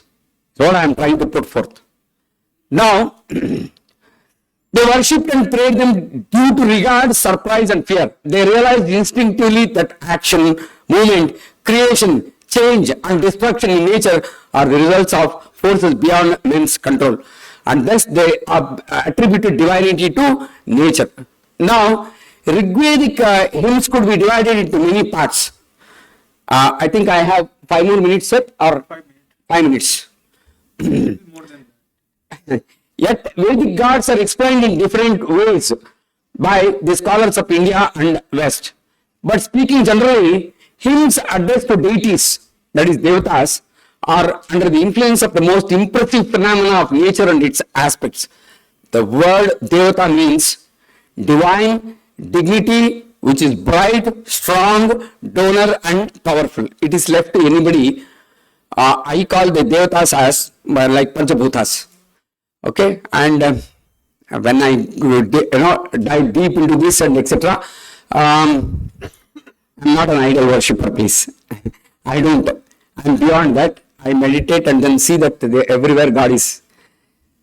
Because I could get one mantra from the Rigveda which states that Saparjagat Chukramakaya Vapramasthaviramashuddhamapataviddham Kavirbanishi Paribhu Swayambhu Yatha Tatyatorthan Vadha Chashwadibhya Samabhya, which states that the phenomena says, I am using the word phenomena, says, hey guys, I am not made up of majja, mamsa, bones, etc. Why are you into, the phenomena of creating me into all these things? And beyond that is what that phenomena says. So that phenomena, what I call, somebody may call Ganesha, somebody may call something Christ, or somebody may, whatever it is, I am not interested. I am saying this is a omniscient, omnipotent, yes, so when such a property is there of this, so what are we talking of that putting into that small form and then kind of. So that was the thing that was there in our Aryavarta. Later on, due to some reasons, it would have come. Okay, that's a different scenario. But the sages are phenomenal people. They could get into all these things, and then they said, hey, to get protection from the, the calamities, we have to do continuously all these things so that we are all getting protected time to time. Yeah. So, coming back, so I call all these Panchabhutas, okay, as the Devatas. So for me, all these are Devatas. So if somebody may call Vayu Devata, Vayu, and they do that Vayu Puja. Whatever object is there, when you use that object for the best of the best purposes, what it is there for, then it is called puja of that object. Not that misusing that or making use of that in a different sense is not the puja of that particular object.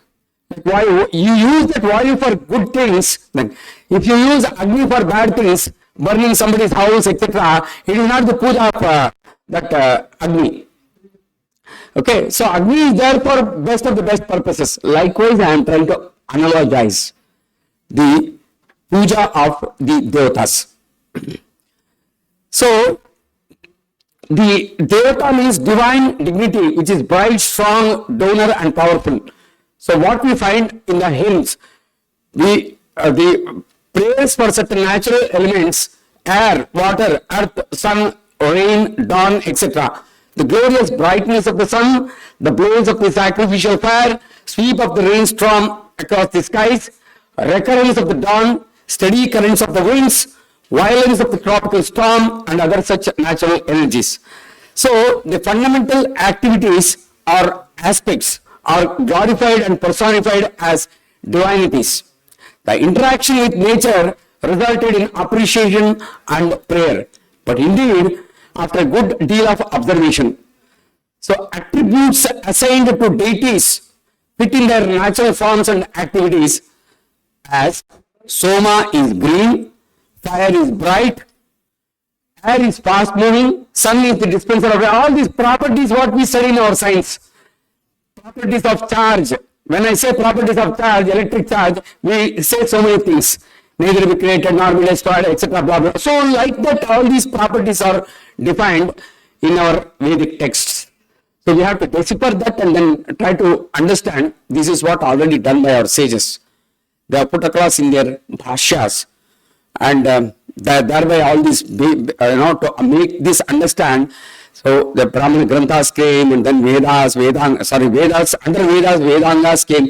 All the Samhita Bhaga are divided and then, clearly, decomposed and bifurcated to make us understand the benefits of the Vedic scriptures.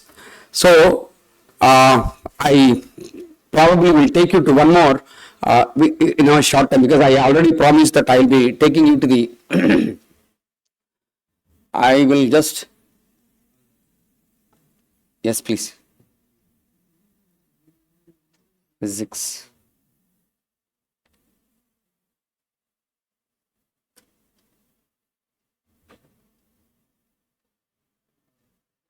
This I have done.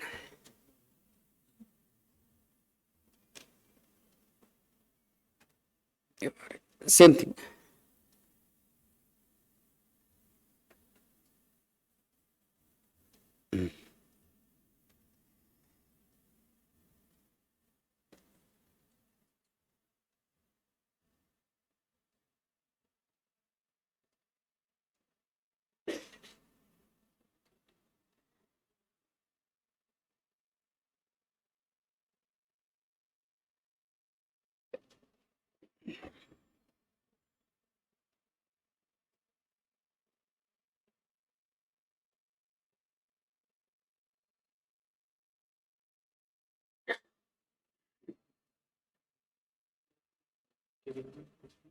I got it. Vedic.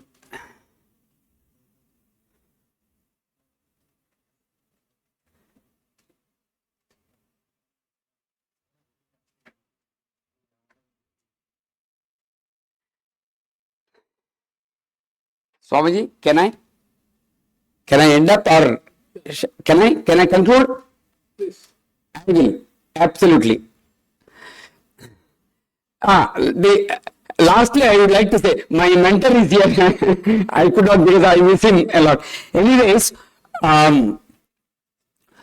so all these things are putting together, it is that the sages were so clear about making the scriptures very clear, and then the communication of the essence of the Vedas were put forth. And my mantra states like this. Deu Shantirantarikshagam Shanti Prithvi Shantira Shantiroshadaya Shanti Vanaspataya Shantir Vishve Deva Shantir Brahma Shantir Brahmagam Shanti Shantireva Shanti Sama Shantirevi Om Shanti Shanti Shanti. Three Shantis we say normally. What is the first one is for? Adi Daivika Shanti, Adi Bhautika, Adhyatmika Shanti. That is why we say three times normally. So we go inner and then the outer also, and then the reaching about the the omniscient, omnipresent phenomena is the third one. Thank you so much. Okay, yeah.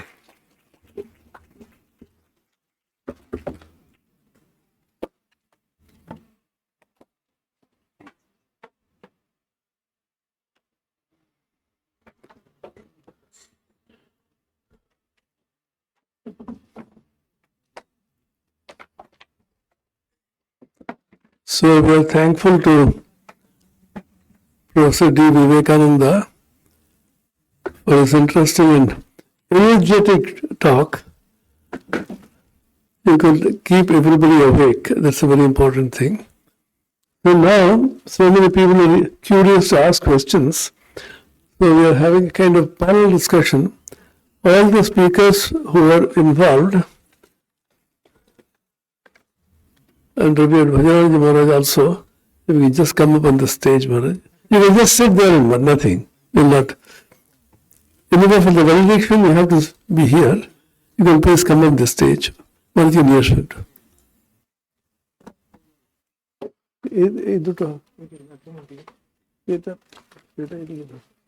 कौन है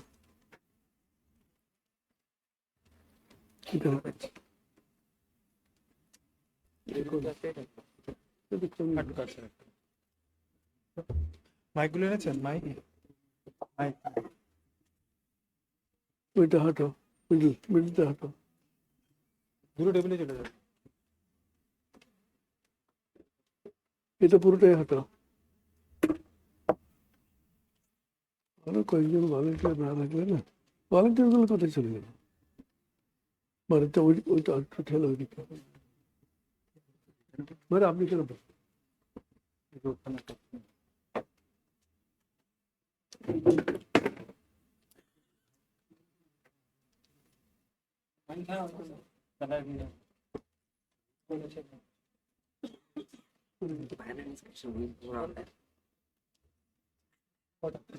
Light move down.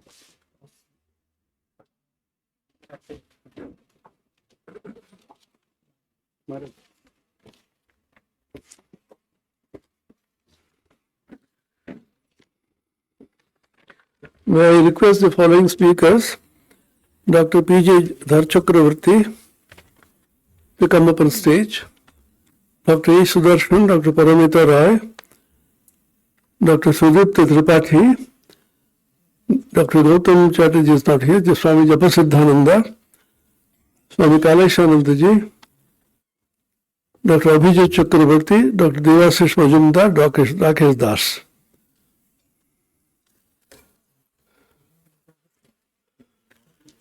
You are supposed to be on the stage, but the one mistake you committed that you spoke.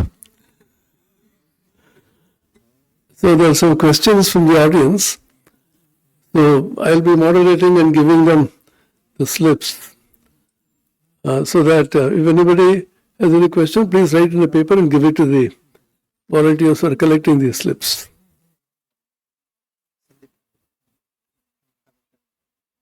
এখানে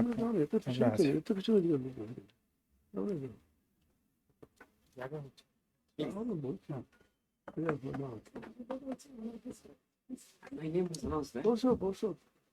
It's been very clear. Yeah. Please, madam, please.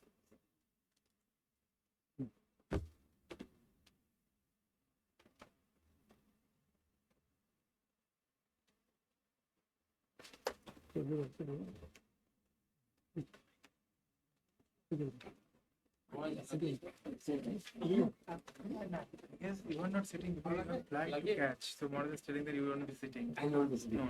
No, because you have to leave immediately.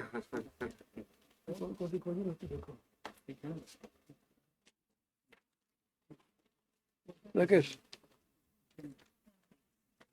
1, 2, 3, 4, 5, 6, 7, 8. One more. 9. কালের সঙ্গে সবাই আছেন, ঠিক আছে। Abhijit Chakraborty, Debashis, Devashish. ঠিক আছে। আর Rakesh Das. There you go. There are 9 speakers today, as you can see. So they spoke yesterday and some today. Some questions which have come here, I told them specifically. So I begin with Dr. Devashish Majumdar. Sir, you encapsulated how much vision and herds, etc. What is the possibility way beyond? So most of the questions are usually not understandable. That's the way things go. Mike.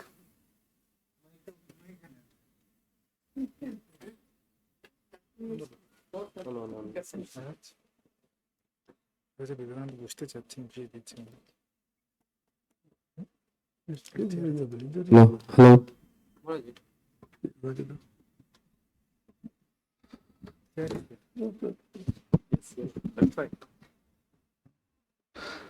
Thank you for the question.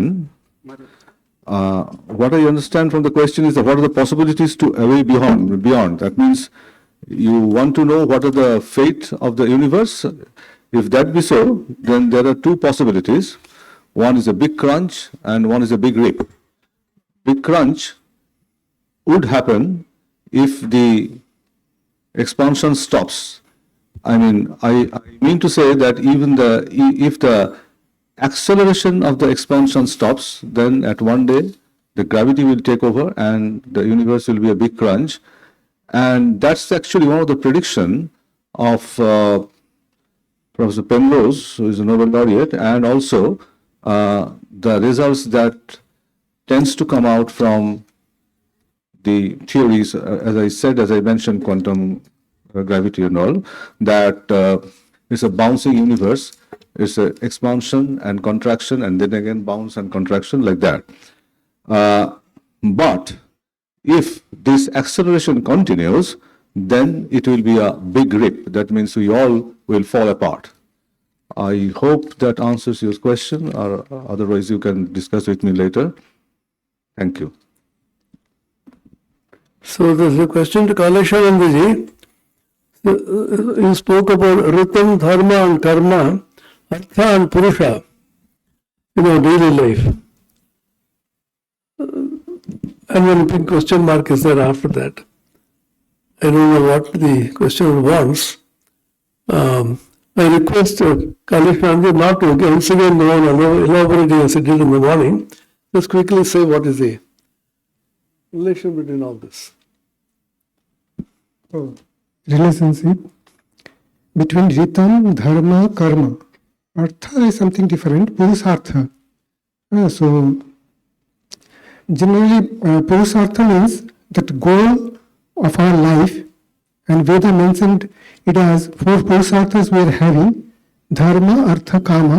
Artha means the basic things of subsistence. That is our food, medicine, shelter, and Kama means which gives us sukha. If you want some house, etc., why not house, a very big house like that? If you're taking food, for example, roti and chawal and dal, why not take a pizza or something like that? So Kama, desire. So there is there. Apart from that, Dharma is there.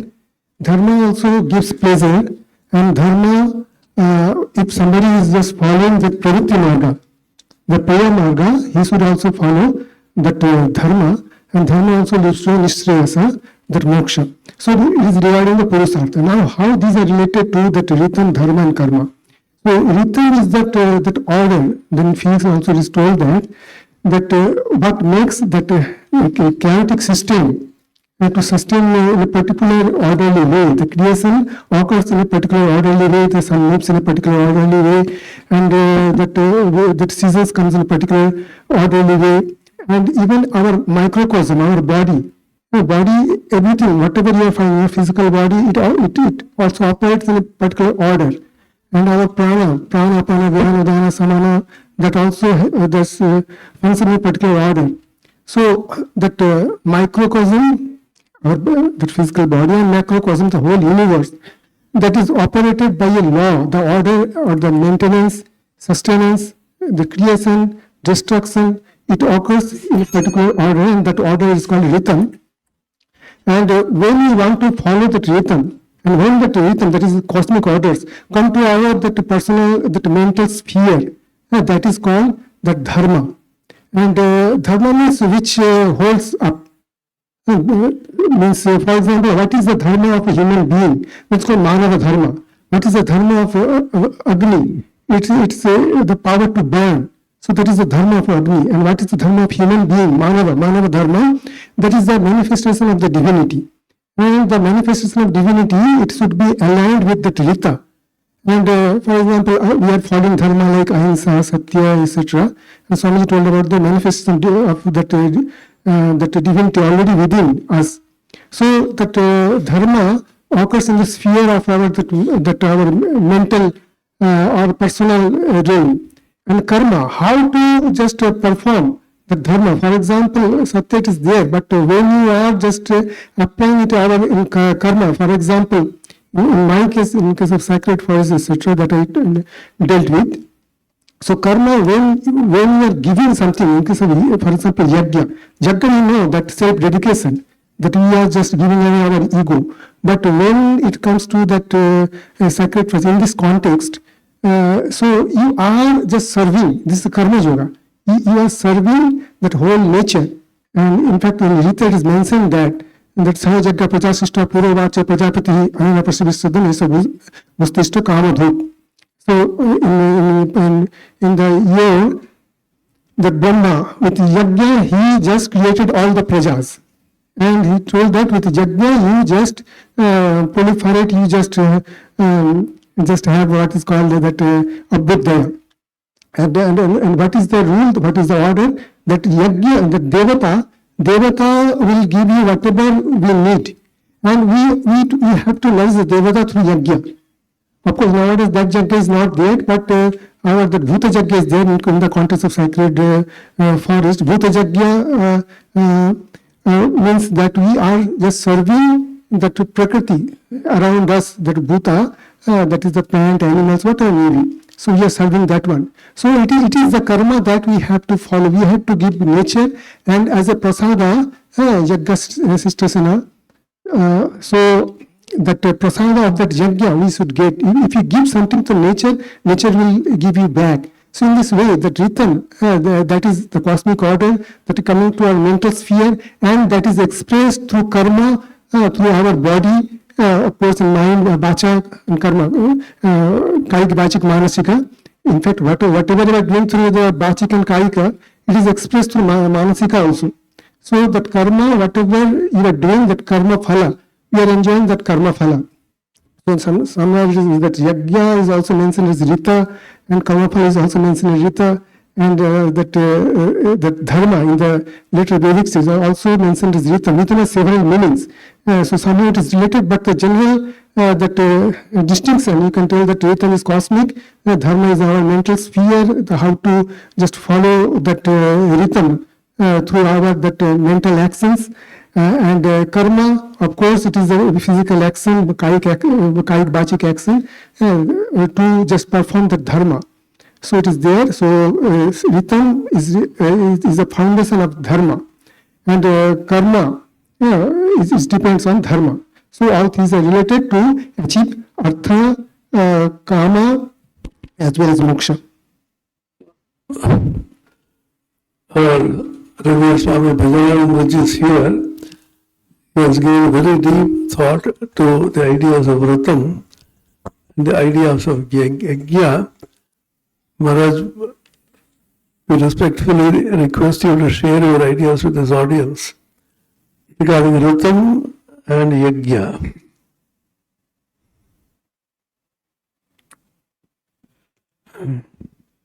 I think about what Kaleshananda has already explained. I don't think I need to explain anything more. He has already explained what Rhythm is. Rhythm is the following, the cosmic order, the cosmic rules, and Rhythm, the Swami Vivekananda's famous hymn, which is sung in our evening Arati time, as per him, Om Hrim Rhythm. There Swamiji says, so Om represents the cosmic, the infinite, the reality, infinite reality, that is Om. It may be either Saguna or Nirguna, Om. Then Hrim. Hrim is the particular way this Om flows into the humanity, the human hearts. Om Hrim. Then the Rhythm. Rhythm is almost same as the English word rhythm. Rhythm means the harmony, or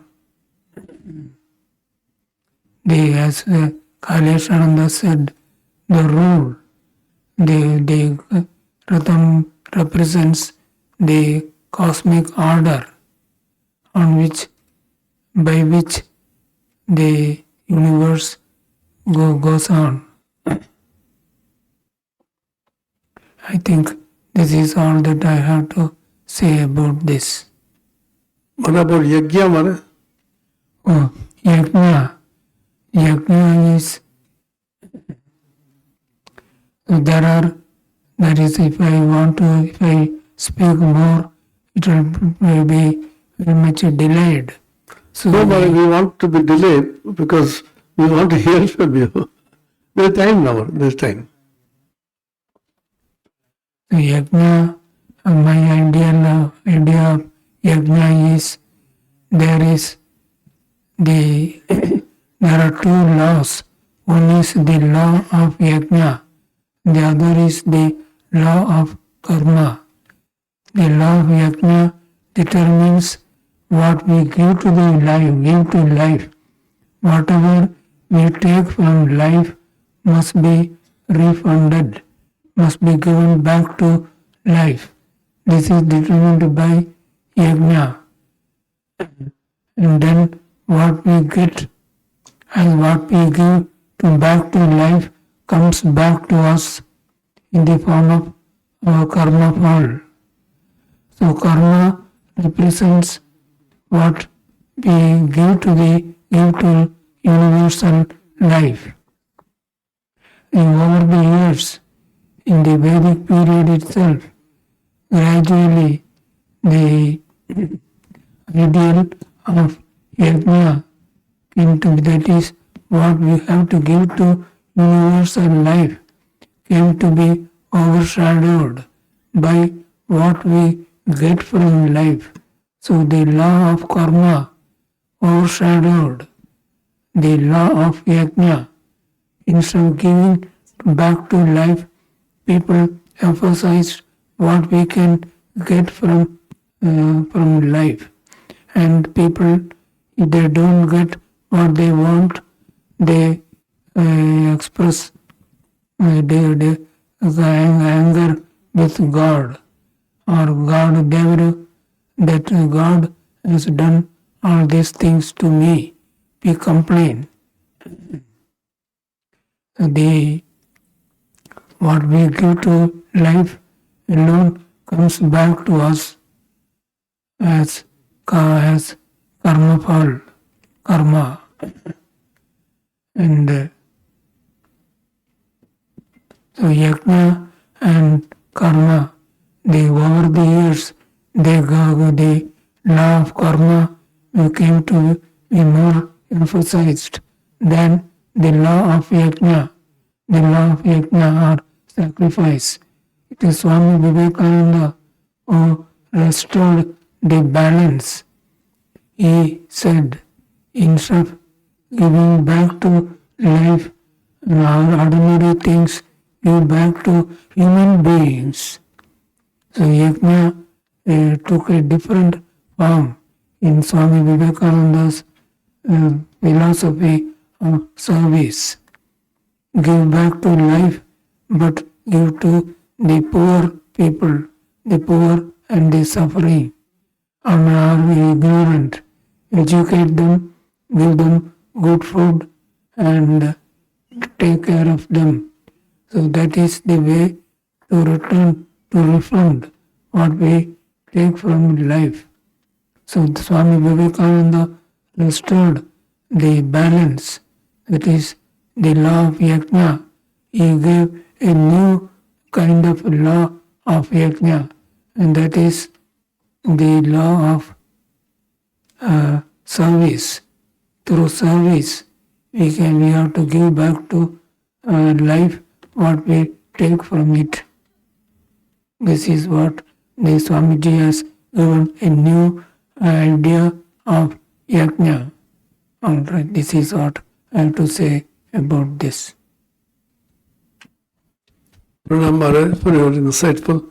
So one more insight on the same topic we'll hear from Dr. Paramita Roy, who specializes in environmental ethics and deep ecology. Just a few words about this. My revered pranams to all the monks present here. As Swami Bhajananandaji was pointing on the concept of yajna, taking the consideration or the words of Swami Bhajananandaji Maharaj, I would just like to say that the modern environmentalists are also thinking of a radical shift in perspective from the anthropocentric to the non-anthropocentric, meaning from the selfishness to unselfishness. And this bridging the gap from the selfishness to unselfishness can there be done when we are aware of our responsibilities towards nature. When we are taking from nature, we also have a kind of moral obligation towards nature, which we perform, as we mentioned in the last day, through the Pancha Mahayajna, which is actually having the idea of Pancha Rina, the 5 debts that we owe to the entire world, because nature is nurturing us, and therefore we also have a moral obligation to pay back to nature what nature is giving us. In this sense, we actually acknowledge the vibrance of life, the deeper boundaries of life, not to take life in a piecemeal fashion. And therefore the modern environmentalists are talking of a related whole, a wholesome perspective, and they are also talking about not the creation of something new, but the reawakening of something very old. The transformation has to come from within, and only we can take the wider gamut of existence. And therefore this concept of yajna is very important. That is, this is what teaches us unselfishness through the performance of sacrifice, making us conscious of our responsibilities towards the whole nature. Thank you, Dr. Paramita. So this is an interesting discussion which I'll end with a quote from Einstein, of which I'm very fond. Einstein said famously, 100 times a day I remind myself that my inner and outer life depends upon the sacrifices of hundreds of people living and dead, and therefore I should give in the same measure as I have received and am still receiving. This chakra has to be completed.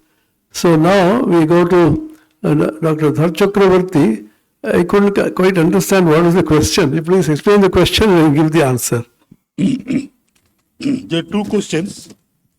So one is about how general people can help about disaster management and wildlife conflicts in society. So let me tell you about disasters. We often speak of natural disasters, but I say that there are no natural disasters. There are natural hazards. So when the vulnerable conditions of the society are exposed to the natural hazards, then the risk of disasters are created. And what are the vulnerabilities? Vulnerabilities are in our social life, in our economic life, like poverty is a vulnerability. Gender discrimination is a vulnerability. The vulnerability of women, the children, the aged, the disabled people, they are the vulnerable people. So when the poor people and the vulnerable people, they are exposed to the hazards. Nature has its hazards. So we have to understand the hazards of the nature and then lead our life according to the hazard, adjust our living pattern according to the hazards of the nature. So if there are hazards of earthquakes, we must build our houses in a manner which are resistant to the hazards of the nature. Likewise in cyclone and flood. So there are a lot of ancient wisdoms and people were living according to the nature's natural hazards. But now we have become so proud and so arrogant that we think that we can conquer nature. And so nature is giving back its dues, their nature is, so we are facing that disaster. So the term natural disaster is a misnomer. We should not use natural disaster. Nature doesn't create disaster. It is our misunderstanding of nature and our arrogance to conquer nature and our way of life, which is not in harmony with the nature, that is creating this disaster. So we have to reduce vulnerability. So the common people is that we have to reduce the vulnerability, vulnerable social economic conditions, which is very difficult. So the less the vulnerability, the less the disaster. You find the less vulnerable people in USA, in Japan, other countries, they are facing hazards, but they are not facing disaster. Earthquakes are happening in Japan, 6 and 7 Richter scale every day. The houses are not collapsing because they have understood how to live with the nature, okay? And then developing the capacity. So we have to develop the capacity at every level, household level, individual level, community level, institutional level, national level. To develop the capacity, more the capacity, less the disaster. More the vulnerability, more the disaster. So the technique, the simple formula, I always give it. The risk of disaster is equal to H multiplied by V multiplied by E divided by C. That means when hazards and vulnerability interact and exposure, then we can divide by C. When developing the capacity, we can reduce the risk of disasters. So that is one question. And this man-wildlife conflicts, I think we had a session in the morning, that why the wildlife, because we are encroaching into the animal kingdom. And that's why the animals, their kingdom is getting encroached, shrunk, and that's why they are coming into our area, and the man-made and conflict is taking place. That means you allow these, we protect our forest, protect our nature, then your conflicts will be reduced. And we must have the empathy for the animals also. We must not take, animals also have their rights. Nature have their rights. So if you respect the rights and also see that in a kind of a give and take relationship with the nature, and that's what we give and we also take. And we cannot take everything and then can't give anything. So that is not the concept that will survive. So now the concept of the rights of the nature are coming in a big way. Rivers have their rights. Plants have their rights. We must respect the rights. There are 38 countries in the world where they have amended their constitution to confer fundamental rights to nature. And there is an universal declaration of the fundamental rights of the nature that has been adopted by an association of about 5,000 people who assembled some time back. And now there is a global movement also that should be recognized by the countries. There is judgment by the Uttarakhand High Court. They also said that river Ganga and Jamuna have the right. That judgment was subsequently overturned by the Supreme Court. That's a different story. But the demands for the rights of the nature are coming up. So when we recognize the rights of the nature, then this kind of conflict will be reduced to a large extent. Now the second question is that, since we involved in policy making, disaster management, how much do ancient Veda-Vedanta solutions come into the force for the policy making? So that is what we deliberated for the 2 days, that what are the ancient Veda-Vedantic solutions to the modern environmental problems. modern problems are very huge. And they're understanding that problem, it is not a local problem. These pickup problems are very huge. These are global problems. So we have to think globally, but action has to be taken locally. Bruno DeVos, who is the founder of the environmental science, he said, think globally, act locally. And I must say, we act individually. Because our Veda-Vedanta thinks their focus is on individual, because every individual action makes the local action. And so many local actions means community action. So many community actions makes the national action. Then it becomes a global action. So we have to start with the individual, the individual's ethics, individual's way of life, and that our Veda-Vedanta, and then we have deliberated last 2 days. So many things we have learned from there. So if we practice this ourselves in our living pattern and the way we live, the way we take our food, way we conduct our health, our meditation and everything, and our philosophy of life, so that everybody individually, if we conduct ourselves properly, then there will be a strong, mass action. There is a program our Prime Minister is very fond of, and we have introduced called LIFE program. You must be knowing. He said that this individual, small level, local level action can collectively make a mass action, and that mass environmental awareness and way of living can create a global mass action, and that can fundamentally alter the world. I think hope lies within the individual, and that is the essence we get from Veda-Vedanta. So I think so many learned speakers. Yeah, wonderful, wonderful. So your experience and your wisdom shows. It's a short span, you explain everything.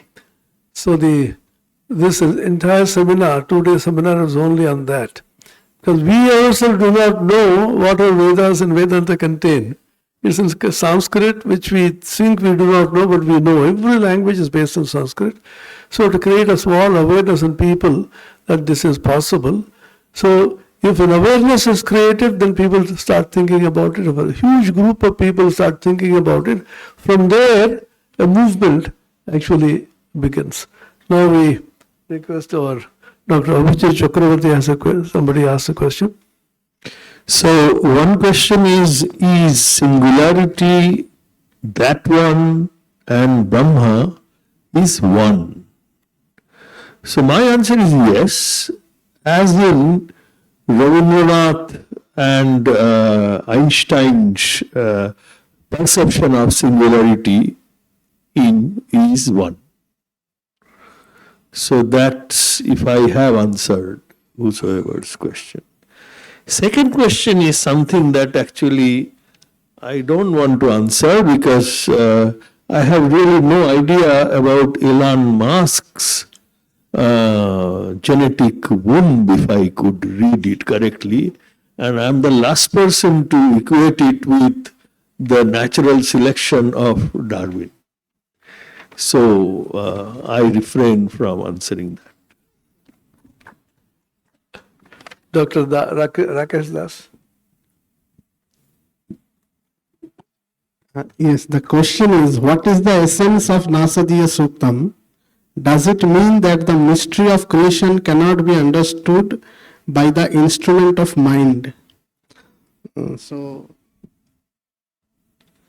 Actually, the Nasadiya Suktam starts from the question that someone is asking, what was there when there was a pralaya? Because we believe in Srishti and pralaya to be in a cycle. It is a never-ending process. And how does this creation sprouts out of actually nothing or void, whatever it may be?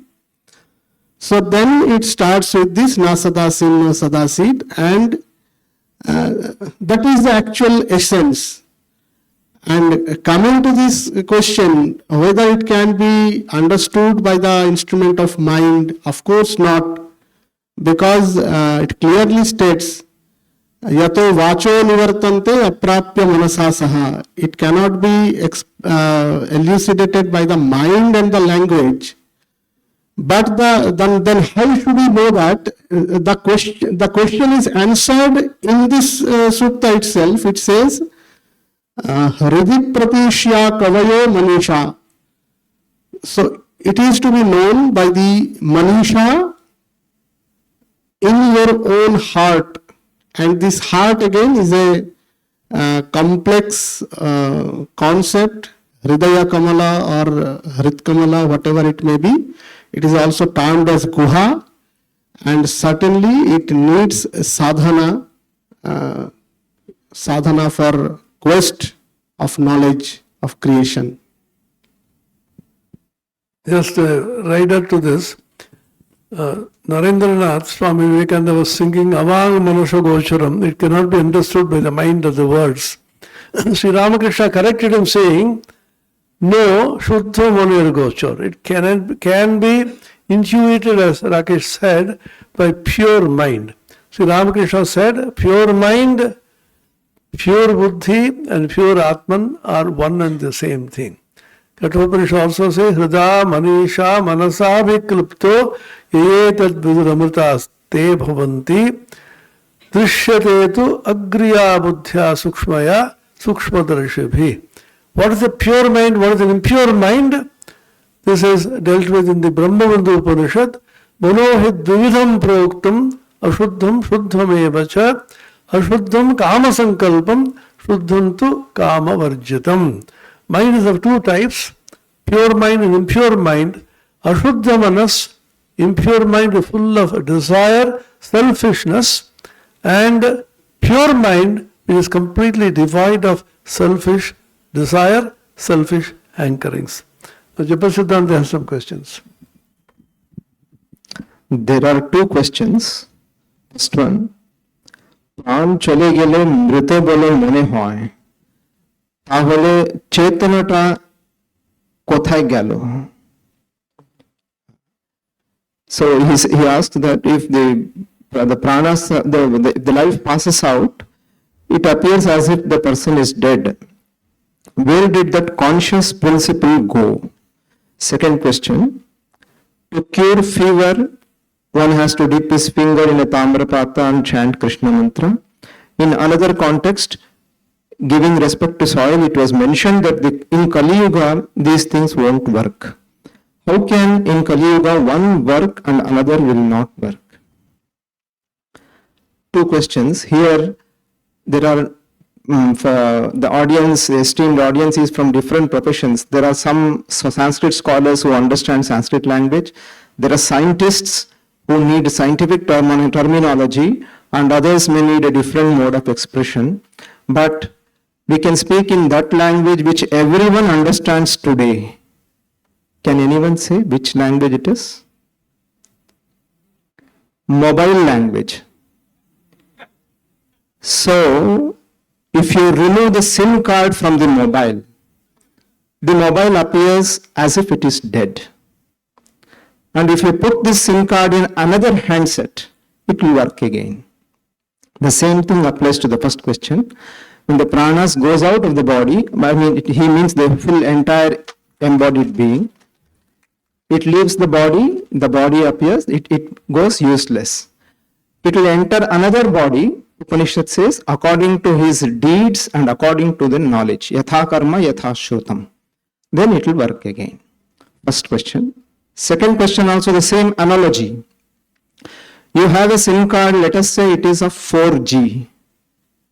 It is compatible to 3G also.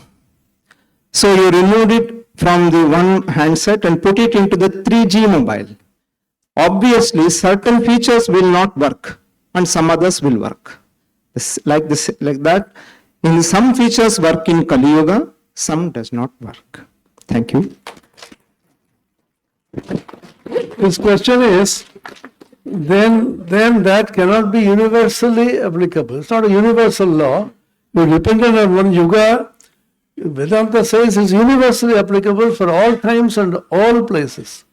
So the answer is there are only some rituals and practices which perhaps do not have any universal or scientific basis depending on the individual beliefs of people. So you're having very high fever and people are rushing with the medicines. You say, I'll put my finger there and then chant. The risk is that you may be hospitalized and very severe things may happen. So don't try this. That's what it says. Don't try this when you have a fever. if you have some belief, people take Sharanamrita and all that, that it's only a belief system and it's not a principle. Swamiji clearly made a distinction with these two, and he said even spirituality must have to be scrutinized by the same principles by which secular sciences are tested. So if you test this through the principle of science, of course it will not work. You will feel very happy that you have the Sharanamrita, and the faith may cure you. That's a different story. But it is not that this is a principle universally applicable. If it is universally applicable, there is no Kali Yuga or any Yuga. That is the idea. And secondly, yesterday Jabasthi also mentioned that only those who can't be understood through the Indriyas, those things which can't be really understood through Anumana, etc., only the Veda is for that. But there is a small addendum and the rider to this which I want to correct. Swami Vivekananda just did not want to apply this idea. He said Vedanta can be applied not only for the supreme realization of the Atma Brahma Ikya and all that Shankara said, but it can be applied to every sphere of activity so that the human life quality is enhanced. Both Abhyudaya and Nishreyasa, both Pravritti Marga and Nivritti Marga, and both Dharma, Artha, Kama and Moksha can be attained through Veda and Vedanta. It is not that you should go to the Vedas only when you want to realize God. Rest of it you do something else. This is the idea exactly what Vivekananda wanted to contest, and when an avatara comes, this becomes possible.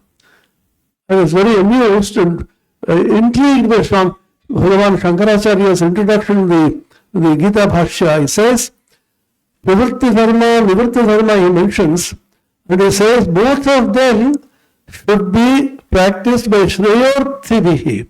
Unlike the Kathopanishad which comes later, talks about the prayers and Shreyas, the person who runs after prayers and wants worldly prosperity, he calls them Mandabuddhi. But Shankara calls both of them as Shreyas, Shreyorthi. And the Bhagavan Sri Krishna himself, Artho Jigyasa Artharthi Jnani, he says all of them are Sukritina Arjuna, they are all blessed. Distinction is not made between a person who wants only spiritual emancipation, you will go to the Vedas for finding solutions. You want something else, you go to some other. This distinction has to go, this Avatara says. The Upanishads, for example, starting with Brahma Vida Apnoti Param Dadesha Bhyukta Satyam Jnanam Anantam Brahma. The highest note, he ends by saying what happens to him.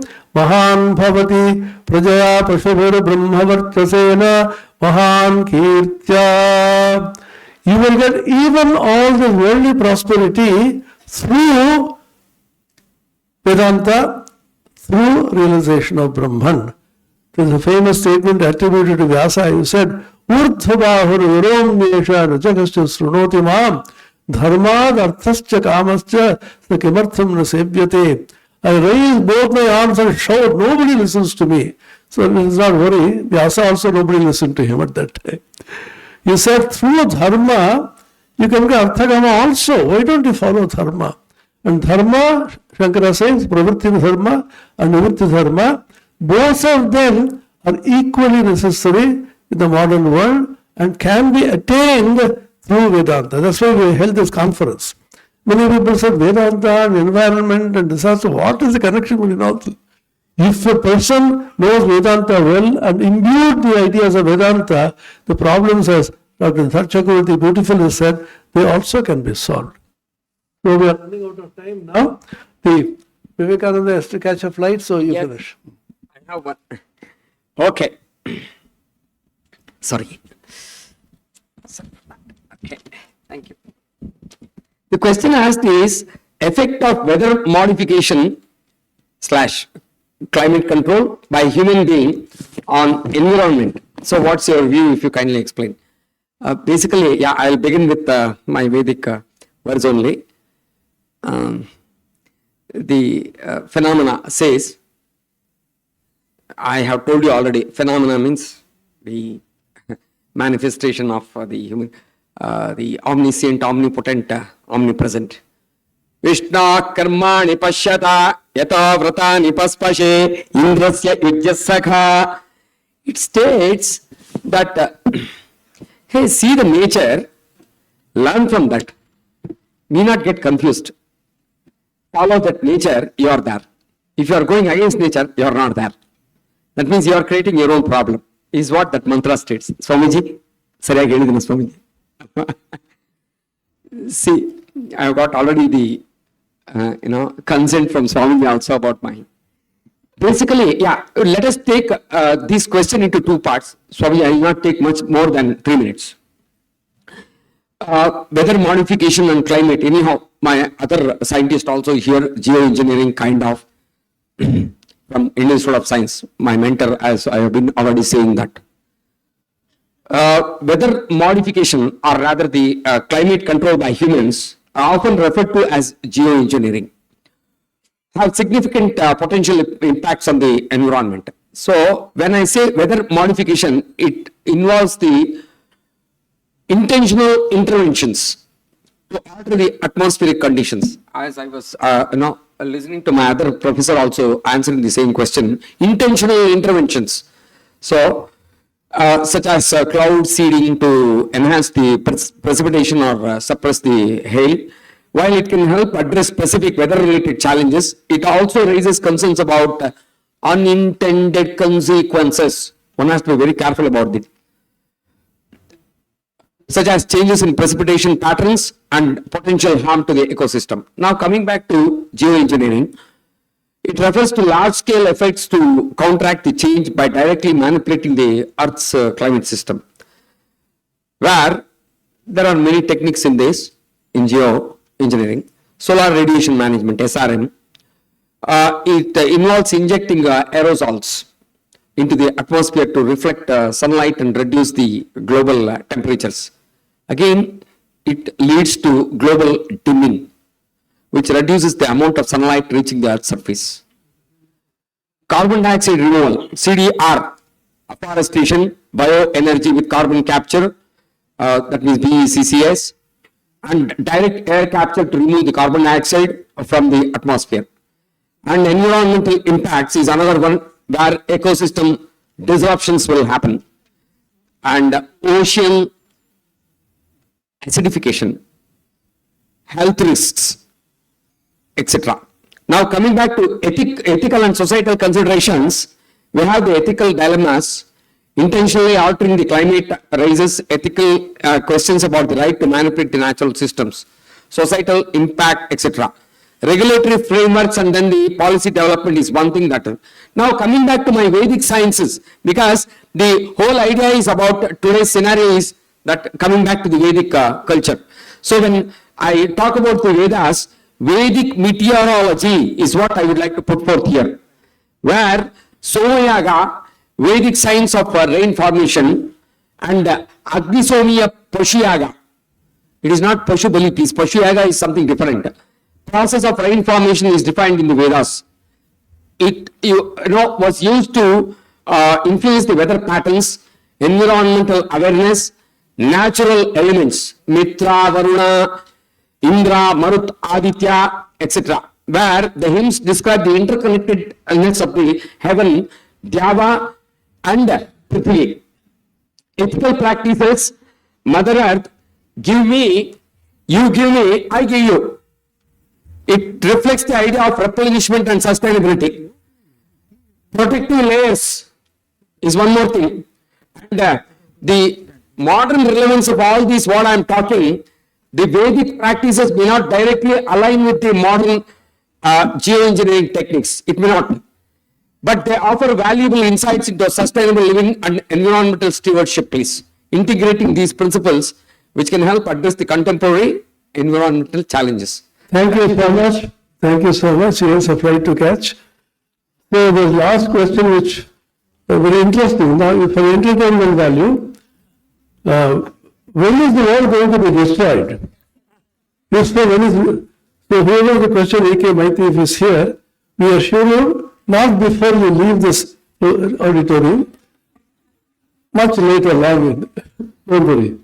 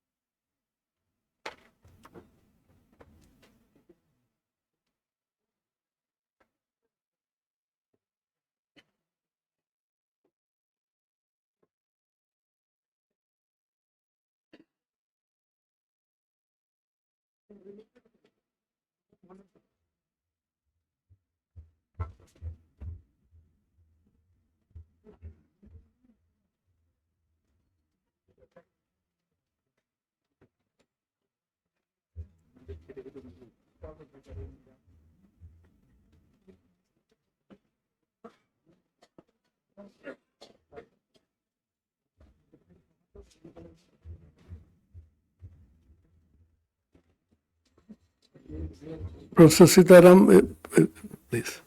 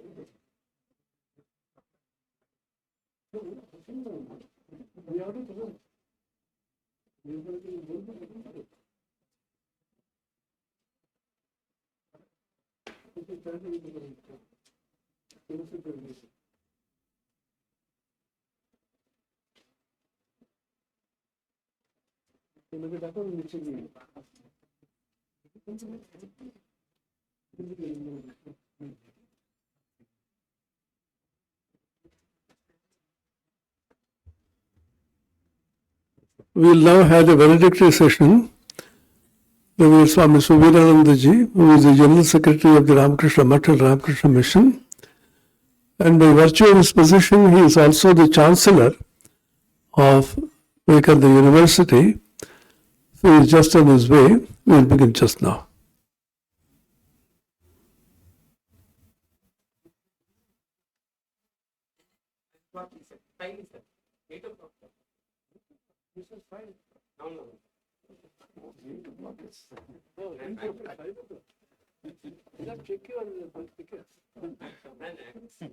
We will send him some other time.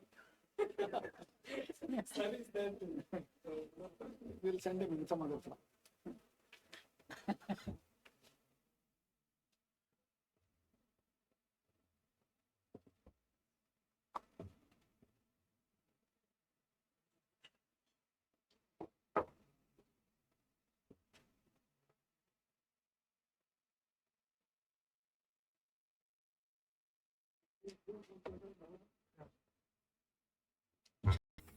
It's a very important topics and probably we need lot many brainstorming discussions within us before finalizing it. but just tentatively some ideas. The first idea is that we will bring out a proceedings or a book. I think all the presentations that were made will request the authors to convert their PowerPoint presentations into paper and we will publish a book on this subject. There are at present very few publications on that subject. And secondly is that there are certain specific areas probably where we can take some action. And I think we'll discuss it among ourselves and then we'll decide what kind of roadmap we can draw up, certainly. And humanitarian philosophy, that is another area, and you must be knowing that Ramakrishna mission, it has a long and very checkered and history of humanitarian relief. There are probably very few organizations in the world which have more than 125 years of selfless humanitarian service to the people in need. I think very year the mission was set up, Ramakrishna mission got involved into the humanitarian work when Swami Akhandananda during the Bengal relief, Bengal famine. He could not bear the sufferings of the people in famine and he wanted to do something. There was no money. And then his brother disciples advised him to come back to Belur, but he was not willing to come. He wrote a letter to Swami Vivekananda, and Vivekananda sent him 100 rupee. And with that 100 rupee, they started the relief work. Ramakrishna Paramahansadev was also himself, always used to say that, service to humanity is service to God. And in Deoghar, when he was going there, my pilgrimage, and he couldn't bear the sufferings of the people in Deoghar, and he said to Mahendra, that I would not leave this place unless you feed them. So we have to give them food to all these people who are suffering, give them clothes, and then I'll leave. And Mahendra said that we don't have much money, how do I complete the pilgrimage? No, I will not listen to that. So he forced him to provide them relief and then he proceeded to Belarus from there. Ma Howrah also was involved in humanitarian relief during famine with her father. So that spirit was imbibed and Swami Vivekananda said, as you know, famous verse, Jive prem kore eijon, seijon sebiche ishwar. So that philosophy have imbibed this great organization into humanitarian relief. There's not much of publicity here, but I can tell you with my research that hardly there are few organizations in the world which will match Ramakrishna mission. The Indian International Federation for the Red Cross, which was also imbibed by the Christian ideology for charity, they started their work, but that was not 125, 130 years. So that's what we want to do. We have taken up a project on humanitarian relief works of Ramakrishna mission. Actually, it is an humanitarian philosophy in India. Dr.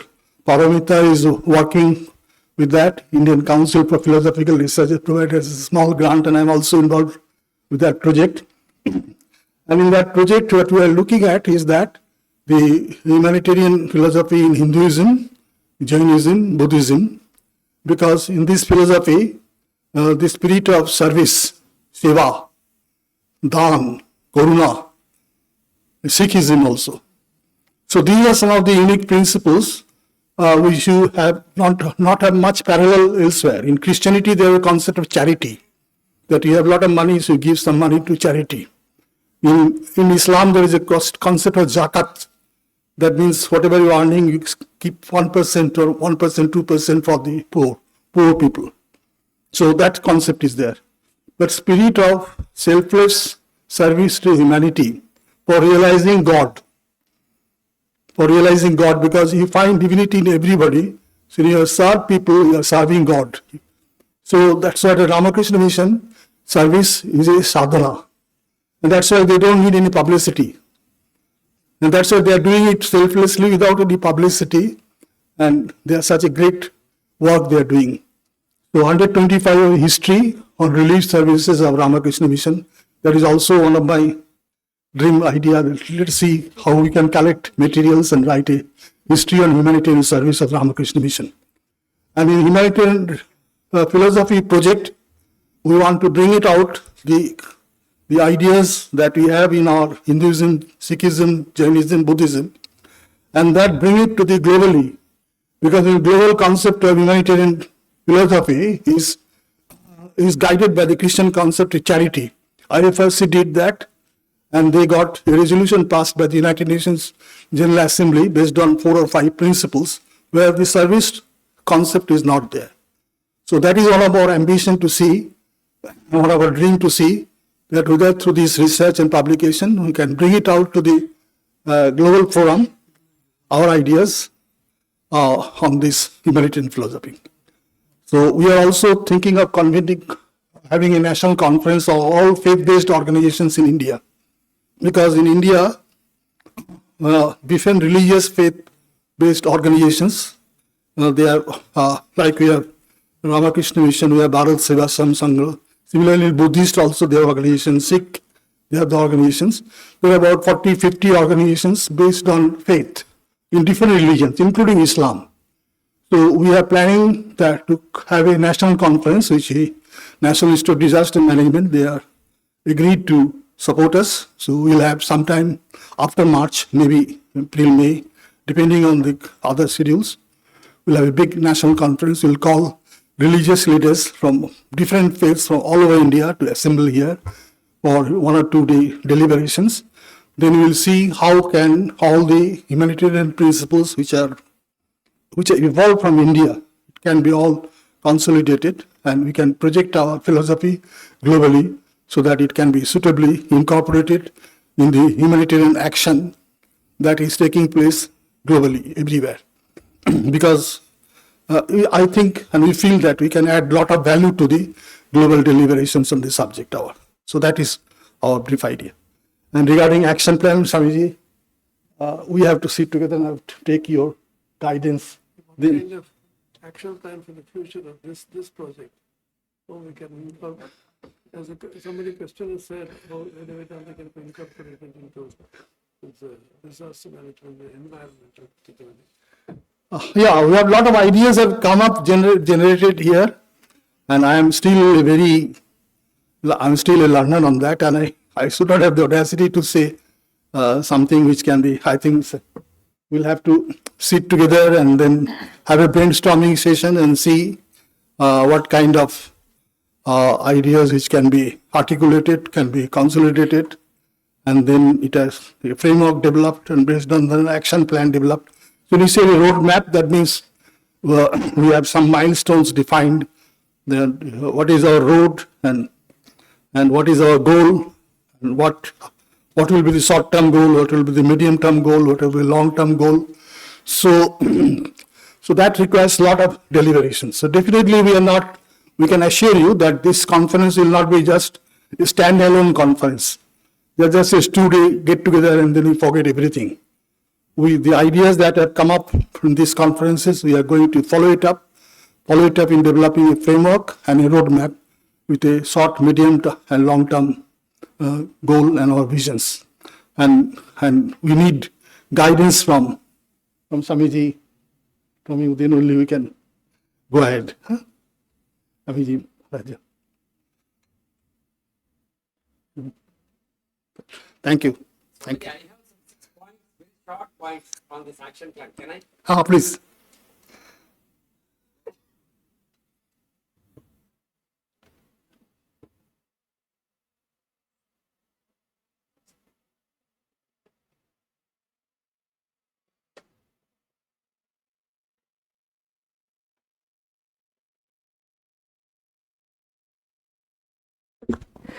Swamiji, thank you so much for giving a chance to express my thoughts on whatever I have noted down.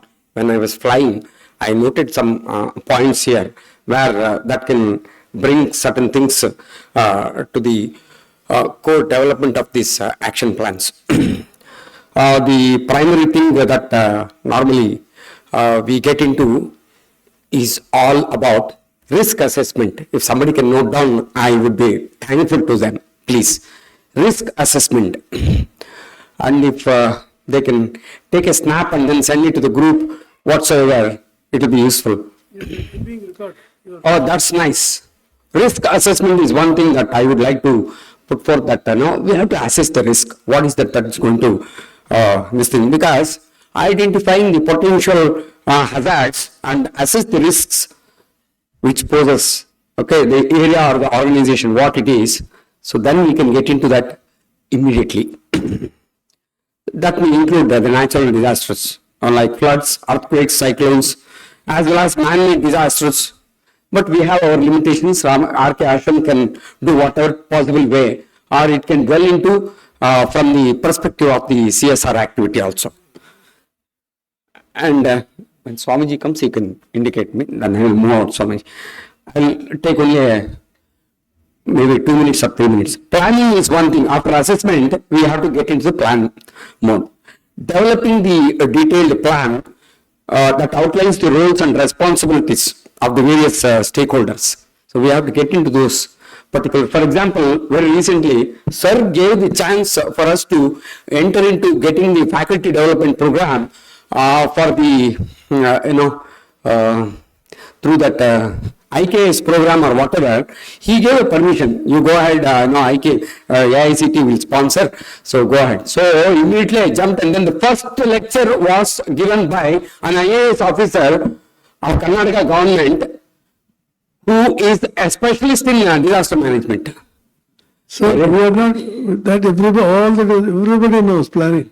But how Veda-Vedanta can be integrated? That is what That's what means. I'm coming to that. No, we'll come to it soon. Yeah. Okay, planning can be done, and after that, planning resources and the logistics is one thing that we have to get into, and training and exercises. After the planning of this resources and logistics, getting into the accrual, training and exercises. Later on, implementing and monitoring. After getting into that implementation mode, we have to get into the monitoring, and then go on reviewing. After review, we have to get the updations also. Once we are getting into that, we will be knowing what are all the fallbacks that we have done in that implementation. We can get into the updations. So that is where all these things are basically from the Swamiji's instruction about the inclusiveness of the Vedic philosophies, etc. I have told you about the Panchamahayagna. So primarily everybody should get into this mode. The first one is Brahmayagna, getting into the meditation mode, knowing oneself. Okay, that is Brahmayagna, very simple. People will call it Sanyavana or whatever. So get into the meditation mode, Brahmayagna. Then comes the Devayagna, Prakriti. Okay, maintaining the Prakriti in a proper sense. Okay, is the Devayagna. And then Brahmayagna, Devayagna, Atiti Yagna. Those who come unknowingly to your place, respect them, and then get the knowledge from them, because they would have gone all around the places and then would have been having knowledge. So get the knowledge from them, respect them, and then give some support to them, whatever they need. That is called Atiti Yagna. And one more is the Bali Vaishya Yagna. That means around us the animals are there, which doesn't have the expression power like speech. Okay, so try to help those kind of, I call it as animals or whatever. Okay, so these are all the, and the last one is the Deva Yagna. Deva Yagna is, one more is the Pitru Yagna, Mata Pitru. That means the living Mata Pitru, we have to support them. Not that after their departure, I do a lot of titis and all in the Brahmana houses. I go there and then give. So that is not. When they are alive, please do that Pitru Yagna properly. Okay, so these are all connected with the nature, please. Okay, after their demise, I have done this, on the anniversary day, I have given, see, boss, you have not taken care of them when they are living, and then you are claiming that, after their death every year, on that day you are doing that ritual. No, that is not, it's totally Vedas piece. No, it is not at all. Okay, so all these 5 yajnas are interconnected to sustain my, natural, nature and this thing, so that the human being can get into it. Anyways, I have given all these 6-7 points of this thing, which can get interconnected to my Vedic, perspective. I hope I am. Anyways, if given, because I am a teacher, if I am given time, I will be searching so many things and then be going on connecting dots. Yeah. Yeah. Shall I? Yes. Sir, I do teach cyber security at National Police Academy, Hyderabad. Swamiji has come. I'll tell that in person. Thank you. Thank you, Swamiji.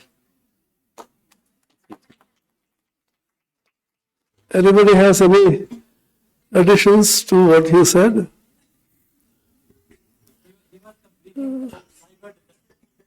That's also very important disaster, yes. Cyber disasters. But Shastras don't have anything to say on cyber disasters.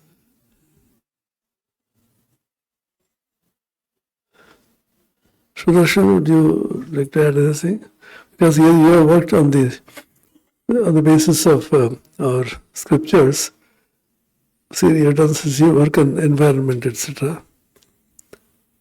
On the basis of your work and environment, particularly related to the people in the tribal areas, etc., without destroying their indigenous culture.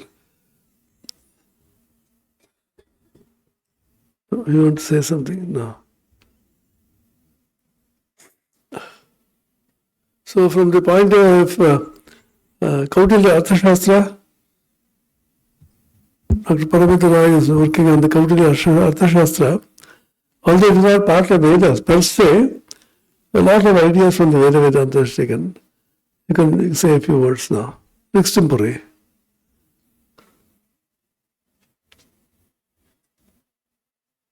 IKS project has been just completed. Arthashastra. Resource management is only for the environment.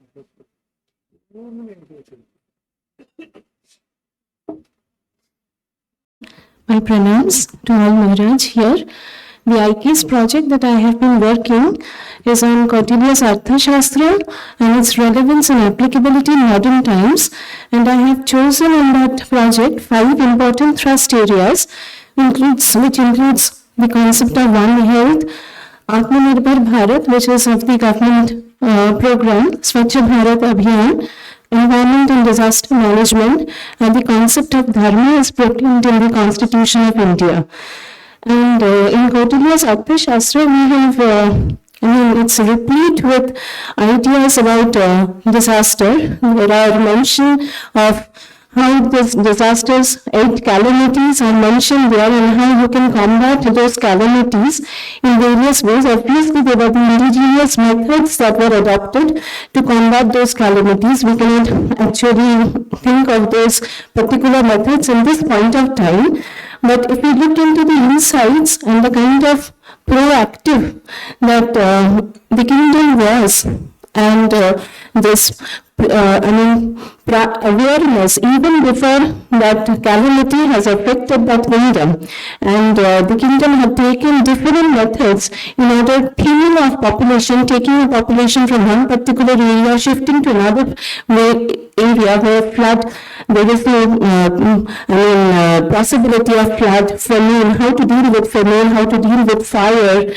At which time, at that particular point of time, we know the houses were made of hay, and there was very much chances of them to catch fire. So there was also the instruction, the cooking time, there was an instruction given at what point of time we should be making the cooking, and how much there should be a distance from the place, from your cooking yard, from your house, because the houses are made with hay, and the water, how you have to keep water vessels in every juncture of the roads, and all these were kept in mind in order to deal with the idea of if the houses catch fire. Then there are different ideas related to flood, famine, different diseases were detected, and how you will to cope with these different diseases. Then the kind of poisons that are there, how you can detect poisons in food adulteration, how you can cope with them, and how you can detect food adulteration. So these are the different areas that were taken in order to deal with the environment and the disasters in their own way in that time, because at that point of time we have to understand that society was in such a point of time that the crisis that we are facing and the grave scenario that we are now in, probably that scenario was not that present at that point of time.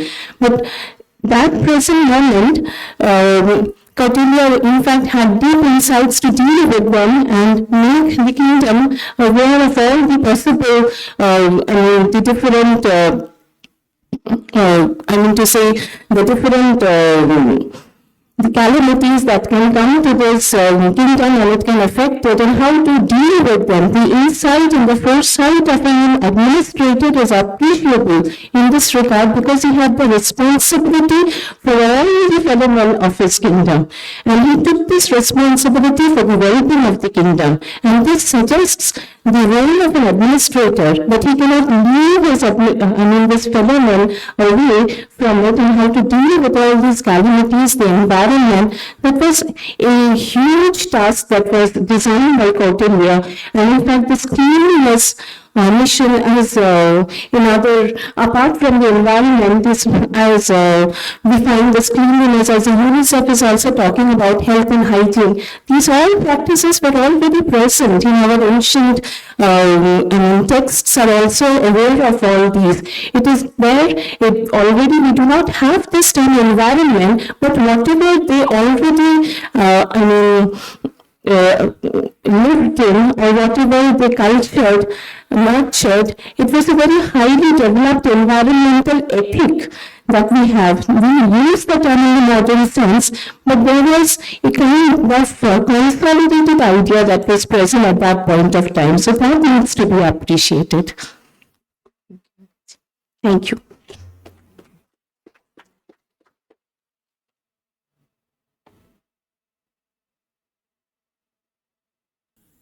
Was mentioning that they conducted a very interesting workshop for 3 days with the help of National Institute of Disaster Management. The disasters arising from non-preservation and non-conservation of old manuscripts and the library assets. The knowledge is getting destroyed because they are not the manuscripts are not being properly preserved, and the old books which are out of print are not again being recovered from the archives in which they are, and the archival material also is not properly conserved or preserved. So he says that that's a kind of knowledge disaster which also needs to be carefully taken into account. For example, in India, the Nalanda Vishwavidyalaya, it is reported, under the Muslim attack, when they set fire to the library, it is reported that it burned for full 6 months. Such was the knowledge repository which was available there. So it is not only destruction of property, destruction of human life through disasters, flood and fire and so on, it is also the knowledge which is being destroyed. So that side also we need to see, we could seriously think about, because in India, all knowledge was completely in the heads of people. Brahmanas used to memorize the whole thing. So unless you kill a Brahmana, you can't kill knowledge. Therefore, Brahmahatya is considered a great Mahapapa, because if you kill a Brahmana, one Shakha of the Veda is destroyed. So how the knowledge which is destructible through various disasters could be recovered and indestructible procedures could be evolved. Now, digitization is one very interesting thing which has come up. Apart from that, the recovery of the various manuscripts, we are not paying much attention to this. Even here in our own Sanskrit college and Sanskrit university, 25,000 manuscripts which are very old, and of course they are not copies anywhere else. They are simply lying there, unattended. Many of them, rats are eating away and then water is seeping in. So this is also a very, very unique kind of disaster which needs to be very seriously addressed. Because knowledge is destroyed, civilization will be destroyed. Civilization is destroyed, then a country, nation, and the world will be destroyed. So we have to pay very special attention to this. And so one more idea which could come up is educating the next generation about the prevention of disasters, the awareness, and the Panchamahayajna concept, and the Pancharina. And Professor Abhijit Chakravarti had made a small course, devised a course on One Health for the 6 months course on One Health to create One Health workers. So we can also think of creating awareness among the Indian Vedic, the Bharati, Jnana Parampara, the ideas, incorporating them into the curriculum, which could be add-on course, and practicalizing them. Theoretically, we discuss many things. As Vivekananda beautifully said yesterday, theory and talk is all right, but actually how do you practicalize them, how to encounter life, and make the students aware of the precious knowledge resource which we have, and how these ideas can be actually put into practice in everyday life. So that kind of awareness also perhaps is necessary. We are trying to bring out some books and booklets, a comprehensive book on Kautiya Arthashastra, which will be used as for the school and college and universities children in 3 languages. One is in original Sanskrit, the other is in local language Bengali, and the third is in English. The books and booklets which can be used as part of the curricula as textbooks, so that the awareness of the scriptures and the knowledge of the scriptures spreads among the younger generation. This is also an important area which we need to work on. And now the UGC also talks about add-on courses and pooling programs and so on. Simultaneously, a person can take up 2 different courses even at the undergraduate level. So that also is an area which we could think about. So, sir, any ideas? Chakravarti?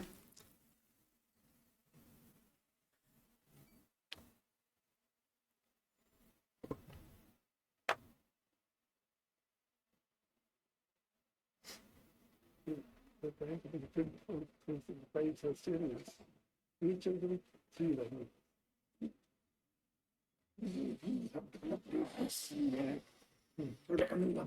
Yeah, so the idea is now this One Health is a beautiful concept, and probably if I may speak 1 or 2 sentences.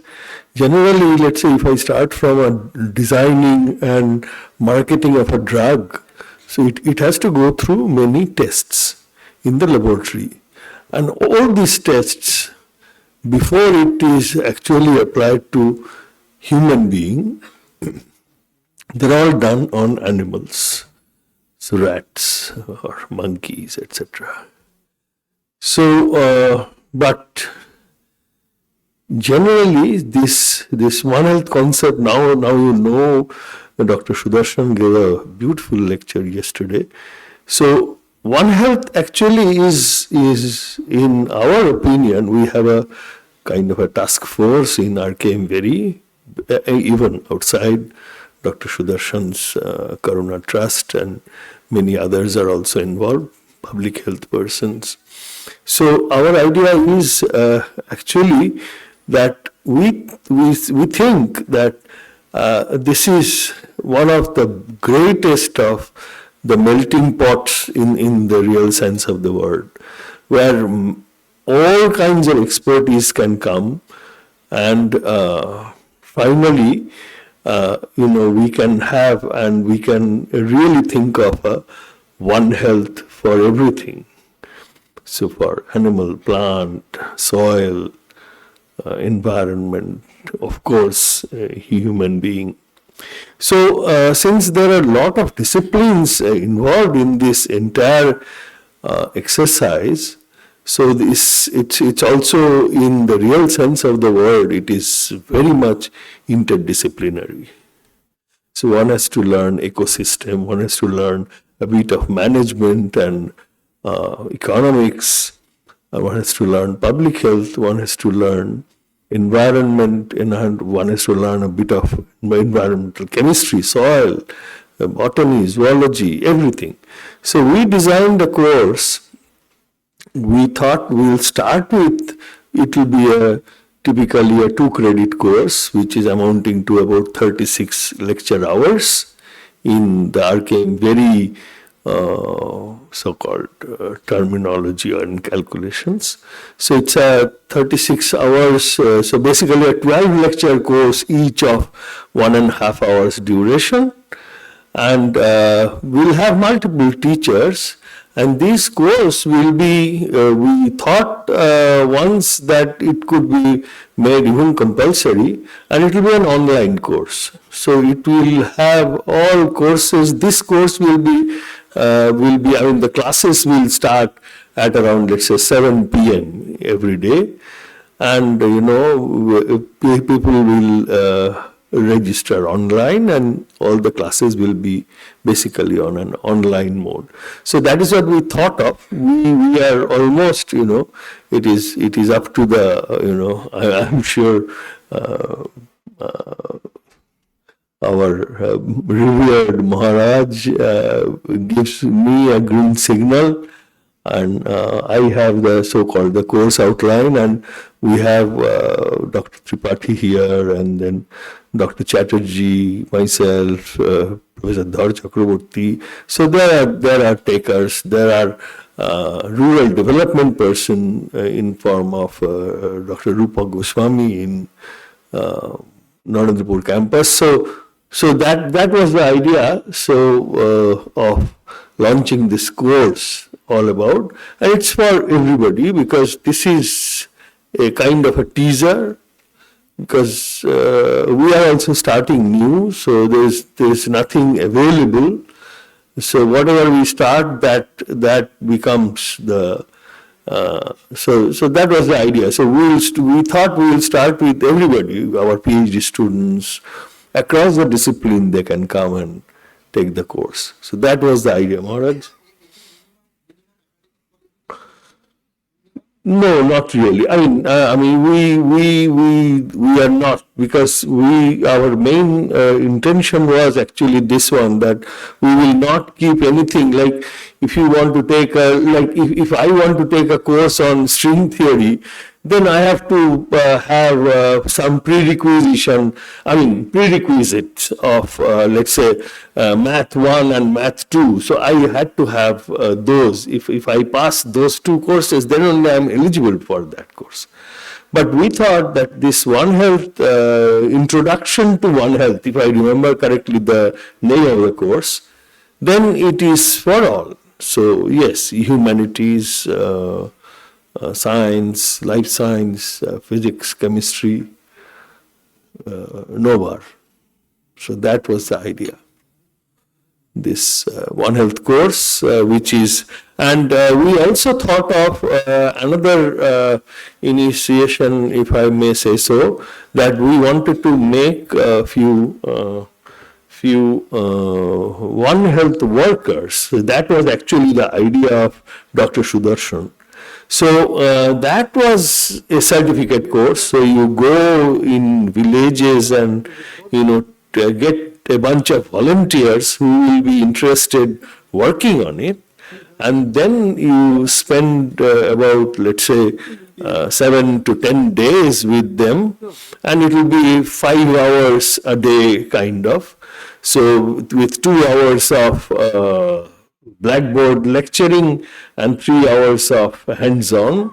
So that was another idea put forward, which was basically Dr. Sudarshan's idea, and that was for the so-called One Health Workers. So those are the two so-called educational initiatives that we took towards a One Health course design.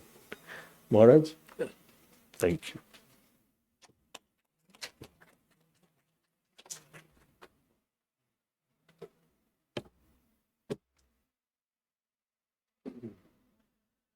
So Maharaj is just almost arriving. I think there's a miscommunication. He thought it was 4:30.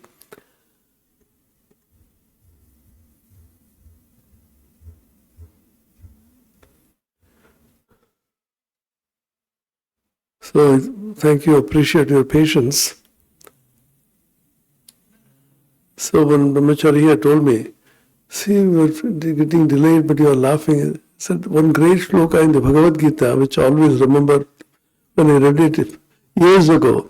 Tasmad apariharyarthena tu shochitam arhasi. He tells Arjuna, for that which is inevitable, don't grieve. People get into the car. You're caught up in a terrible traffic bottleneck here in Kolkata. Where are we going? Why is it delayed? When will we reach? I said, we reach when we reach. Nothing can be done now. When nothing can be done, the best thing is don't increase your blood pressure. Keep quiet.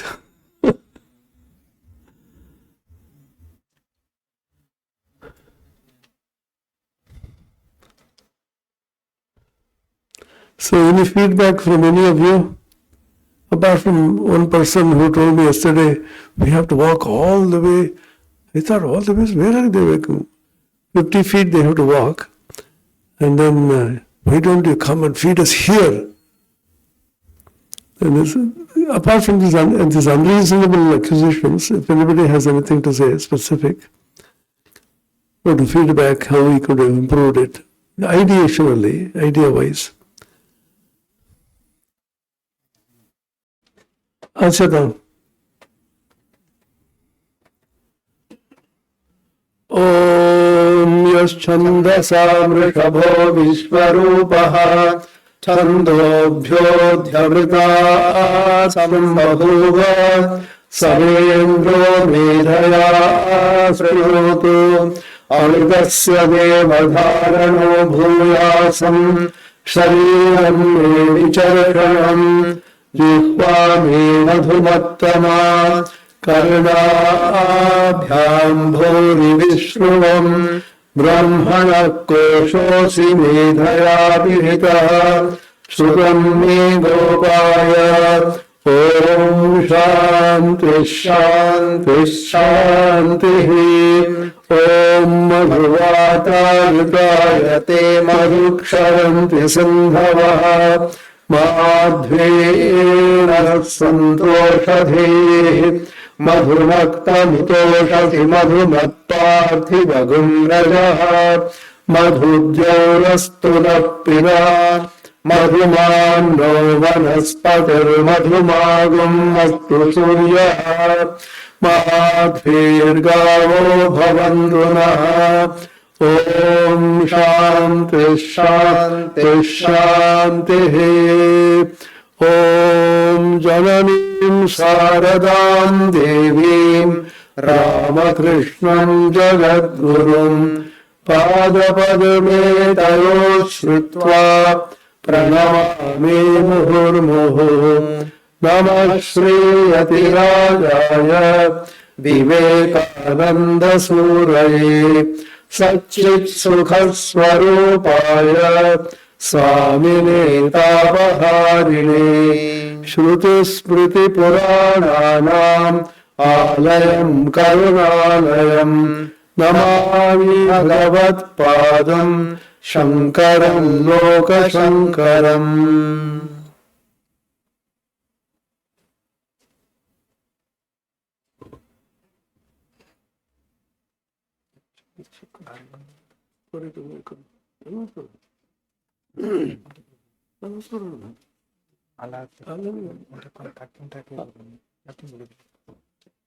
The unlending of Pujya Swamiji's and offering of our flower bouquets to our revered chief guest and our Chancellor Maharaj.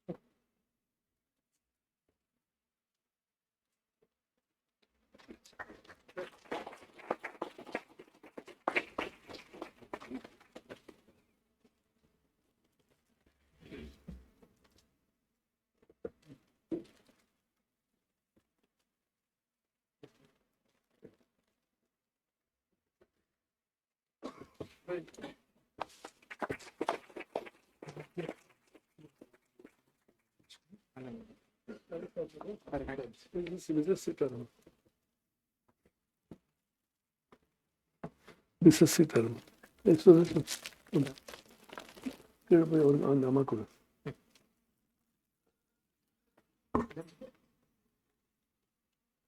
We are happy Mrs. Sitaram is also with us.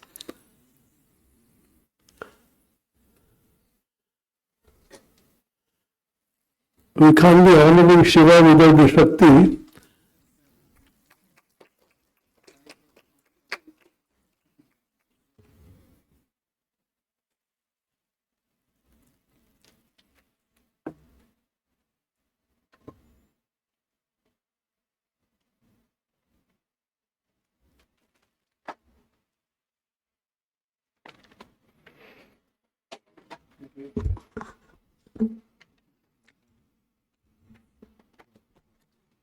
We are honored to introduce our esteemed valedictory speaker, Professor T.G. Sitaram, a distinguished academician, researcher and leader in the field of technical education.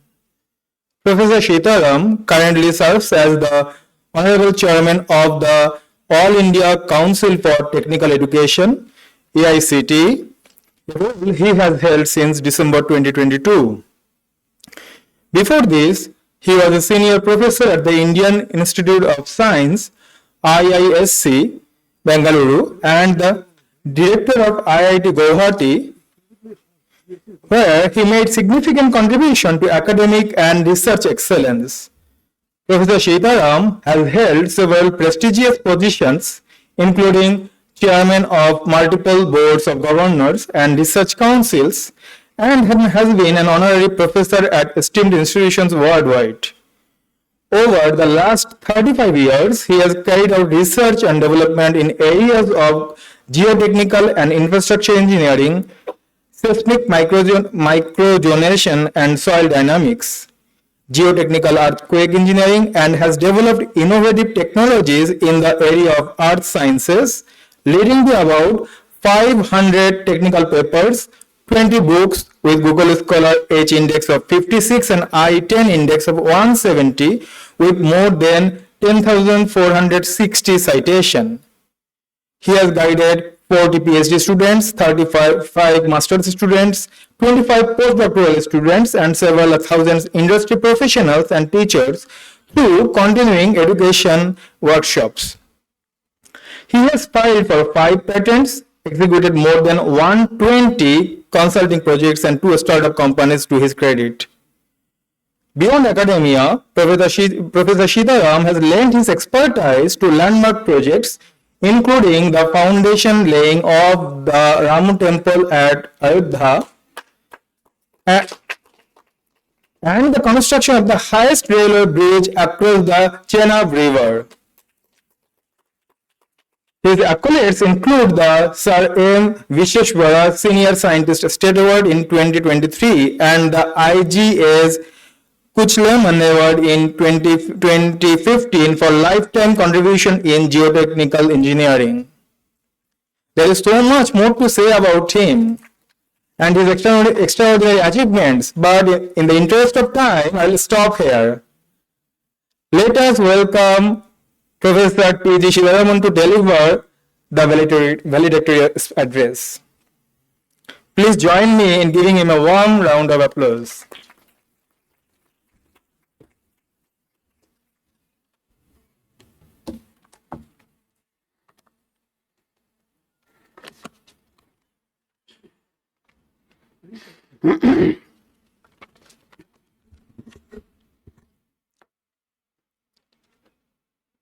सभी को नमस्कार। His Holiness Shankar Bharti Swami ji, परम पूज्य स्वामी Vivekananda ji, Chancellor and General Secretary of RK Mission, Swami Bhajananand ji, Swami Atmapriyananda ji, Pro Chancellor, Swami Sarvottomananda ji, Vice Chancellor, Swami Kalashananda ji, Registrar of RMK VERI, Professor P.G. Dhar Chakravarti ji, Dr. Vivekananda, all the distinguished personalities who are attending this seminar or 2-day seminar on ancient Vedanta solutions to modern problems of environment and disaster management. Friends, this month, just 2 days back, we have witnessed in the Joy City the Christmas. And today, even now, I think the city is celebrating the Christmas that is not yet over. The new year is coming in. In 2 days, we will be in the next year, 2025. Let me wish you, all of you, a very happy new year in advance.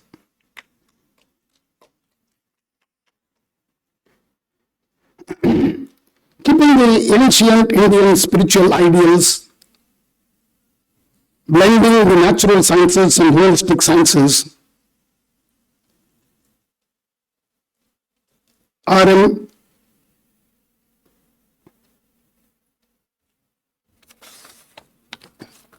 Ramakrishna Mission, Vivekananda Educational and Research Institute, Belur MAT, is doing a phenomenal work as a deemed to be university established very early. This university, the motto itself is with a difference. I was just going through the different programs. Let me first of all congratulate very unique humanistic programs have been developed, and I also could witness yesterday some of the activities of the university. So this is a university with a difference, and blending it harmoniously with the modern science and technology. That's what we are witnessing today, the discussions. I was really happy to hear Dr. Dhar Chakravarti highlight to you very clear distinction between a disaster and a hazard. Just for a common man to tell you, if any of these hazards occur in Greenland where there is nobody, including the library disaster, the knowledge disaster, there is nobody, we don't even hear the news about it. It's not, even if an earthquake magnitude of 9 happens in Greenland and there are no people, nobody cares. So that's exactly what Bharati emphasized to you, that it is more important critical to map the hazards, and we need to know the distinction between a disaster and an hazard. Friends, with a prayer to Lord Sri Ram, with everlasting debt of gratitude to Lord Rama and all the Reverend Pujya Swamijis, both on the dais, off the dais, I'm deeply honored to address this distinguished gathering at the conclusion of the enlightening 2-day seminar on ancient Veda-Vedanta solutions to modern problems of environment and disaster management. You heard from my resume, who has been read at a very lengthy way, you saw that my entire work was on disaster management in the more towards of mapping the hazards in the nation. So I'll take this opportunity, and this was my book, but mostly I worked on earthquakes. Okay, so this was about almost 30 years of work, and what we realized is more than science and technology, community preparedness and individual preparedness is very, very critical. So that's what is the emphasis of this book, which is a Springer brief on environmental science. So I will present this book before I proceed with my talk to the Vice Chancellor, that is Sarvottamananda ji, so that this will be remain in their library.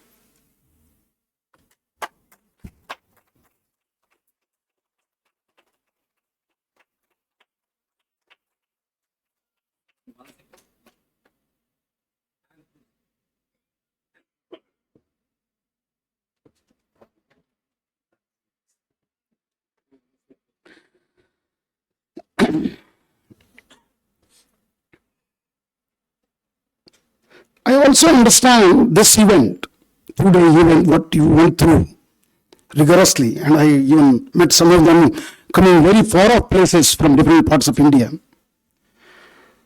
was done in collaboration with Vedanta Bharati and the Asiatic Society, and with the invaluable support of the Indian Knowledge System Division of Ministry of Education. Actually, IKS is located within AICTE. I actually sign on every paper of the IKS projects, because the entire money is processed through the Indian Knowledge Science projects through AICTE. I'm very happy to be here on such an occasion where this is a part of an activity done by the IKS group as well. I congratulate Sri Ramakrishna Paramahamsa's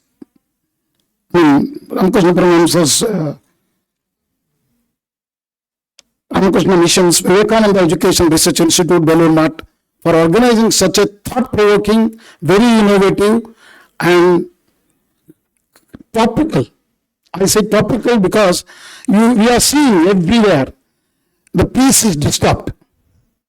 That's one thing is very, very important, and more important than environmental sustainability. So, in such a situation, we are here to discuss the environmental sustainability and disaster management. I will say mitigation.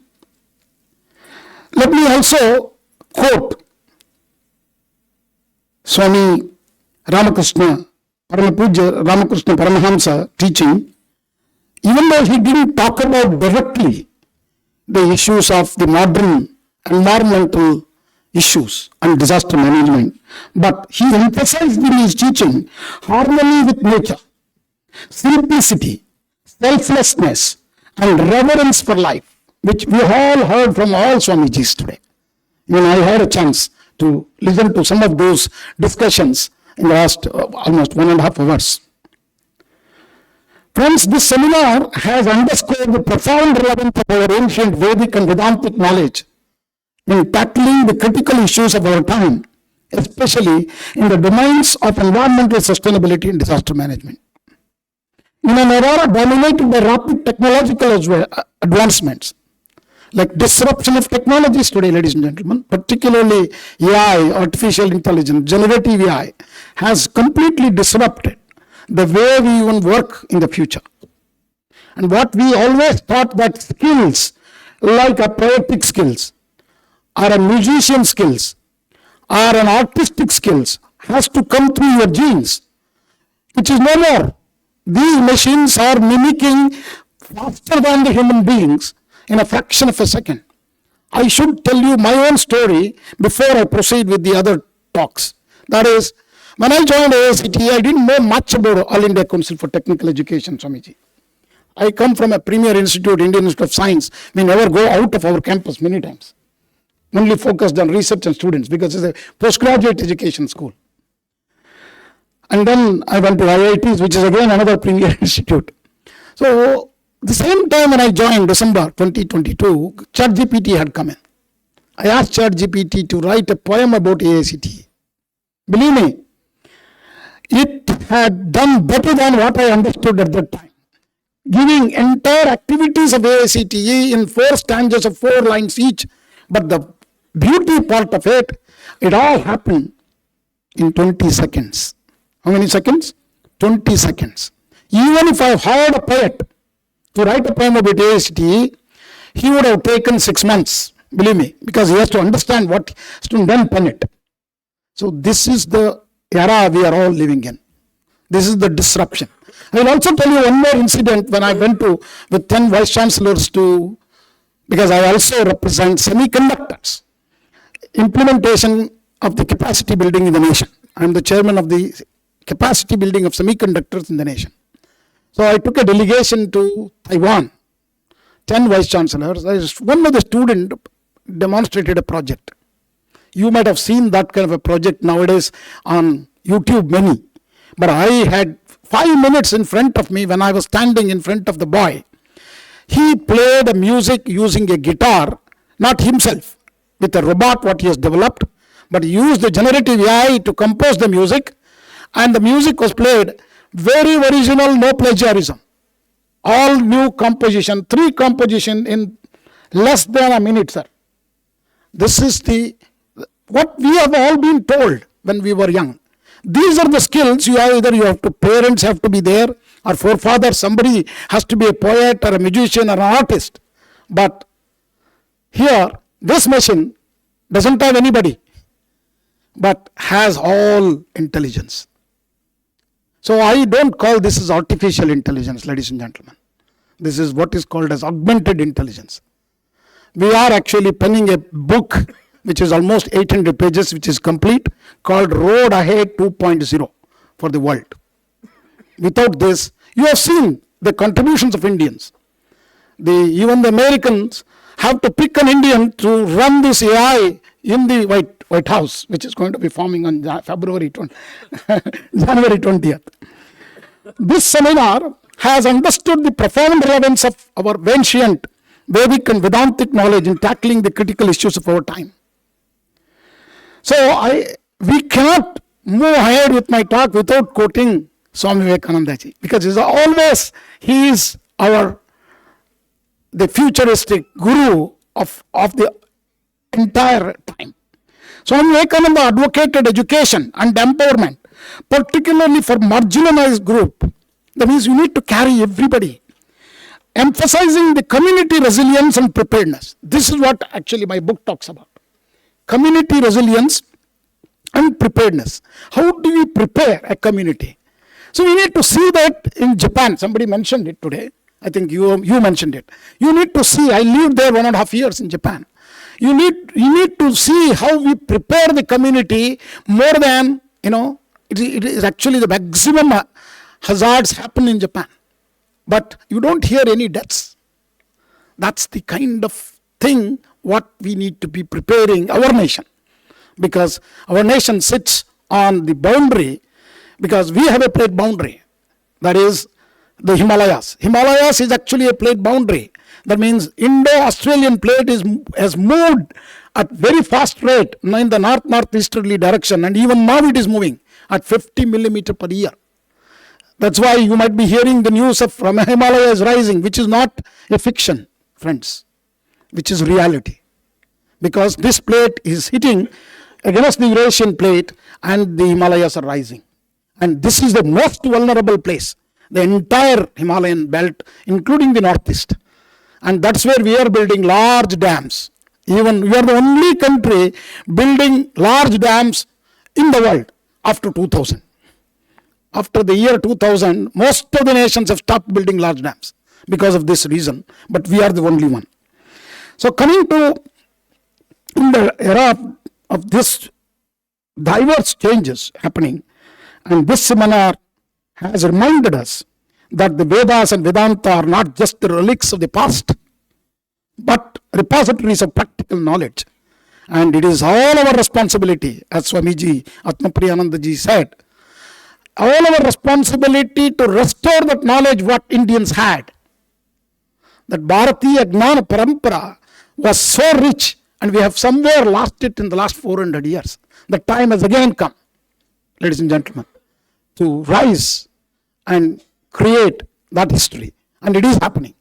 I will talk about at the end of my talk the Vikasit Bharat 2047, which is no more a dream, ladies and gentlemen. Veda-Vedanta with contemporary concerns like climate change, environmental degradation, disaster management, is all the concepts which are very critical. These ancient systems offer insights that are holistic and deeply intertwined with nature, perspectives of that modern science, despite its advancement, often lacks.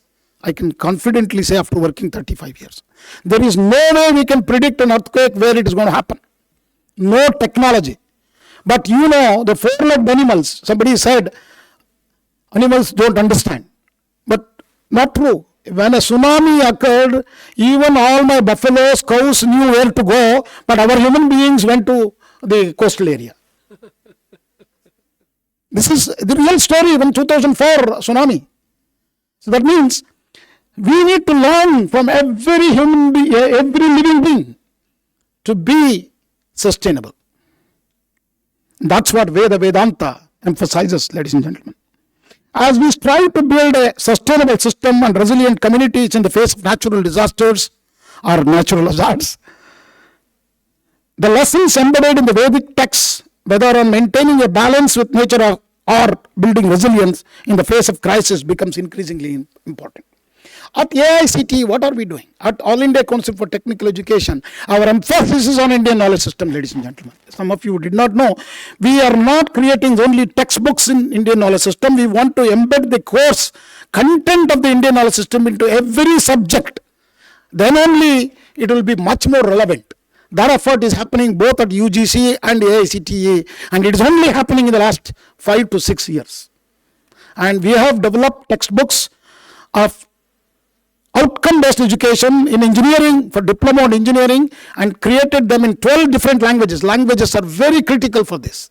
So I urge every one of you in this hall, I know that Bengali people are very, fond of their language, and which is good, and it has to be continued in every language in India.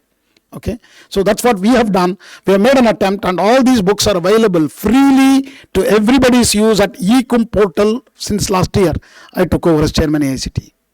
And these books are all, I want to tell you, it is called eCumbh. We have created, it is completely free, and these are outcome-based textbooks, not run-of-the-mill books, which is there it's developed by professors of IITs and as per the model curriculum. I said model curriculum, watch out. We don't want to fix anything to anybody. We want to be a facilitator than a regulator. Even though AICT started as a regulator, we are a facilitator. We want to give more freedom to the institutions, the intellectuals, and the community. The Indian Knowledge System Division under the Ministry of Education has been at the forefront of the major initiative to integrate the vast and diverse knowledge of our ancient tradition into modern education and research frameworks.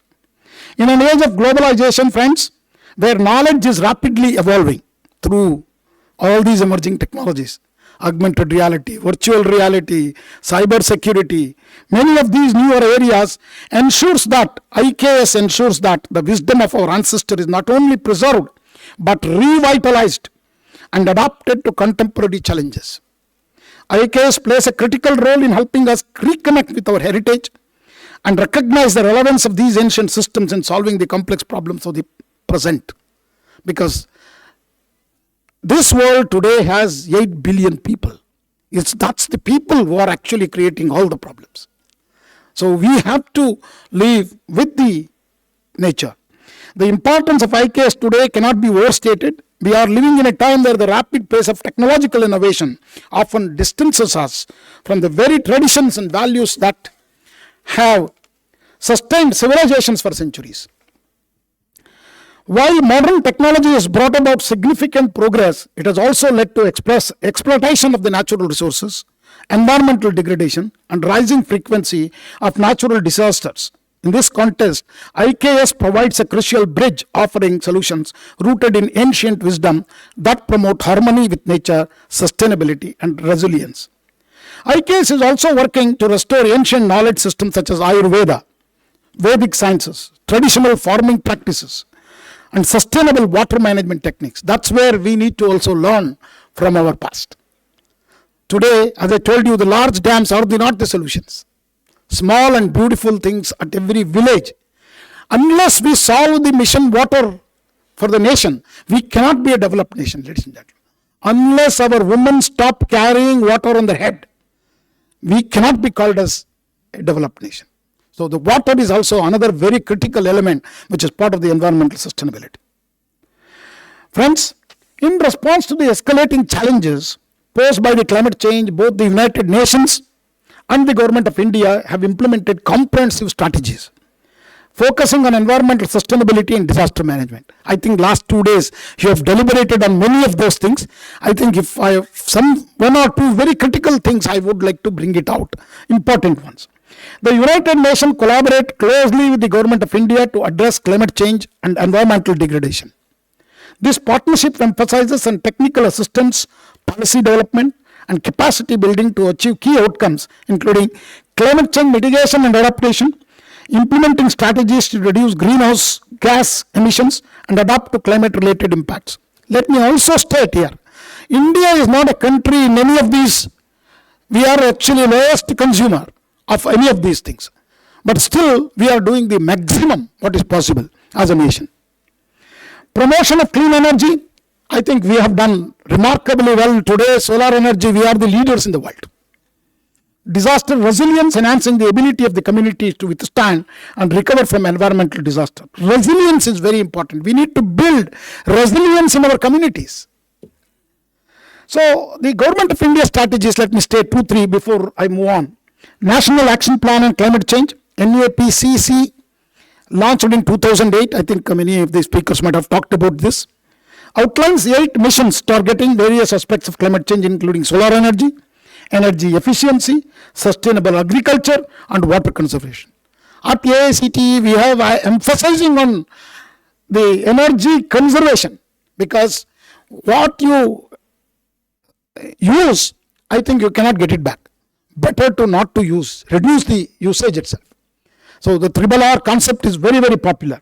The National Policy and Disaster Management, NPDM, this policy establishes an institutional framework of disaster management, emphasizing a shift from relief-centric approach. See, what we did in 2004, 2006, Honorable Secretary of the Government is also here. He knows. NDRF we have created in 2006 or 2008. So which is a post-earthquake or any hazard, handling. But I feel we need to prepare the community rather than post. So that is what we were successful in handling the cyclone storms, which is to hit every year religiously in the state of Odisha. Today, are you hearing any deaths? That means our community can be made resilient, that we have made in the case of the cyclones. But we need to do the similar thing in all other areas like landslides. But still, landslides are affecting us. Coalition for Disaster Resilient Infrastructure, CDRI, is another very unique document proposed by our Honorable Prime Minister Sri Narendra Modi ji. Look at the details at which he talks about. It's amazing. In 2016 and launched in 2019, the CDRI is an international partnership aimed at promoting the resilience of infrastructure systems to climate and disaster risks. At AICTE, we have signed to create net zero campuses. I request even the Vice Chancellor to take a look at our net zero campuses. That means it has to be done at every small level. So our educational institutions also should contribute to create the net zero effects in all our institutions. So recent development, I think you mentioned it, but you didn't elaborate it. I would like to elaborate that. That is the Supreme Court judgment. In 2024, friends, the Supreme Court of India recognized the right to be free from adverse impacts of climate change as a fundamental right. See, such a phenomenal, decision what has been given. It's a fundamental right to us. This landmark decision is expected to influence the future climate legislation in the country. This only happened in 2024. No other country has really thought about this. Additionally, innovative solutions are being explored to address climate challenges. For instance, biodegradable geotextiles. I'm not talking about the plastic, which is we are all talking many times. We adopt it for some time and then again we'll bring the water bottles on our desks. We forget many times. So, though these collaborative efforts and policy initiatives, the United Nations and the Government of India are striving to build a sustainable and resilient future in the face of climate change, but there is an urgent need for all of us individually to contribute to that. That is what Swami Atmapriyanand and many others highlighted today, that each one of us need to contribute, and then I think there is also emphasized on community resilience in this. Friends, Veda-Vedanta solutions to modern problems, let us just briefly touch upon before I conclude. The ancient wisdom embedded in Vedas and Vedanta offers solutions that are not merely theoretical, but actionable in the modern world. These texts emphasize the interconnectedness of all life and stress the need for balance and respect for nature. The concept of Vasudhaiva Kutumbakam, the world is one family, reminds us that our actions must respect the environment and all living beings, fostering the sustainable and harmonious coexistence. Some of you have witnessed G20 celebrations when India was leading the G20. Amazing, One Earth, One Future action plan was phenomenal. In the area of disaster management, Vedantic teachings emphasize inner strength and resilience, qualities that are vital during times of the crisis. Rather than merely focusing on the external aspects of disaster management, Dr. Vivekananda emphasized that in his points. Vedanta teaches us to build mental and spiritual resilience, preparing individuals and communities to face challenges with fortitude and adaptability. This approach goes beyond mere survival, friends. It is about creating systems that promote healing, renewal, and long-term recovery after disasters. It's a long process, actually. Many of us, you might have seen all these policies. Every time when a big earthquake hits us, after 10 years, not only people, even government forgets about these hazards. So that's what we are trying to do. Every earthquake, we bring out a change in our building bylaws, but we never implement it. And one such material which has created a havoc is the concrete. As a civil engineer, I should tell you, it's a very adaptable material, but at the same time, it's such a dangerous material also when you use it impractically and in many problems. Why I say that is, for example, we have built all our large dams using this material, concrete. Concrete only survives for 100 years. Whatever you do after that, you treatment, grouting and all that, it will become like a powder. All cementations is gone. So that means in 100 years, we started building our modern temples of India in 1962-63 with the dam which we built in Punjab. That is the largest dam. Bakranangal, and then Sardar Sarovar project we did, and then many such large projects. Another 100 years after that, where are our grandchildren or grandchildren are going to drink water from? We have to think about it, because we have killed our own lakes, tanks, which are in our small villages and towns. So we need to do more on that restoration at a smaller scale level, which are beautiful. In terms of environmental sustainability, the Vedas present nature as sacred, and the human being is viewed as an integral part of the natural world, rather than separate from it. The ancient texts guide us towards sustainable practices such as water conservation, forest protection, harmonious living with the natural cycles of the earth. These teachings align perfectly with the modern day goals of sustainable development, climate action, and disaster risk management. And this is what I liked about this particular conference. When I actually told Dr. Priyanandaji I did not have time to travel, but when I saw the content of that, I said I will come on my own. So I have to tell you, I have personally come on my own to see what we can share together. And recently, I would like to also tell you that Nalanda, what we are trying to rebuild the campus, which is a completely a greener and a beautiful, sustainable campus. So if you have not seen, please go and see that Nalanda University, which is being rebuilt, which is now completed and running very well. So we need to create those what we lost. The teachings of Prakriti, the nature, in Vedic philosophy provides us with the framework to understand the environment as a living entity, which we must coexist.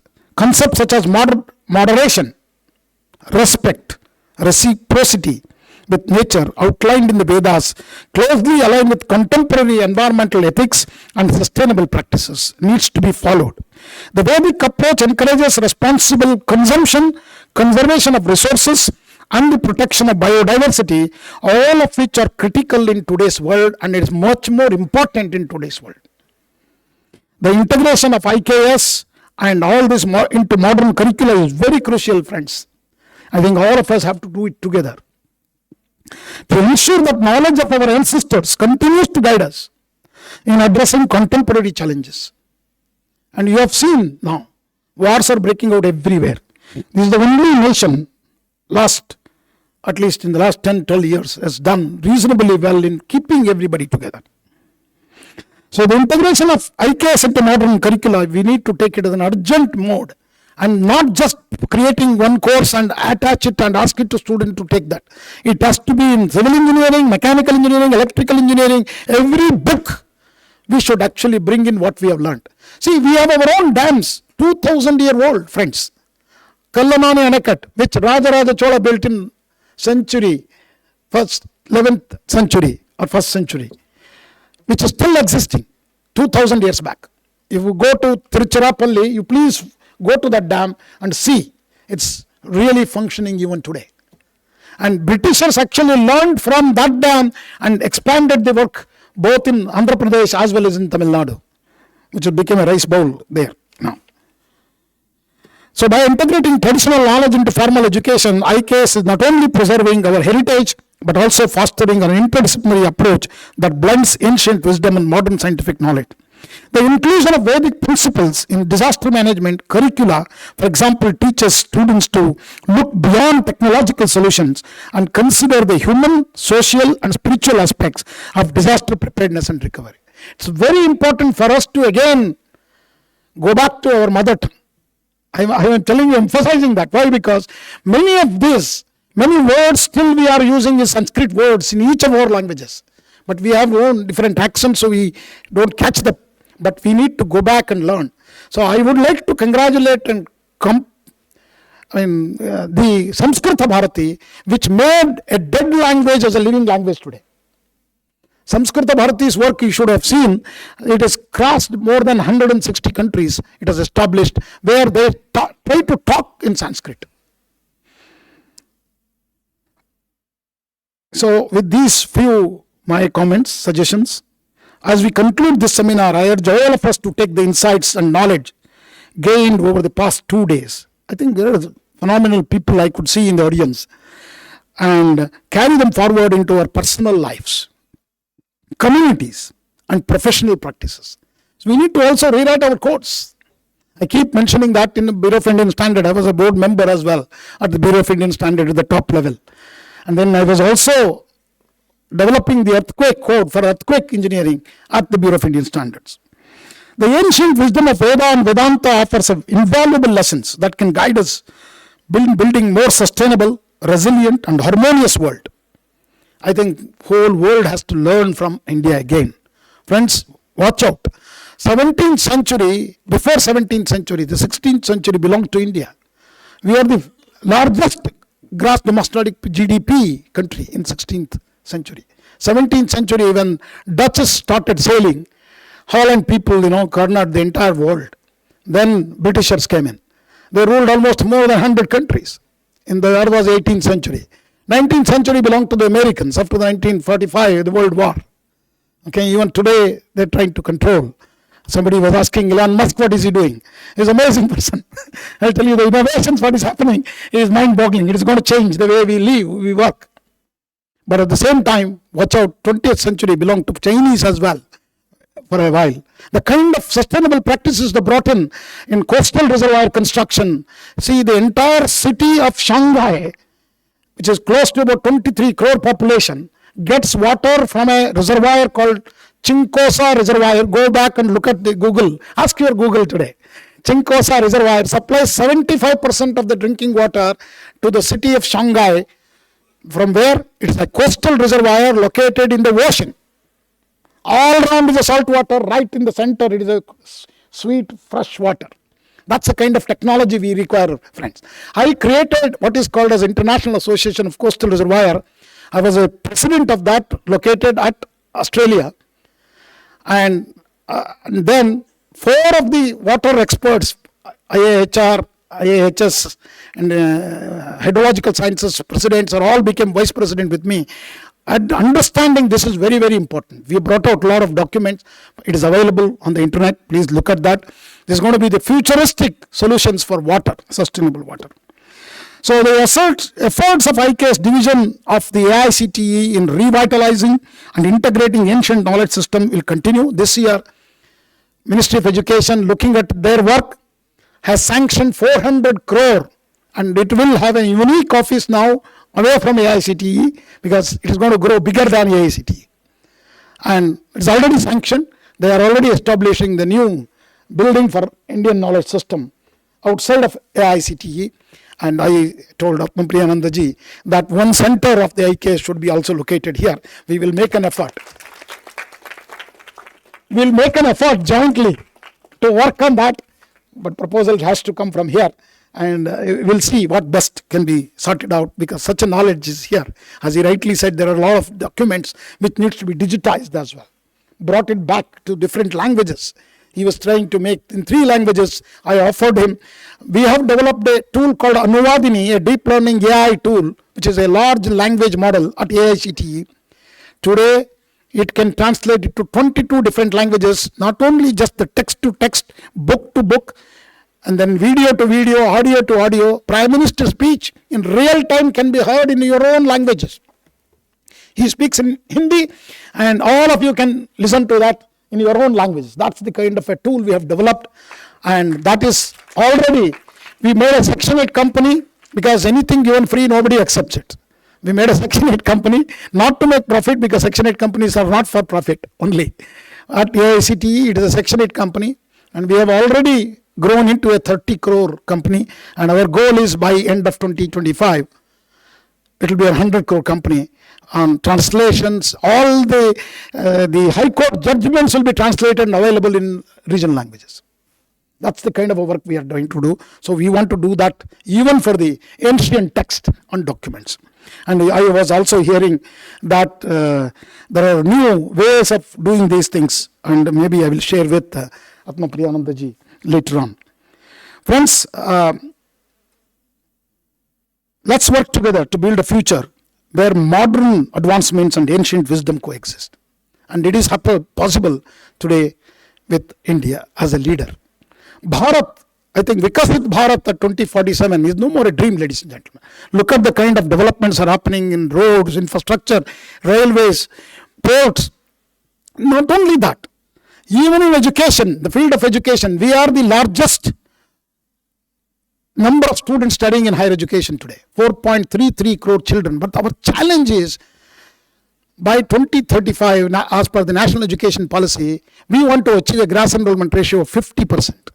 So let's look at how did we rise this gross enrollment ratio from the day we got independence. When we got independent, 1% of that population that day was only doing higher education, because the Britishers have told us, you are no good for higher education. You have seen when Swamiji, Swami Vivekananda guided Jamshedji to start the Indian Institute of Science in 1909, there is a lot of written documents for us. It is both available here as well as at Indian Institute of Science. So we have seen with such a great difficulty Indian Institute of Science was started.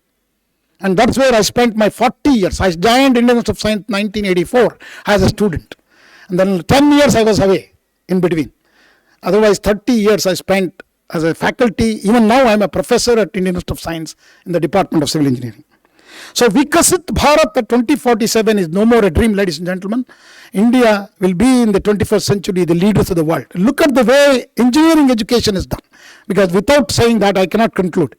Because AICTE today produces 1.5 million engineers every year, ladies and gentlemen.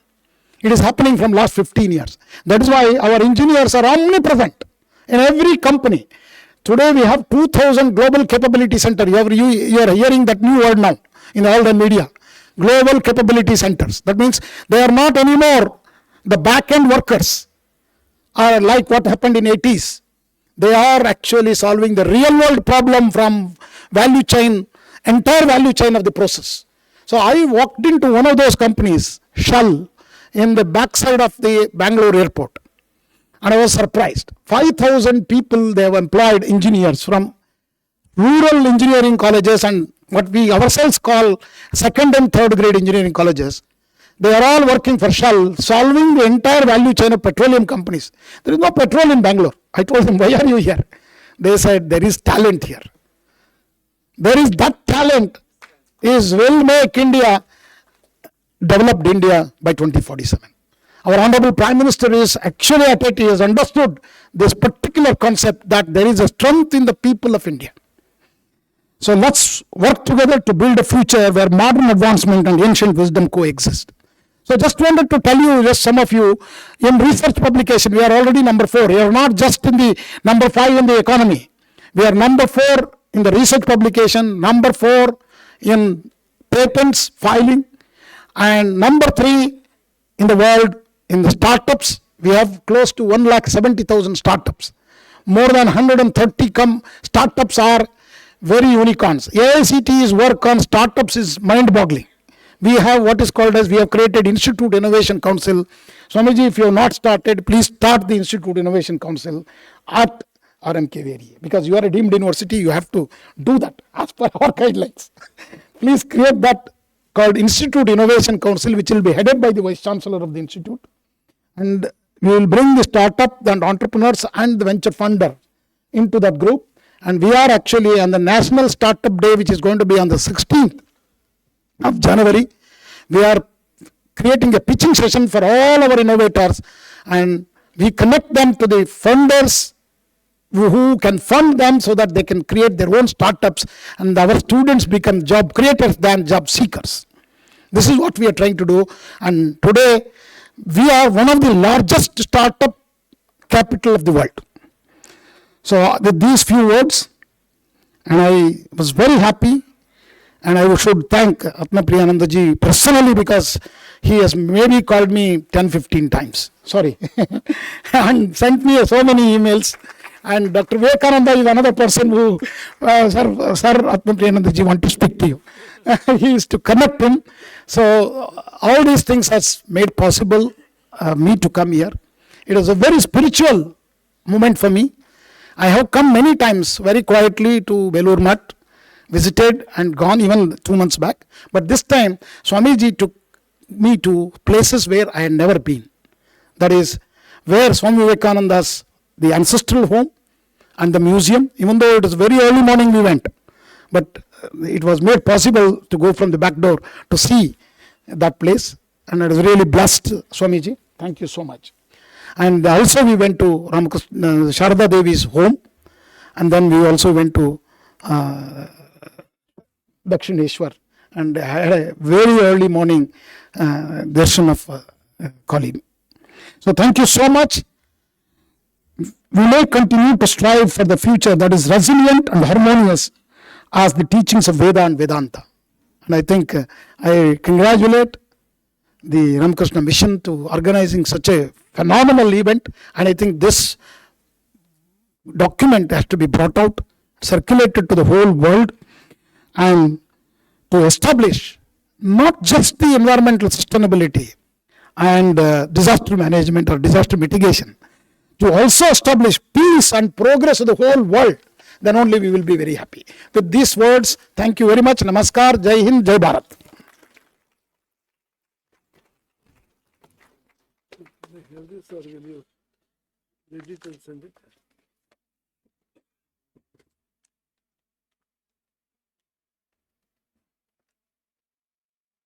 So if you permit me, I will just present this to the Chancellor. These are all the schemes and related way to be.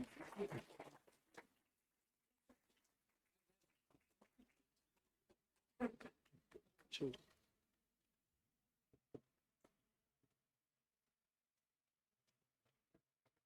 The new portfolio, everybody has given a consent. Thank you.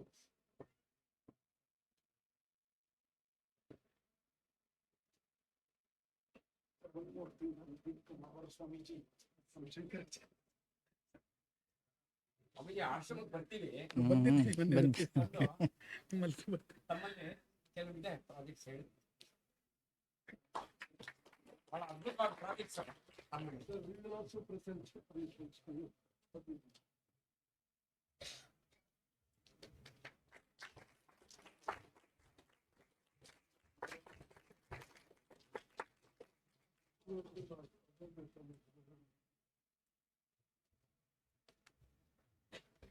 Sir.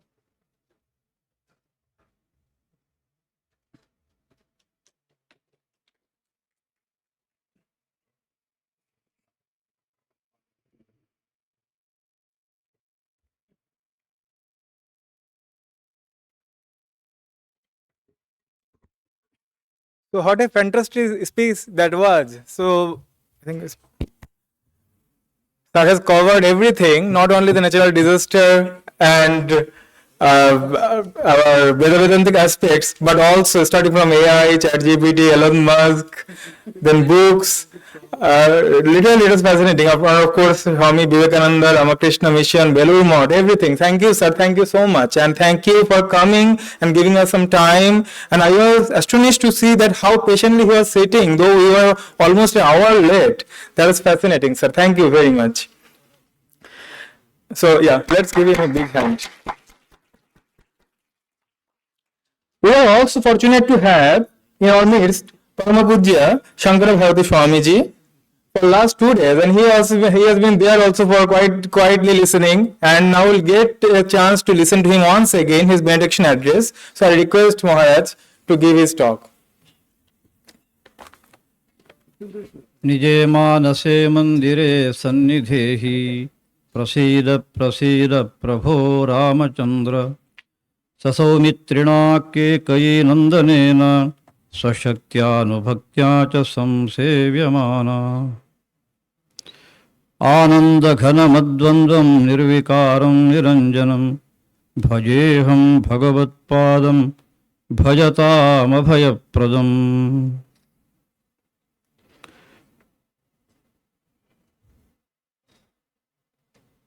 ह्यः आरभ्य प्रकृति विषये अथवा परिसर विषये अस्माभिः वेदोपनिषत् तथा आधुनिक विज्ञानम् एवं अधिकृत्य विचारः कृतः। अहं अत्यन्तं सन्तुष्टः। मदीयः अभिप्रायः अद्य पुनः शीघ्रं तथा संक्षिप्तमपि अहं वक्तुमिच्छामि। वेदस्य तथा वेदान्तस्य वैशिष्ट्यम् इदमस्ति, वस्तुनः विषये दृष्टिः।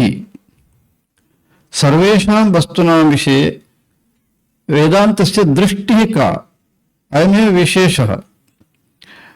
वेदस्य दृष्टिः का? अयं विशेषः अस्माभिः इदानीमेव अवलोकितः इति अहं चिन्तयामि। उदाहरणार्थं जलं। जलविषये वेदः कथयति भेषजम् इति कथयति शब्दः। वात आवातु भेषजं शुभं मयोभो एवं मन्त्रस्य आरम्भः भवति। अत्र अत्यन्तं स्पष्टरूपेण कथयति भेषजं वातः भेषजं भवति, औषधं भवति इत्यर्थः। इयं दृष्टिः वेदस्य न केवलम् एतावत् वेदः कथयति अस्माकं पापान् निवारयति, अस्माभिः दोषः यः क्रियते तस्य निवारणं वायुः करोति इत्यपि च वेदः कथयति।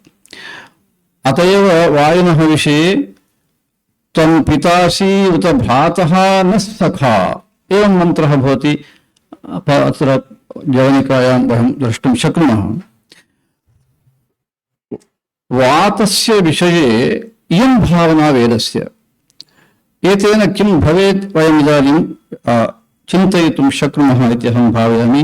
पुनः विस्तारम् अहं तु कर्तुं नेच्छामि। तथा प्रार्थना कथं भवति? प्रार्थना तु एवं क्रियते, आपः सर्वस्य भेषजस्तास्ते कृण्वन्तु भेषजम्। केवलं मह्यं न, सर्वान् उद्दिश्य भवान् औषधमेव ददातु, अथवा भवान् स्वयं औषधं भवतु, अयम् अभिप्रायः वेदस्य।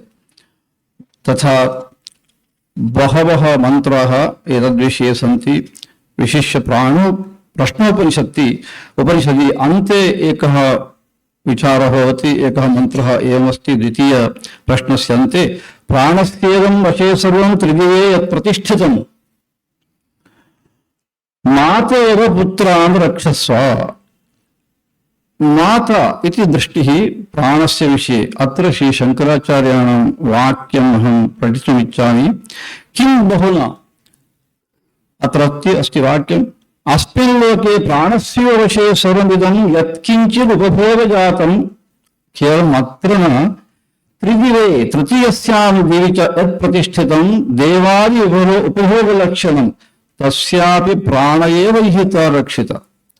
प्राणः केवलम् अस्मान् न रक्षति, दिवि देवलोके ये भवन्ति तेषामपि अयमेव प्राणः रक्षणं करोति इति भगवत्पादानां भाष्यम् अस्य मन्त्रस्य विषये।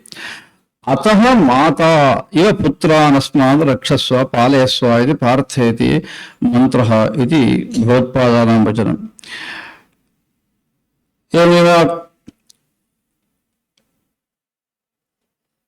अत्यन्तं प्रसिद्धः मन्त्रः आपोहिष्ठादि मन्त्रः। एवं कथयामि, भवन्तः अत्र द्रष्टुं शक्नुवन्ति। अत्र पश्यन्तु, जलमुद्दिश्य इदानीं प्रार्थना क्रियते।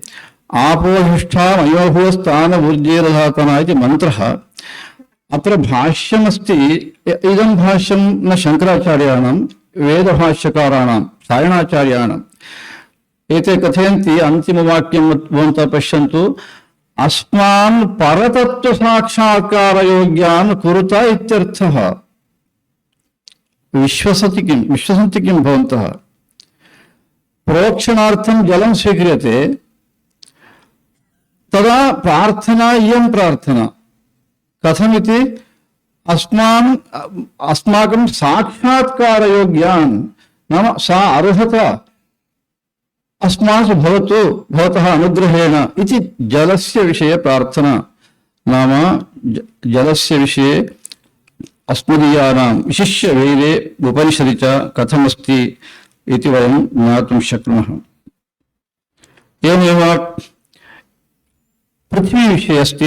इदानीं बहुधा अस्माभिः चिन्तितं, बहुवारम् अत्र मन्त्राः उल्लिखिताः। अथापि एकं मन्त्रम् अहं वक्तुम् इच्छामि। कारणं तस्य अधः यद् भाष्यमस्ति, भाष्यविषये कथयितुम् अहम् इच्छामि। पृथिवी शान्ता, साग्निना शान्ता, सामे शान्ता, शुचं शमयतु इति मन्त्रः। अस्य मन्त्रस्य अर्थं लिखन्ति सायणाचार्याः। या इयं पृथिवी देवता सा इयं शान्ता सर्वोपद्रव शमनयुक्ता। पृथिव्या विषये इयम् अभिप्रायः। नाम अस्माकं यानि कष्टानि भवन्ति तेषां सर्वेषां कष्टानां निवारणं करोति। तादृशं सामर्थ्यमस्ति, सामर्थ्ययुक्ता अस्ति इयं पृथिवी, इयं भूमिः। न केवलं स्वयमेव, अयमपि अत्यन्तं विशेषः। किन्तु अग्निना देवेन सह शान्ता, अग्निमपि योजयित्वा सा शान्ता अस्ति पृथिवी। इति प्रार्थना क्रियते पृथिव्याः विषये। येनमेव मार्गम् अनुसृत्य श्री शङ्करभगवत्पादाः अपि नदीस्तोत्राणि कृतवन्तः इति तु अस्माभिः न विस्मर्तव्यम्। बहुषु ग्रन्थेषु नदीस्तोत्रं वयं न पश्यामः, वेदे पश्यामः। गंगा विषये भवति, सरस्वती विषये भवति, यमुना विषये भवति, इमं मे गंगे यमुने इत्यादयः मन्त्राः सन्ति।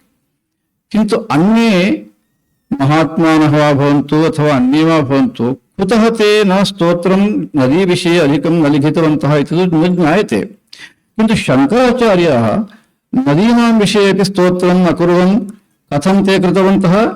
नर्मदा विषये ते यमुना विषये कथयन्ति, जलावगाहिनामृणां भवाब्धि सिन्धुपारदा धुनोतु नो मनोमलं कलिन्दनन्दिनी सदा। इयं प्रार्थना। अस्य तात्पर्यमस्ति, यमुनायां यः मज्जनं करोति स्नानार्थं, तस्य भवसागरस्य नाम संसारस्य पारं दर्शयति यमुना। तादृशीं यमुनां श्रीशङ्कराचार्यः धुनोतु नो मनोमलं। वास्तुगत्या बाह्य शौचार्थं वयं स्नानं कुर्मः, किन्तु यमुनायाः गङ्गायाः एतादृश्याः नद्याः भवन्ति, एतासां सामर्थ्यं किमित्युक्ते मनसः अपि मलं दूरीकर्तुम् एताः समर्थाः भवन्ति इति प्रार्थना। वैदिकप्रार्थना एव अस्य आधारः, अस्य अवलम्बनम्। अत्र न सन्देहः। एवं गङ्गाष्टकविषये तदुत्सङ्गे गङ्गे पतति यदि कायस्तनुभृतां तदा मात शातक्रतवपदलाभोऽप्यति लघु इति गङ्गाष्टके। इन्द्रपदवी अपि तदा न इच्छति, तद् अत्यन्तं लघु भवति इति कथयन्ति श्रीशङ्करभगवत्पादः। यमुनाष्टके कथयन्ति, तव पद पंकजमाश्रित मानव चित्त सदाखिलतापहरे। इयं प्रार्थना। हे यमुने, भवत्याः पदतले यः स्नानं करोति अथवा निमज्जनं करोति, तस्य चित्तस्य मलं दूरीकरोति, तादृशी भवती अस्ति। अत एव अहं वदामि, जय जय जय यमुने जय भीतिनिवारिणि सङ्कटनाशिनि पावय माम्। अयं शब्दः अत्यन्तम् अस्माभिः अवधेयः। पावय मां पवित्रीकुरु इत्यर्थः। यमुना विषये प्रार्थना भगवत्पादेषु। भगवत्पादः उपनिषद्भाष्येऽपि एवं लिखन्ति। छान्दोग्योपनिषत् उदाहरणार्थम् अहं दर्शयिष्यामि। नारद सनत्कुमारयोः संवादसन्दर्भे आगच्छति, तत्र भूमाविद्या उपदेशः भवति। तदा अन्नादपि भूयः भवति आपः इति मन्त्रः भवति। तस्य अर्थविवरणसन्दर्भे भगवत्पादाः आपो वा अन्नाद् भूयस्य अन्नकारणत्वात्, अन्नस्य कारणं भवति जलम्। भगवत्पादाः कथयन्ति, यस्मादेवं तस्मात् यदा यस्मिन् काले सुवृष्टिः सस्यहिता शोभनावृष्टिः न भवति तदा याधीयन्ते प्राणाः दुःखिनः भवन्ति। कीदृशं वाक्यम् अत्र दृश्यते इति पश्यन्तु भवन्तः भाष्ये। भगवत्पादाः कथयन्ति, अकस्मात् नदी वृष्टिः न भवति चेत् किं भवेत्? अन्नं तु न भवति। अन्नं न भवति किं भवति? अस्माकं सर्वेषां दुःखं भवत्येव, प्राणिनां दुःखं भवत्येव। तस्य विवरणमिच्छन्ति। किं निमित्तमिति आह श्रुतिरेव कथयति, अन्नम् अस्मिन् संवत्सरे न कनीयः, अल्पतरं भविष्यति इति। अस्मिन् संवत्सरे वृष्टिः नागता, अतः अन्नमपि अत्यन्तम् अल्पं भवति, अयो कष्टं भवति इति सर्वे दुःखिनः भवन्ति। अतः पुनः यदा सुवृष्टिः भवति तदा आनन्दिनः सुखिनः हृष्टाः प्राणाः प्राणिनः भवन्ति, अन्नं बहु प्रभूतं भविष्यति इति भाष्यकाराणां वाक्यम्। एतेन अस्माभिः ज्ञायते एन्वैरन्मेण्ट् विषये अस्माकं सर्वेषां दृष्टिः का आसीत् इति तु स्पष्टं भवति। किन्तु ह्यः अपि उल्लेखः कृतः, स्वामिनः जपसिद्धानन्दाः अपि तद्विषये उक्तवन्तः। अहमपि एकां गाथां स्मारयामि। अस्माकं शास्त्रस्य विशेषः तत्र विषयः अथवा अवधानं कुत्र इत्युक्ते प्रक्षालनात् हि पङ्कस्य दूरारस्पर्शनं वरम् इति गाथा प्रायः सर्वे श्रुतवन्तः इति मन्ये। पङ्कः यः भवति मालिन्यं तस्य स्पर्शनं कृत्वा अनन्तरं वस्त्रम् आनय इति वस्त्रम् आनय तस्य प्रक्षालनं कृत्वा मार्जनं सर्वम् अन्यः प्रकारः।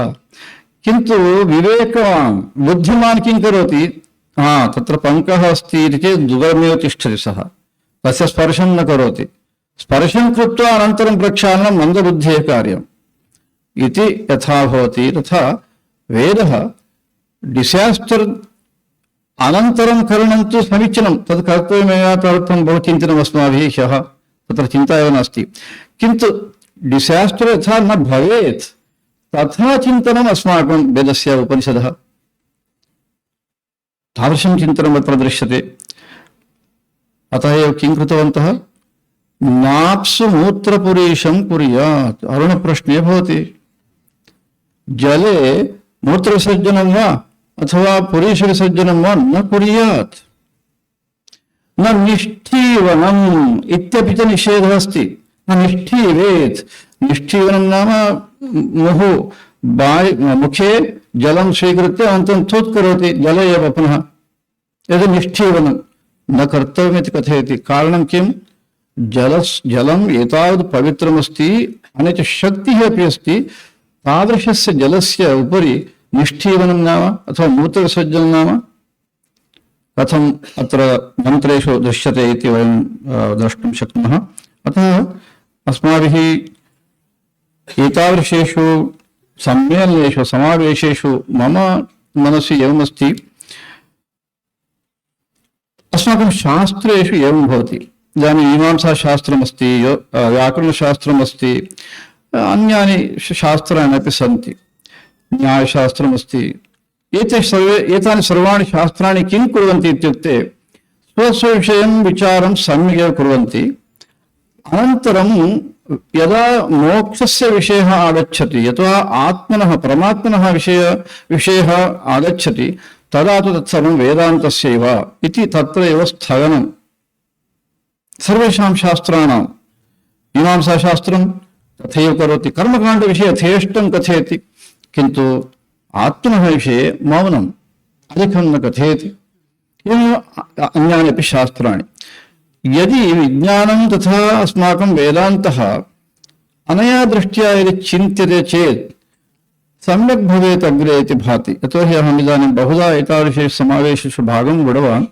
वेदान्तस्य विज्ञानस्य अत्यन्तं सामीप्यमस्ति बहुषु स्थलेषु, किन्तु आत्मनः विषये यदा भवति, यतो वाचो निवर्तन्ते इत्यादीनि वाक्यानि यदा भवन्ति, तदा तु विज्ञानद्वारा अस्माभिः आत्मनविषये विचारः क्रियते चेत् परिपूर्णं भवेत् इति वक्तुं न शक्यते।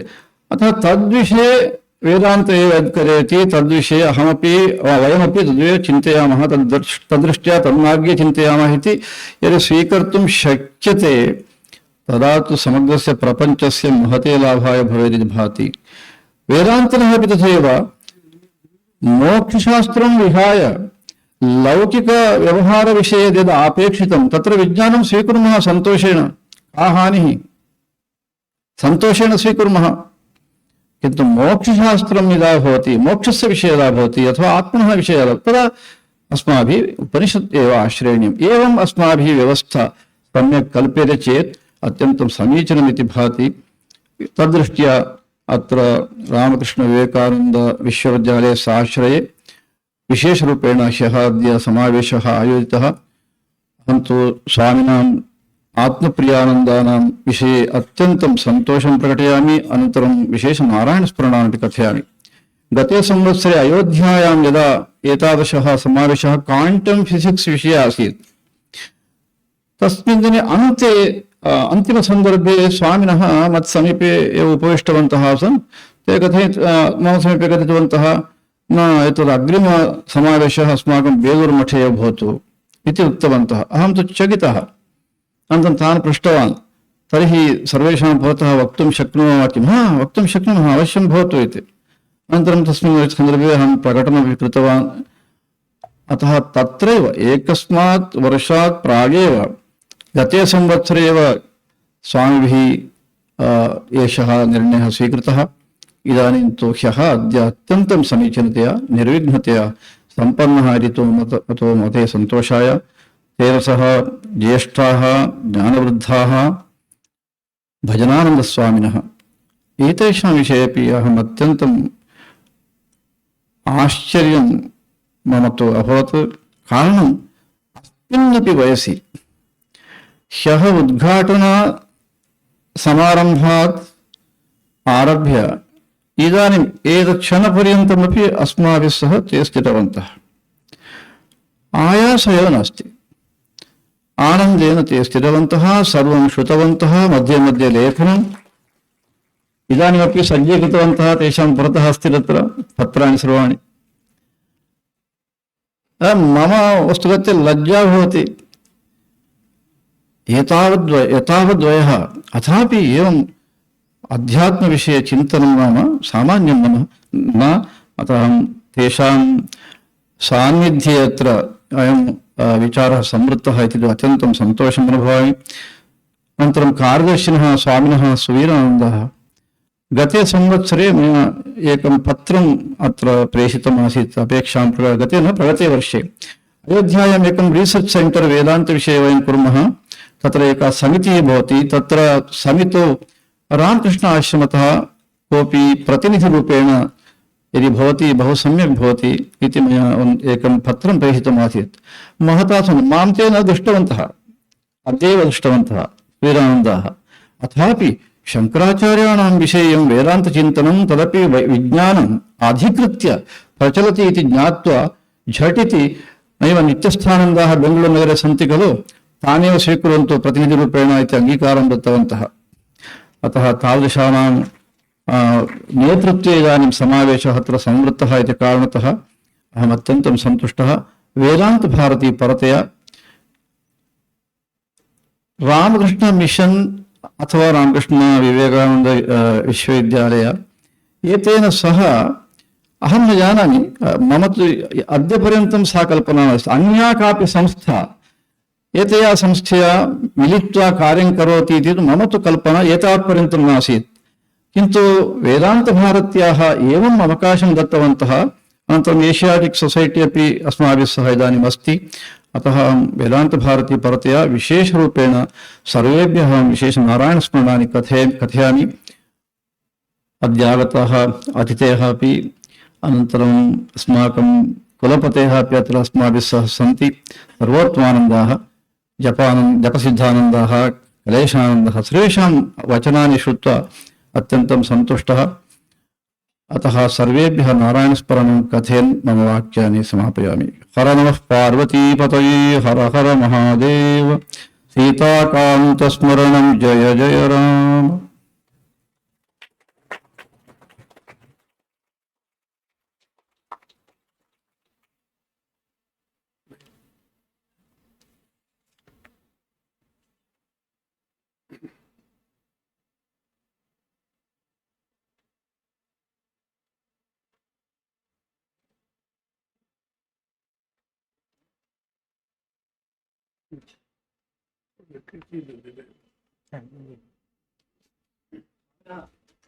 नागानन्दाः वेदान्तभारती विश्वस्ताः सुप्रीं कोर्ट् अड्वकेट् सन्ति। साई सत्यसाई संस्था अस्ति, वैट् फील्ड् पुट्टपर्ति अस्ति, तत्र ट्रस्टी अपि ते सन्ति। एस् नागानन्दाः ज्येष्ठाः न्यायवादिनः, सुप्रीं कोर्ट् न्यायवादिनः, अस्माकं वेदान्तभारती ट्रस्टी अपि सन्ति। सत्यसाई संस्थायां मुख्य विश्वस्ताः सन्ति। डॉक्टर रविशंकर महोदयः सोपि अस्माकं विश्वस्तः ट्रस्टी अस्ति। स्वामिनां सुवीरानन्दजीनां गौरवं समर्पयति। आत्मप्रियानन्दः अस्माकं वेदान्तभारत्याः निर्देशकः श्रीधर हेगडे महोदयः विद्वान्।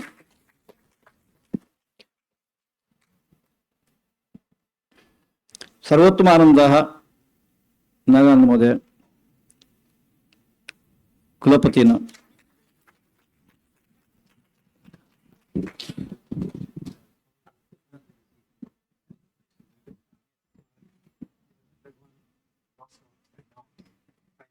It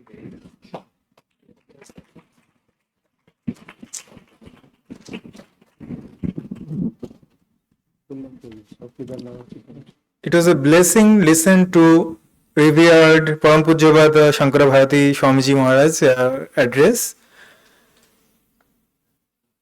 Now we'll move to our next benediction address that will be delivered by Param Pujyapad Swami Bhajanananda Ji Maharaj. I request him to give his benediction address.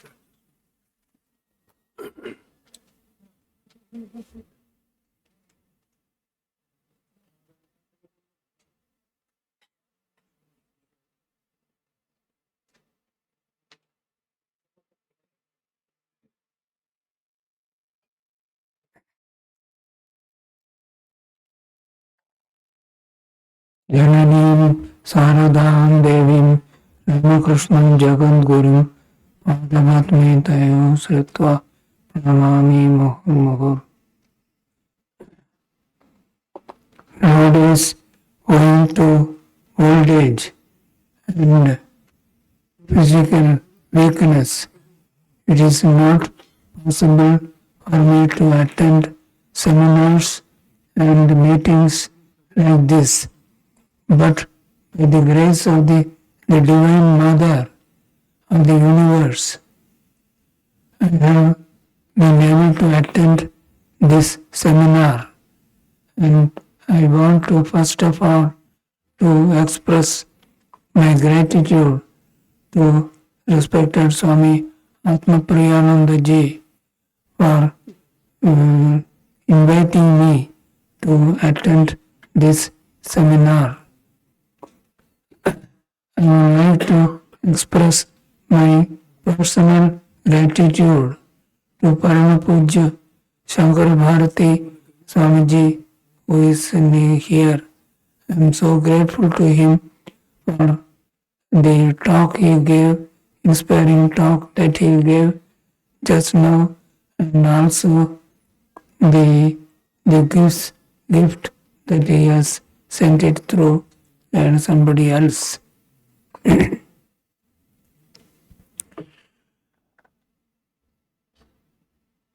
The last but not the least, I would like to express my gratitude to Swami Vivekananda Ji Maharaj, who is our General Secretary. Maharaj has been living with the tribals and at our Alang Center in Arunachal Pradesh for many years before he became the General Secretary of the order. He was in charge of the tribal children in our center at Alang. And now also Maharaj, before he left Alang, he made such a big endowment for the students there. They could get their lunch and food free of cost. He made the arrangement before he left Alang. So he is an extraordinarily capable person in many respects, and I repay my respect to him. I got a lot of benefit by listening to the various lectures given by the participants. In the first place, there was the disaster talk on disaster management by one Mr. What is his name? This it is. I think his name was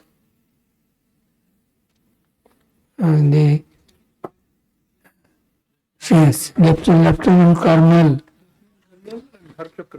Yes, Lieutenant Colonel Anant Sinha, and the PG Dhar Chakravarti. There, especially Anant Sinha, Colonel Anant Sinha, what he said is still worth repeating. And he said about the disaster management, we tend to think the disaster management is something happening somewhere else, somebody else.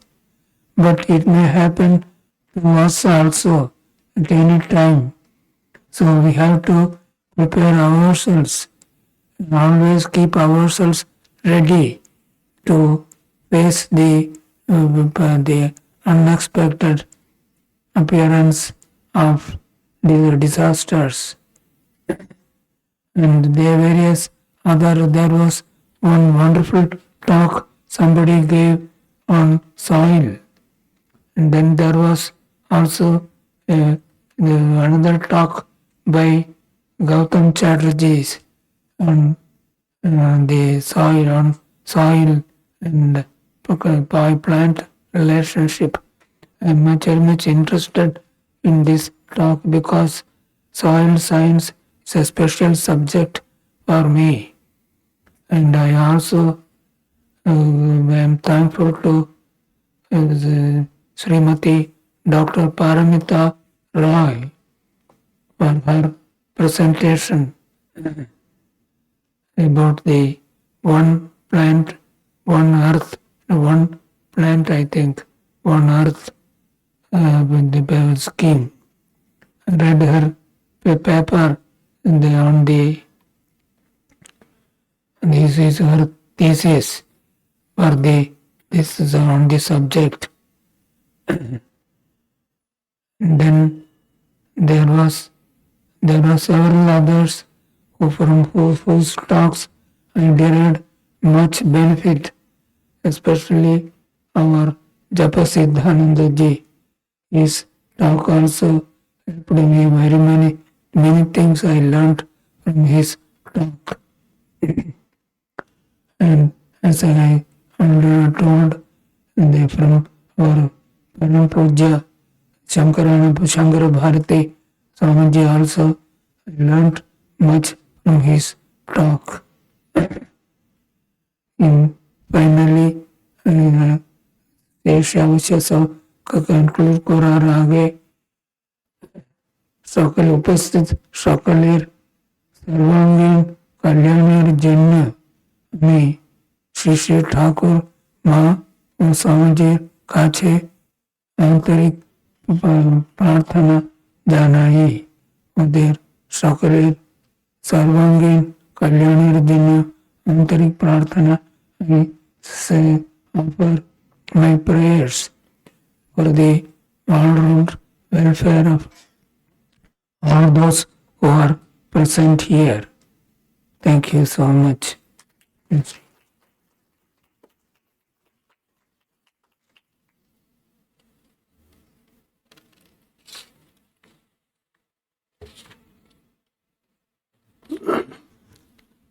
Our revered Chancellor, Swami Vivekananda, will now speak. He's just coming from the washroom. Swami Vivekananda ji has been the General Secretary of the Ramakrishna Mutt and the Ramakrishna Mission for about 8 years now. And he has been in the field of education for a very long time. He was the headmaster of the school at Howrah, where there's a boys' home, an orphanage. Very successfully he ran that. He is an extremely good administrator. And he served, as Revered Bhajananda Maharaj just now said, at the Along Center in Arunachal Pradesh, in the tribal area. Swami Gautamananda ji, our Param Pujya Shankhadeksha Maharaj now, he was the secretary, and Swami Vivekananda was the principal and the headmaster of the school there. For a very long time he served there. Then he also served at the Devghar school. All of you know in Devghar we have a very fine school of very high standard, and he also successfully served there for a long time. Thereafter he came to the headquarters of the Ramakrishna Mutt and the Ramakrishna Mission at the Belur Mutt, where he served as Assistant Secretary, now called Assistant General Secretary, for about 10 years. When Swami Prabhanandaji was the General Secretary, he was assistant to him. Thereafter, when Swami Suhitanandaji, present Vice President, took charge as General Secretary at that time, he served under him also. And when the university came up in 2005, through a gazetted notification, the late Revered Swami Smarananandaji was the Vice Chancellor, and Holy Mother Sharada Devi's 150th birth celebration was going on at Belur Mutt. And tsunami struck in a huge way, and Swami Ranganathanandaji, who was the Sangha Adhyaksha at that time, was critically ill. So all put together, this people said, well, suddenly the university has come up, how are we going to tackle it? But most interestingly, Swami Ranganathanandaji was so enthusiastic when the discussion about the trustees and whether we should go for it, whether we'll be able to manage it. Ramakrishna Mission always hesitantly takes a step because they always are concerned about sustainability. Starting a project is not very difficult, but running it is not easy. Ramakrishna, this spiritual organization called the Ramakrishna Mission or Ramakrishna Mutt, is the only organization which has been unintermittently running journals. In English, there are 2 journals, and one in Bengali, the Udbodhan, for 126 years, non-stop. So the Ramakrishna Mission always worries about sustainability, whether we will be able to sustain or not. Suddenly the university has come up, and most surprisingly, within 3 weeks, the government of India issued the gazetted notification. Naturally, everybody was not scared, but concerned whether we will be able to do it. So I had the privilege of serving this university for 15 years. Through ups and downs, the initial hiccups, of any project. We are fumbling, we are struggling, but still the great grace of Mother was particularly there. I always imagine the 150th birth celebration was going on. Mother must have told Sri Ramakrishna, because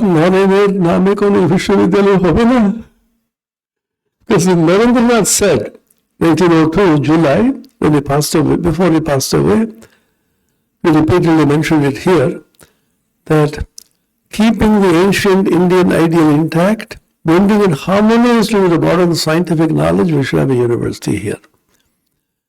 So at that time, Swami Smaranandaji came up with a brilliant idea that the General Secretary of the Ramakrishna Mutt and the Ramakrishna Mission should be made ex officio Chancellor of this university, because he told me, not because I am the General Secretary now, I may not be after some time, but there are so many off-campus centers. We have one in Ranchi in Jharkhand, devoted to integrated rural and tribal development and management.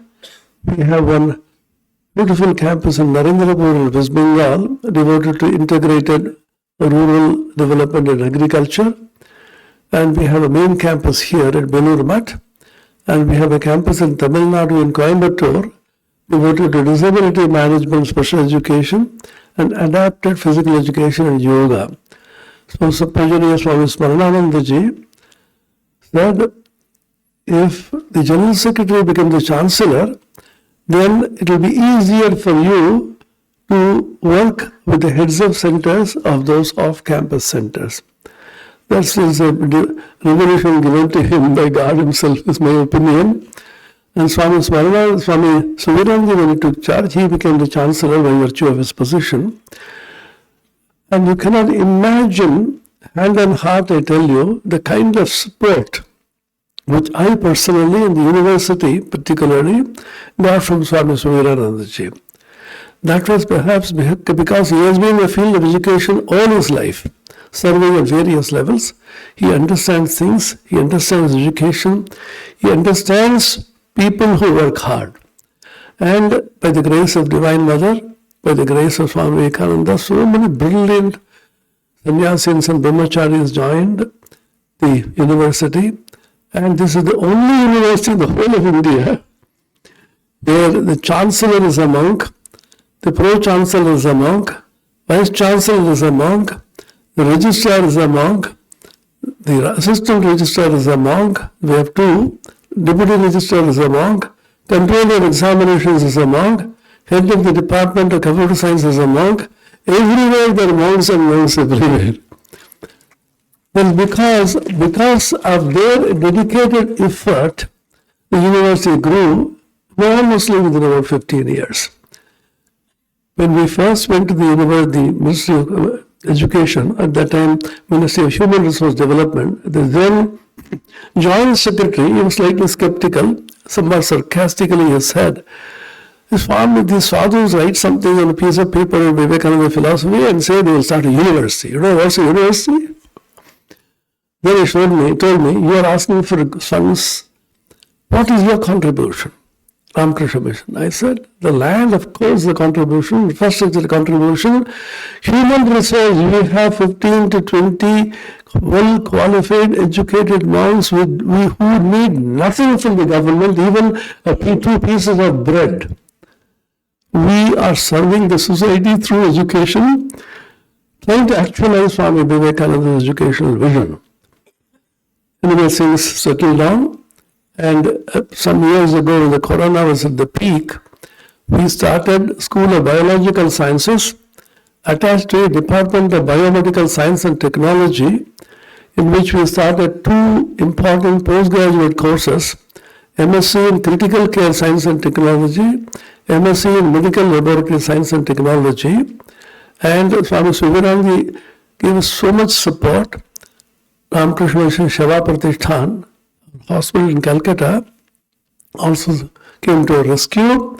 We could take a lot of space and the chance to work there because they have huge laboratories. We can get samples from there. Everything by grace of Swamiji going in the exceptionally right way. So I don't want to embarrass Swami Vivekananda by talking too much about him. He always embarrasses me by talking about me. So he'll continue to support definitely. Even our Sanskrit project is so much interest. Every project of the university takes personal interest. You know, I also talk a little too much. All of you know this. I go on naggingly telling everybody. So as Professor Sitaraman very beautifully said, he keeps on calling and telling him. So I am very notorious in the government and UGC circles of constantly persuading, which is the euphemism for constantly nagging people. Otherwise things don't work. So with this brief introduction, we respectfully request Swami Vivekananda ji, our Chancellor, to give his concluding remarks for this conference.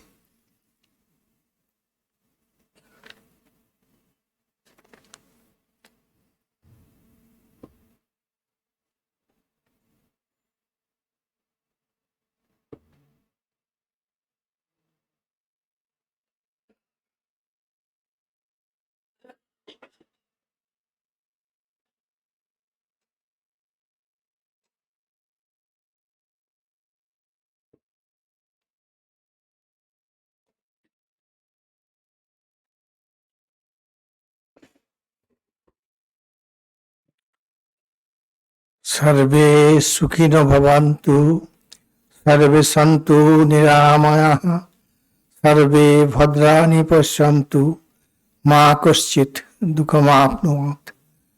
Let all be happy, let all be free from ailments, let all be blessed with the vision of truth, beauty and goodness, let misery touch none.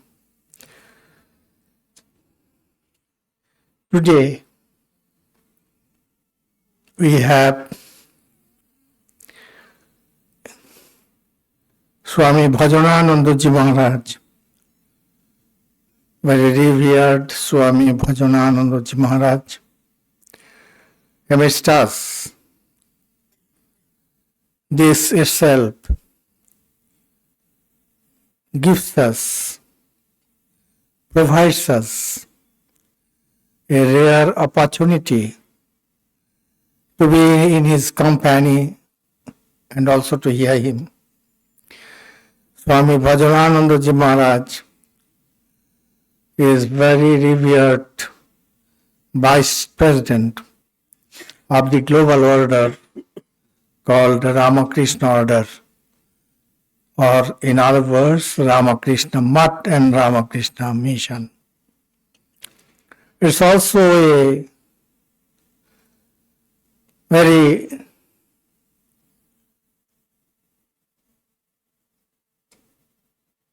pleasant an incident that we have another spiritual maestro amongst us today in the person of Shankara Bharati Swamiji from Mysuru. We have one of the top academicians of our country on the dais, and I hardly need to mention the name, you all understand it. Professor P.G. Sitaraman. He is the Honorable Chairman, All India Council for Technical Education under Ministry of Education, Government of India. And our illustrious Pro-Chancellor present here on the dais, Swami Atmapriyanandaji. He is the person who is responsible, or in other words, has been chosen by Swamiji Maharaj as his instrument in shaping up this university. It's more than 15 years now that he has been nurturing the plant, and the small plant that was planted 16 years back is certainly very fast moving towards youth. It has made a niche for itself by its academic and otherwise performance. Couple of years back, in the All India ranking of universities, well, it's very pleasing that the university which started its journey more than 100 years back now in Bengaluru,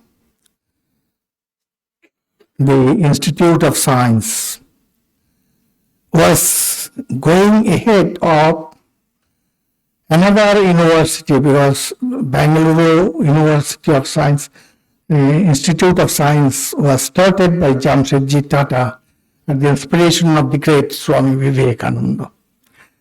And another dream coming true, Vivekananda's dream, as our Pro-Chancellor has told minutes back, that is in the form of R.K. Berry. And Swamiji's, the Institute of Science in Bengaluru, even Tata wanted Swamiji to become its first director. Of course, Swamiji didn't accept his offer. And Swamiji's pet dream, the fruition of his dream, expressed by him to one of his brother disciples,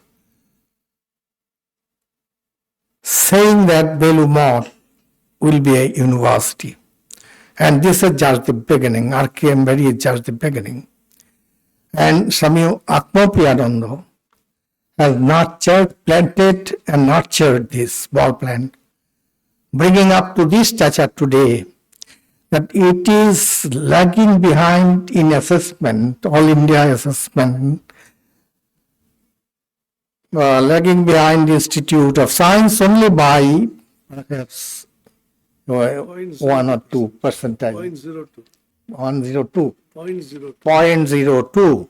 It is just behind a youth of 15 to 16 years is just behind an old man of 100, more than century now, more than 100 years. So this youth, this teenager, I should say, of 15 or 16 years, it is just behind this grand old man of Bengaluru only by 0.02, which is why I always feel that Swami Atmapriyananda ji is a specially blessed person by Swamiji Maharaj. My all appreciation to him, and also our Vice Chancellor, an outstanding scholar in his own right, Sarvottomananda ji, and then of course the very learned people sitting in front of me of the dais. I would like to convey my regards to all of you, and it is extremely rejoicing that all of you are here for last 2 days in the precinct, holy precinct of Belur Math, where we feel that there is special presence of Sri Ramakrishna guiding the humanity all over the world. And also Swamiji Maharaj walked on this land, Swamiji lived in this land, Swamiji breathed in this land, Swamiji breathed his last on this land. And then Mother came many times here. So this is a wonderful land, the land which will throw light to the entire humanity for at least next 1500 years. I am quoting Swamiji himself. Which is why this is a very rejoicing, very pleasant thing that we could get an opportunity to be here during last 2 days. And when you go, I am absolutely sure that you will go with blessings of this spiritual trio. And then our subject, as we find is, we find that ancient Vedantic solutions to the modern problems of environment and disaster management. So it's a very, very special subject, but from a holistic point of view, if we look at this, we can certainly see or try to find out the area where Swamiji has spoken a volume on this. I will, in the process, try to narrate a very, very ordinary incident of which happened in our order, maybe almost 90 years back. I do not know, in the educational realm of this movement, Ramakrishna Vivekananda movement, one shining star is Swami Nirvedananda ji. Those who are from Kolkata or from Bengal, I am sure many of them know or heard about him. Now the interesting thing that happened was that Nirvedananda ji was a very great scholar in science. Nirvedananda ji used to stop in his class, and where, the scientist Meghnad Shah, you must have heard his name, Meghnad Shah, very, very, very famous scientist he is. In his name, Shah Institute of Nuclear Physics we have in Kolkata, which is a Government of India institution. Now, this Meghnad Saha used to stand second in the class. And this Nirvedanandaji, I will not try to tell his monastic name, he one fine morning walked out to Ramakrishna Mission and joined. And he started an institution, Ramakrishna Mission Students from Kolkata, located in Belgaria, then located in Kolkata itself, in a rented house. Meghnad Saha was torn asunder. He couldn't accept this situation, that a scientist, a very promising scientist of our country, of the rank of Meghnad Saha, Satyam Bose and so on. And this fellow has got somehow mesmerized, and he has walked out to Ramakrishna Mission and joined to live the life of a recluse. One day, Meghnad Saha came to meet his friend, and he was anguished at this. And there, those days Calcutta was not as crowded as it is today. So a lot of lands are there, here and there. It was a coincidence that one farmer was tilling the land just,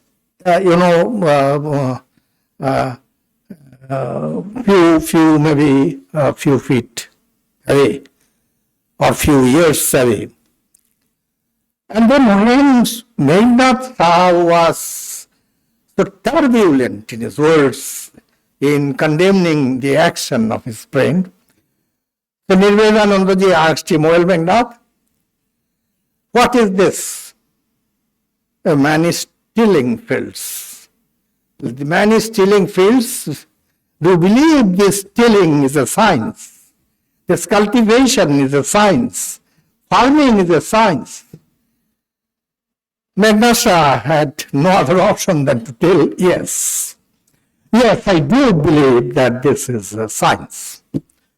Now the next question Nirvedanandaji was faced by Meghnad Saha, that why do you ask this question? Why do you say that this is a science? Then Meghnad Saha told, because this is verifiable. If we go in the chemistry or physics or any other laboratory, you can do experiment and you can verify and you can reach at the truth, which is why we call this is the science. Now what has happened, Nirvedanandaji told that yes, there is a greater laboratory, final laboratory here in the spiritual heart. And the spiritual heart is in every man and woman. You go to that laboratory, you try to find out the reagents and chemicals there, put together, and you will certainly have the results. Have you, Meghnad, ever thought of going into this, entering into this laboratory? You must do it, and you will get the results. And we all know Nirvedanandaji lived the life. A man who thought on education, especially the educational movement of Ramakrishna order, perhaps maximum after Ramakrishna's disciples.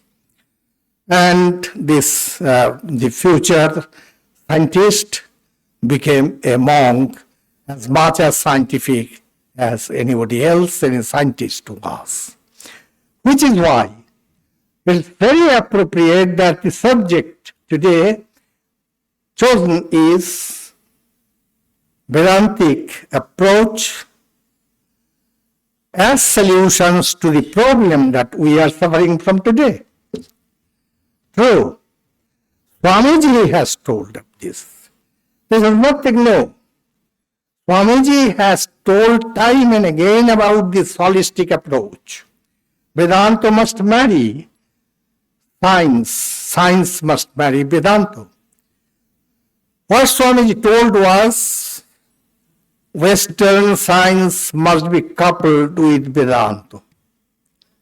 Then only we have a better mankind. Then only we have a fruitful civilization that can deliver good.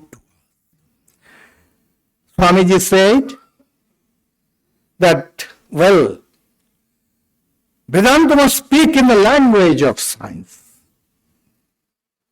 No mismatch. This must be as scientific as 1 + 1 is equal to 2. Vedanta must do that. And then science must speak in the accent of human welfare. Then only we will be able to approach, and not only approach, solve all the problems that we are having. Our Prime Minister Modi very often tells all of us. What does he tell? He tells, Maharaj, 2047 from today, I say it is Amritkal. Amritkal in the sense he says that India is passing through a very good time and India will reach acme in civilization, science and in science by 2047, 100th year of our independence. Okay. So now what it is actually? Science mixing with Vedanta, science marrying Vedanta and Vedanta marrying science. Well, how do I explain? Anyway, I will try to explain it in a very ordinary way, and I am sure that you will be able to understand what I say. You see, you take the help of a simile. You imagine a scenario that a boy passing by the busiest street of Washington, D.C. And when this boy goes through the busiest street of Washington, D.C., he finds a box, dazzling box, lying uncared for, just beside the street. And seeing this dazzling box, this boy becomes so optimistic. He thinks that there must be very, very valuable, precious things within this dazzling box. He went, he opened the dazzling box, but he was entirely disappointed. Why? Because the box is so dazzling from outside, but there was absolutely nothing inside it. And simultaneously, stretch your imagination to the Orient, maybe a village in India. You think of a boy, unfit, uneducated, unclothed, maybe half-nude, maybe completely nude, passing by the ridges of a field of village India. And while going, he finds something very glittering lying amidst the, amidst the soil, lying amidst the soil, amidst the sands. And it is uncared for. Nobody's attention it can invite. This boy goes out of his curiosity.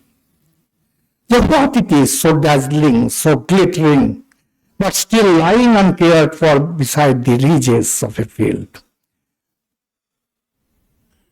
He picks it up and he finds this is a pearl.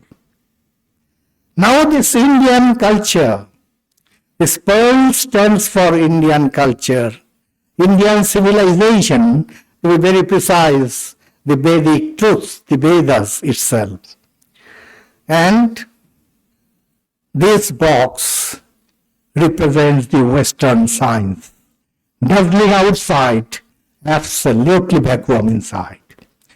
So Swamiji says that a combination has to be done. There must be a marriage between these two. And if this Western science has to be full, complete in itself, then it must require a pearl from the East. And if the East wants to be complete in itself, it requires a dazzling box. The West does have a dazzling box, but doesn't have anything to be kept inside it. The East has a pearl, but the East doesn't have a box where it can be preserved. Let the East come forward. Let the West come forward. Let the Western science go a few feet forward, and let Indian culture, Indian civilization, Indian gospel of renunciation and service go forward, and then shake hands with each other, and then only our vision that addressing all our problems, societal problems, individual problems, family problems, environment problems, world problems, everything can be resolved very well in a very healthy way if we listen to Vivekananda, though late, but it's better late than never. Says Western science must be coupled with Eastern Vedanta. Then science will be successful. Eastern Vedanta will be effective and fruitful. Which is why Einstein also almost told the same thing, that without religion, science has no root. Without science, religion has no fruit. The same thing Einstein says. So anyway, this is what I personally feel is the holistic view from where we should start, we should look at, and we should try to reach the millennium. And then, of course,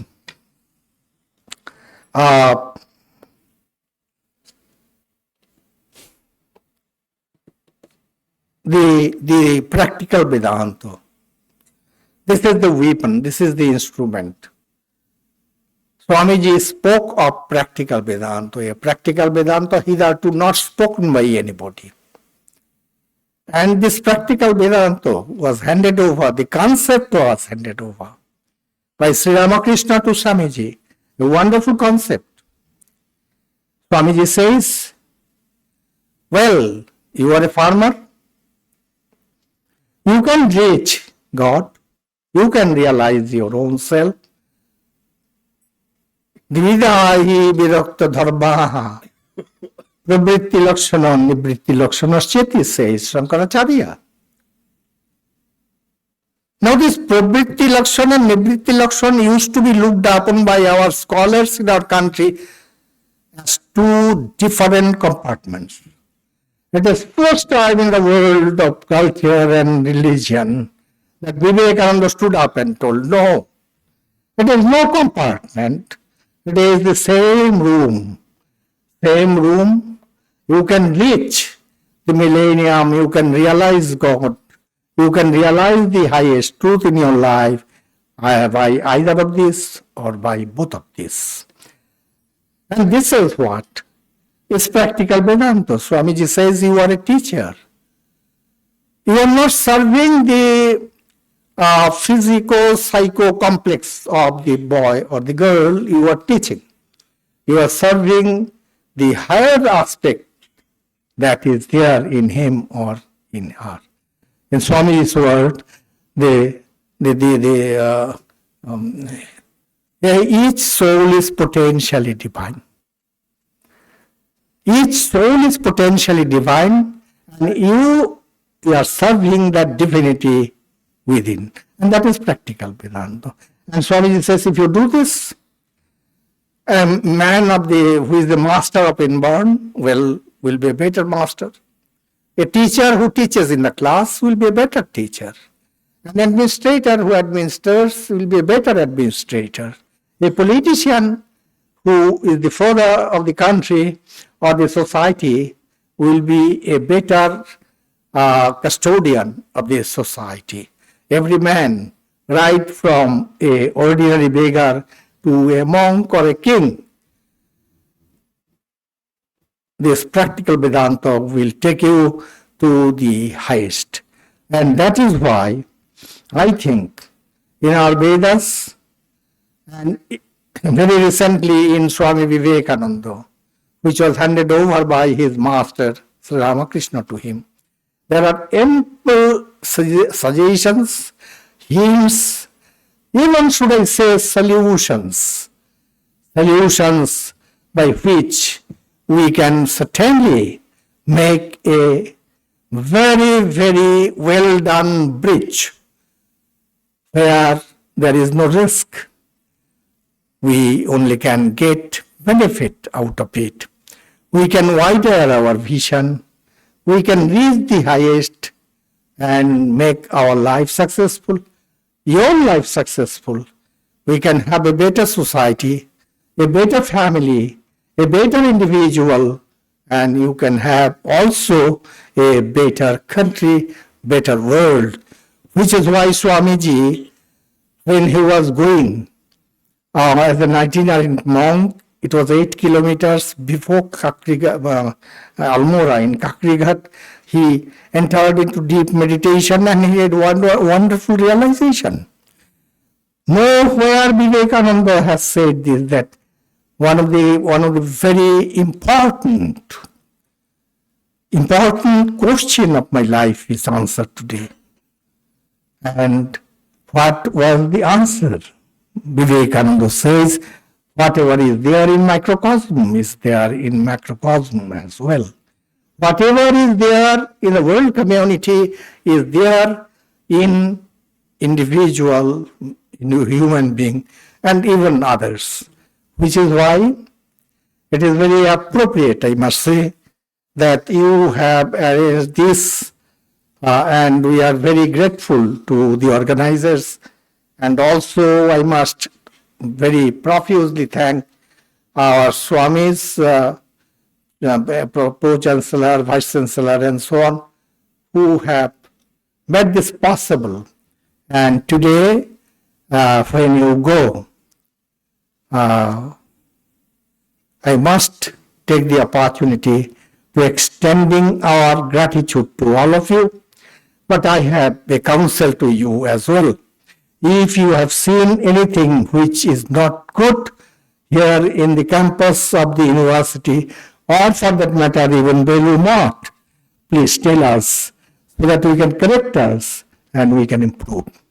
If you have found something good in Belur, please tell others outside. With these few words, I once again express my gratitude to our Swami Atmapriyanandaji, who was so gracious to remember me for this excellent occasion. And also I must thank our Vice Chancellor Sarvottomanandaji. I am profusely benefited myself and our university, our student community, our faculties, everybody is so much benefited. I am absolutely sure about it. For getting this opportunity of listening to our chairman AICT, and our Swamiji from Mysuru, he is here so graciously. We welcome him. We also offers our respects and regards to him, and we must invite him. We must invite him with folded hands that he visits us time and again. With these few words, I thank all of you for personally I thank all of you for giving me very, very patient hearing for such a long time this afternoon. And then I also, as General Secretary and Chancellor of this university, must thank and then offer our gratitude for having been here amidst us. Though at times maybe you had some problem or other. With these few words, I pray to the Lord that Lord leads us. Asatoma Sadgama. from the unreal to the real. Tamasoma Jyotirgamaya, from darkness to light, and Nityorma Amritangamaya, from death to immortality. With these few words, I offer my very respectful pranams to our Vice President, our Swami Bhajananandaji Maharaj.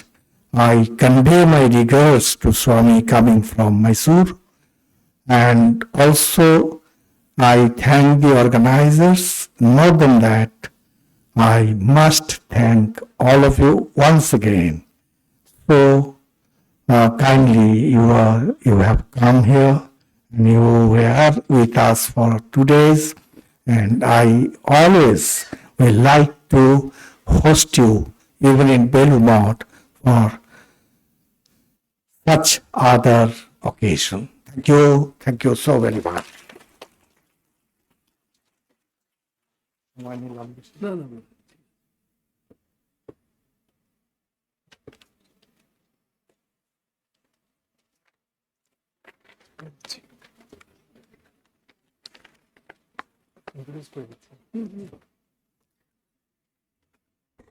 Thank you, Maharaj, for such a lucid, heartfelt and thoughtful remarks, which marks a fitting end to this seminar. But last but not the least, we have the vote of thanks, which will be delivered by Swami Sarvottamananda, Vice Chancellor of Ramakrishna Mission Vivekananda Educational and Research Institute. A very brief introduction of Maharaj. Swami Sarvottamananda holds a PhD in Computer Science and Engineering from Indian Institute of Technology, IIT Kanpur, in 1995. Maharaj has been with RKM since 2005. Prior to this engagement with RKM, he gained extensive teaching experience at Ramakrishna Mission Vidya Mandira and Ramakrishna Mission Shilpa Mandira. Over the years, he also has held key leadership positions at RKM, including Pro Vice Chancellor, Registrar and Head of the Department of Computer Science. We now invite Swami Sarvottamananda Maharaj to extend his gratitude and close with his thoughtful remarks. Please, Maharaj.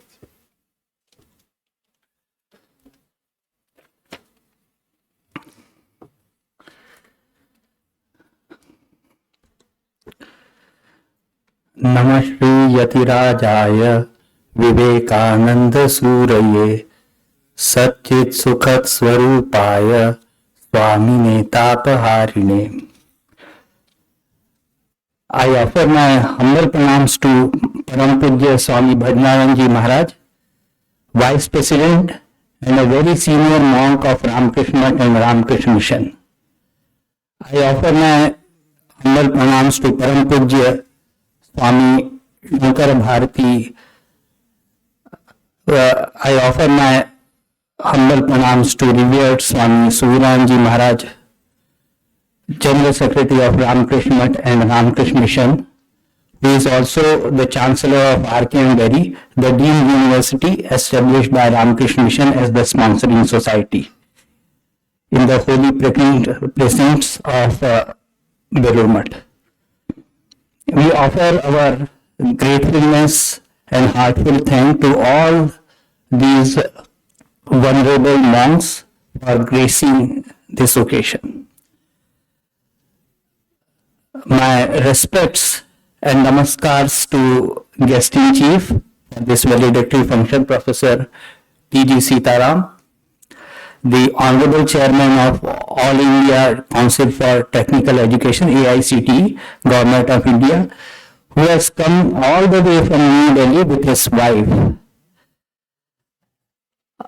My namaskars to all the senior monks, my brother monks and my brother brahmacharis.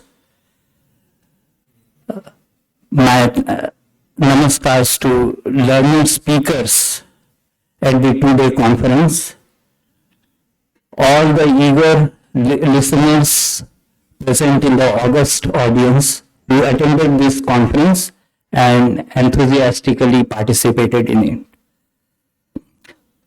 Vedanta Bharati which is headed by Param Pujya Shankar Bharati Swamiji, has been our active partner and collaborator in this seminar, and we thankfully acknowledge their support and collaboration as well as partial financial support. Asiatic Society, Kolkata, with which we have signed a memorandum of understanding, is also one of our partners and collaborators. It is being presently headed by Lieutenant Colonel Ananta Sinha, who is not only providing us financial support, but he also kindly delivered the first theme talk on the first day of the seminar. We thank Lieutenant Colonel Ananta Sinha. Swami Vivekananda's vision, which he articulated just on the eve of his passing away in Mahasamadhi, it has been mentioned by Swami Atmapriyananda during this conference, keeping the ancient Indian ideal and traditional wisdom intact and blending it harmoniously with modern scientific knowledge. We must establish a university at Belur. This one prophetic sentence we consider Rishi Vakya, the utterance of prophetic sphere that Swamiji was. This sentence has been the source of inspiration behind this university bearing his hallowed name. Under the School of Indian Heritage, which began its journey right from the inception of the university with its vibrant department of Sanskrit and philosophy and the division of ancient wisdom tradition, has been cultivating knowledge in this area, propagating it to public at large through offline and online classes over nearly 2 decades of the existence of the university. It came into existence long before the government of India conceived the Indian knowledge system division under the Ministry of Education, whose advisory role has been to the AICT chairman, whose advisory role has been to the AICT, the chairman of who is present here with us today. We are delighted and thank him for his presence. We thank Dr. Paramita Roy, assistant professor in our university, who holds the Swami Abhinanand chair, whose IKS project on the relevance and applicability of Kautilya Arthashastra to solve modern problems has provided partial financial support to this seminar. I thank on behalf of RKM Very, Ramakrishna Mission Vivekananda Education and Research Institute, all our participants who have come from far and near, from several parts of West Bengal, from Delhi, from Mumbai, from Bengaluru, from all the from everywhere from India. We offer them our thankfulness, without whose enthusiastic participation this seminar would not have been a success. I offer my thanks to our learned speakers. Some of them were our faculty, who raised the level of discussion to excellent heights and conveyed to the participants the spirit of the conference, namely the convergence of the ancient wisdom and modern knowledge. How knowledge is eternal, and as the Bhagavad Gita puts it, Nahi Jnani.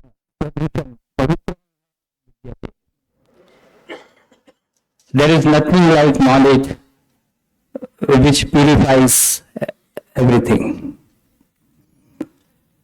Above all, I offer my repeated salutations to Sarshaktika Saparshada Sri Ramakrishna, the light of the modern world, and the great movement that he launched by pouring his power and wisdom into Swami Vivekananda. I beseech the blessings of this living, vibrant movement pulsating with the spirit of Prachin Bharat, rejuvenated in the modern times for individual salvation of all and all-round welfare of the whole world. Atmani Mokshatman Jagaditaya. Om Shanti Shanti Shanti. Hri Om Tat Sat. Shri Ram Krishna Arpanamastu.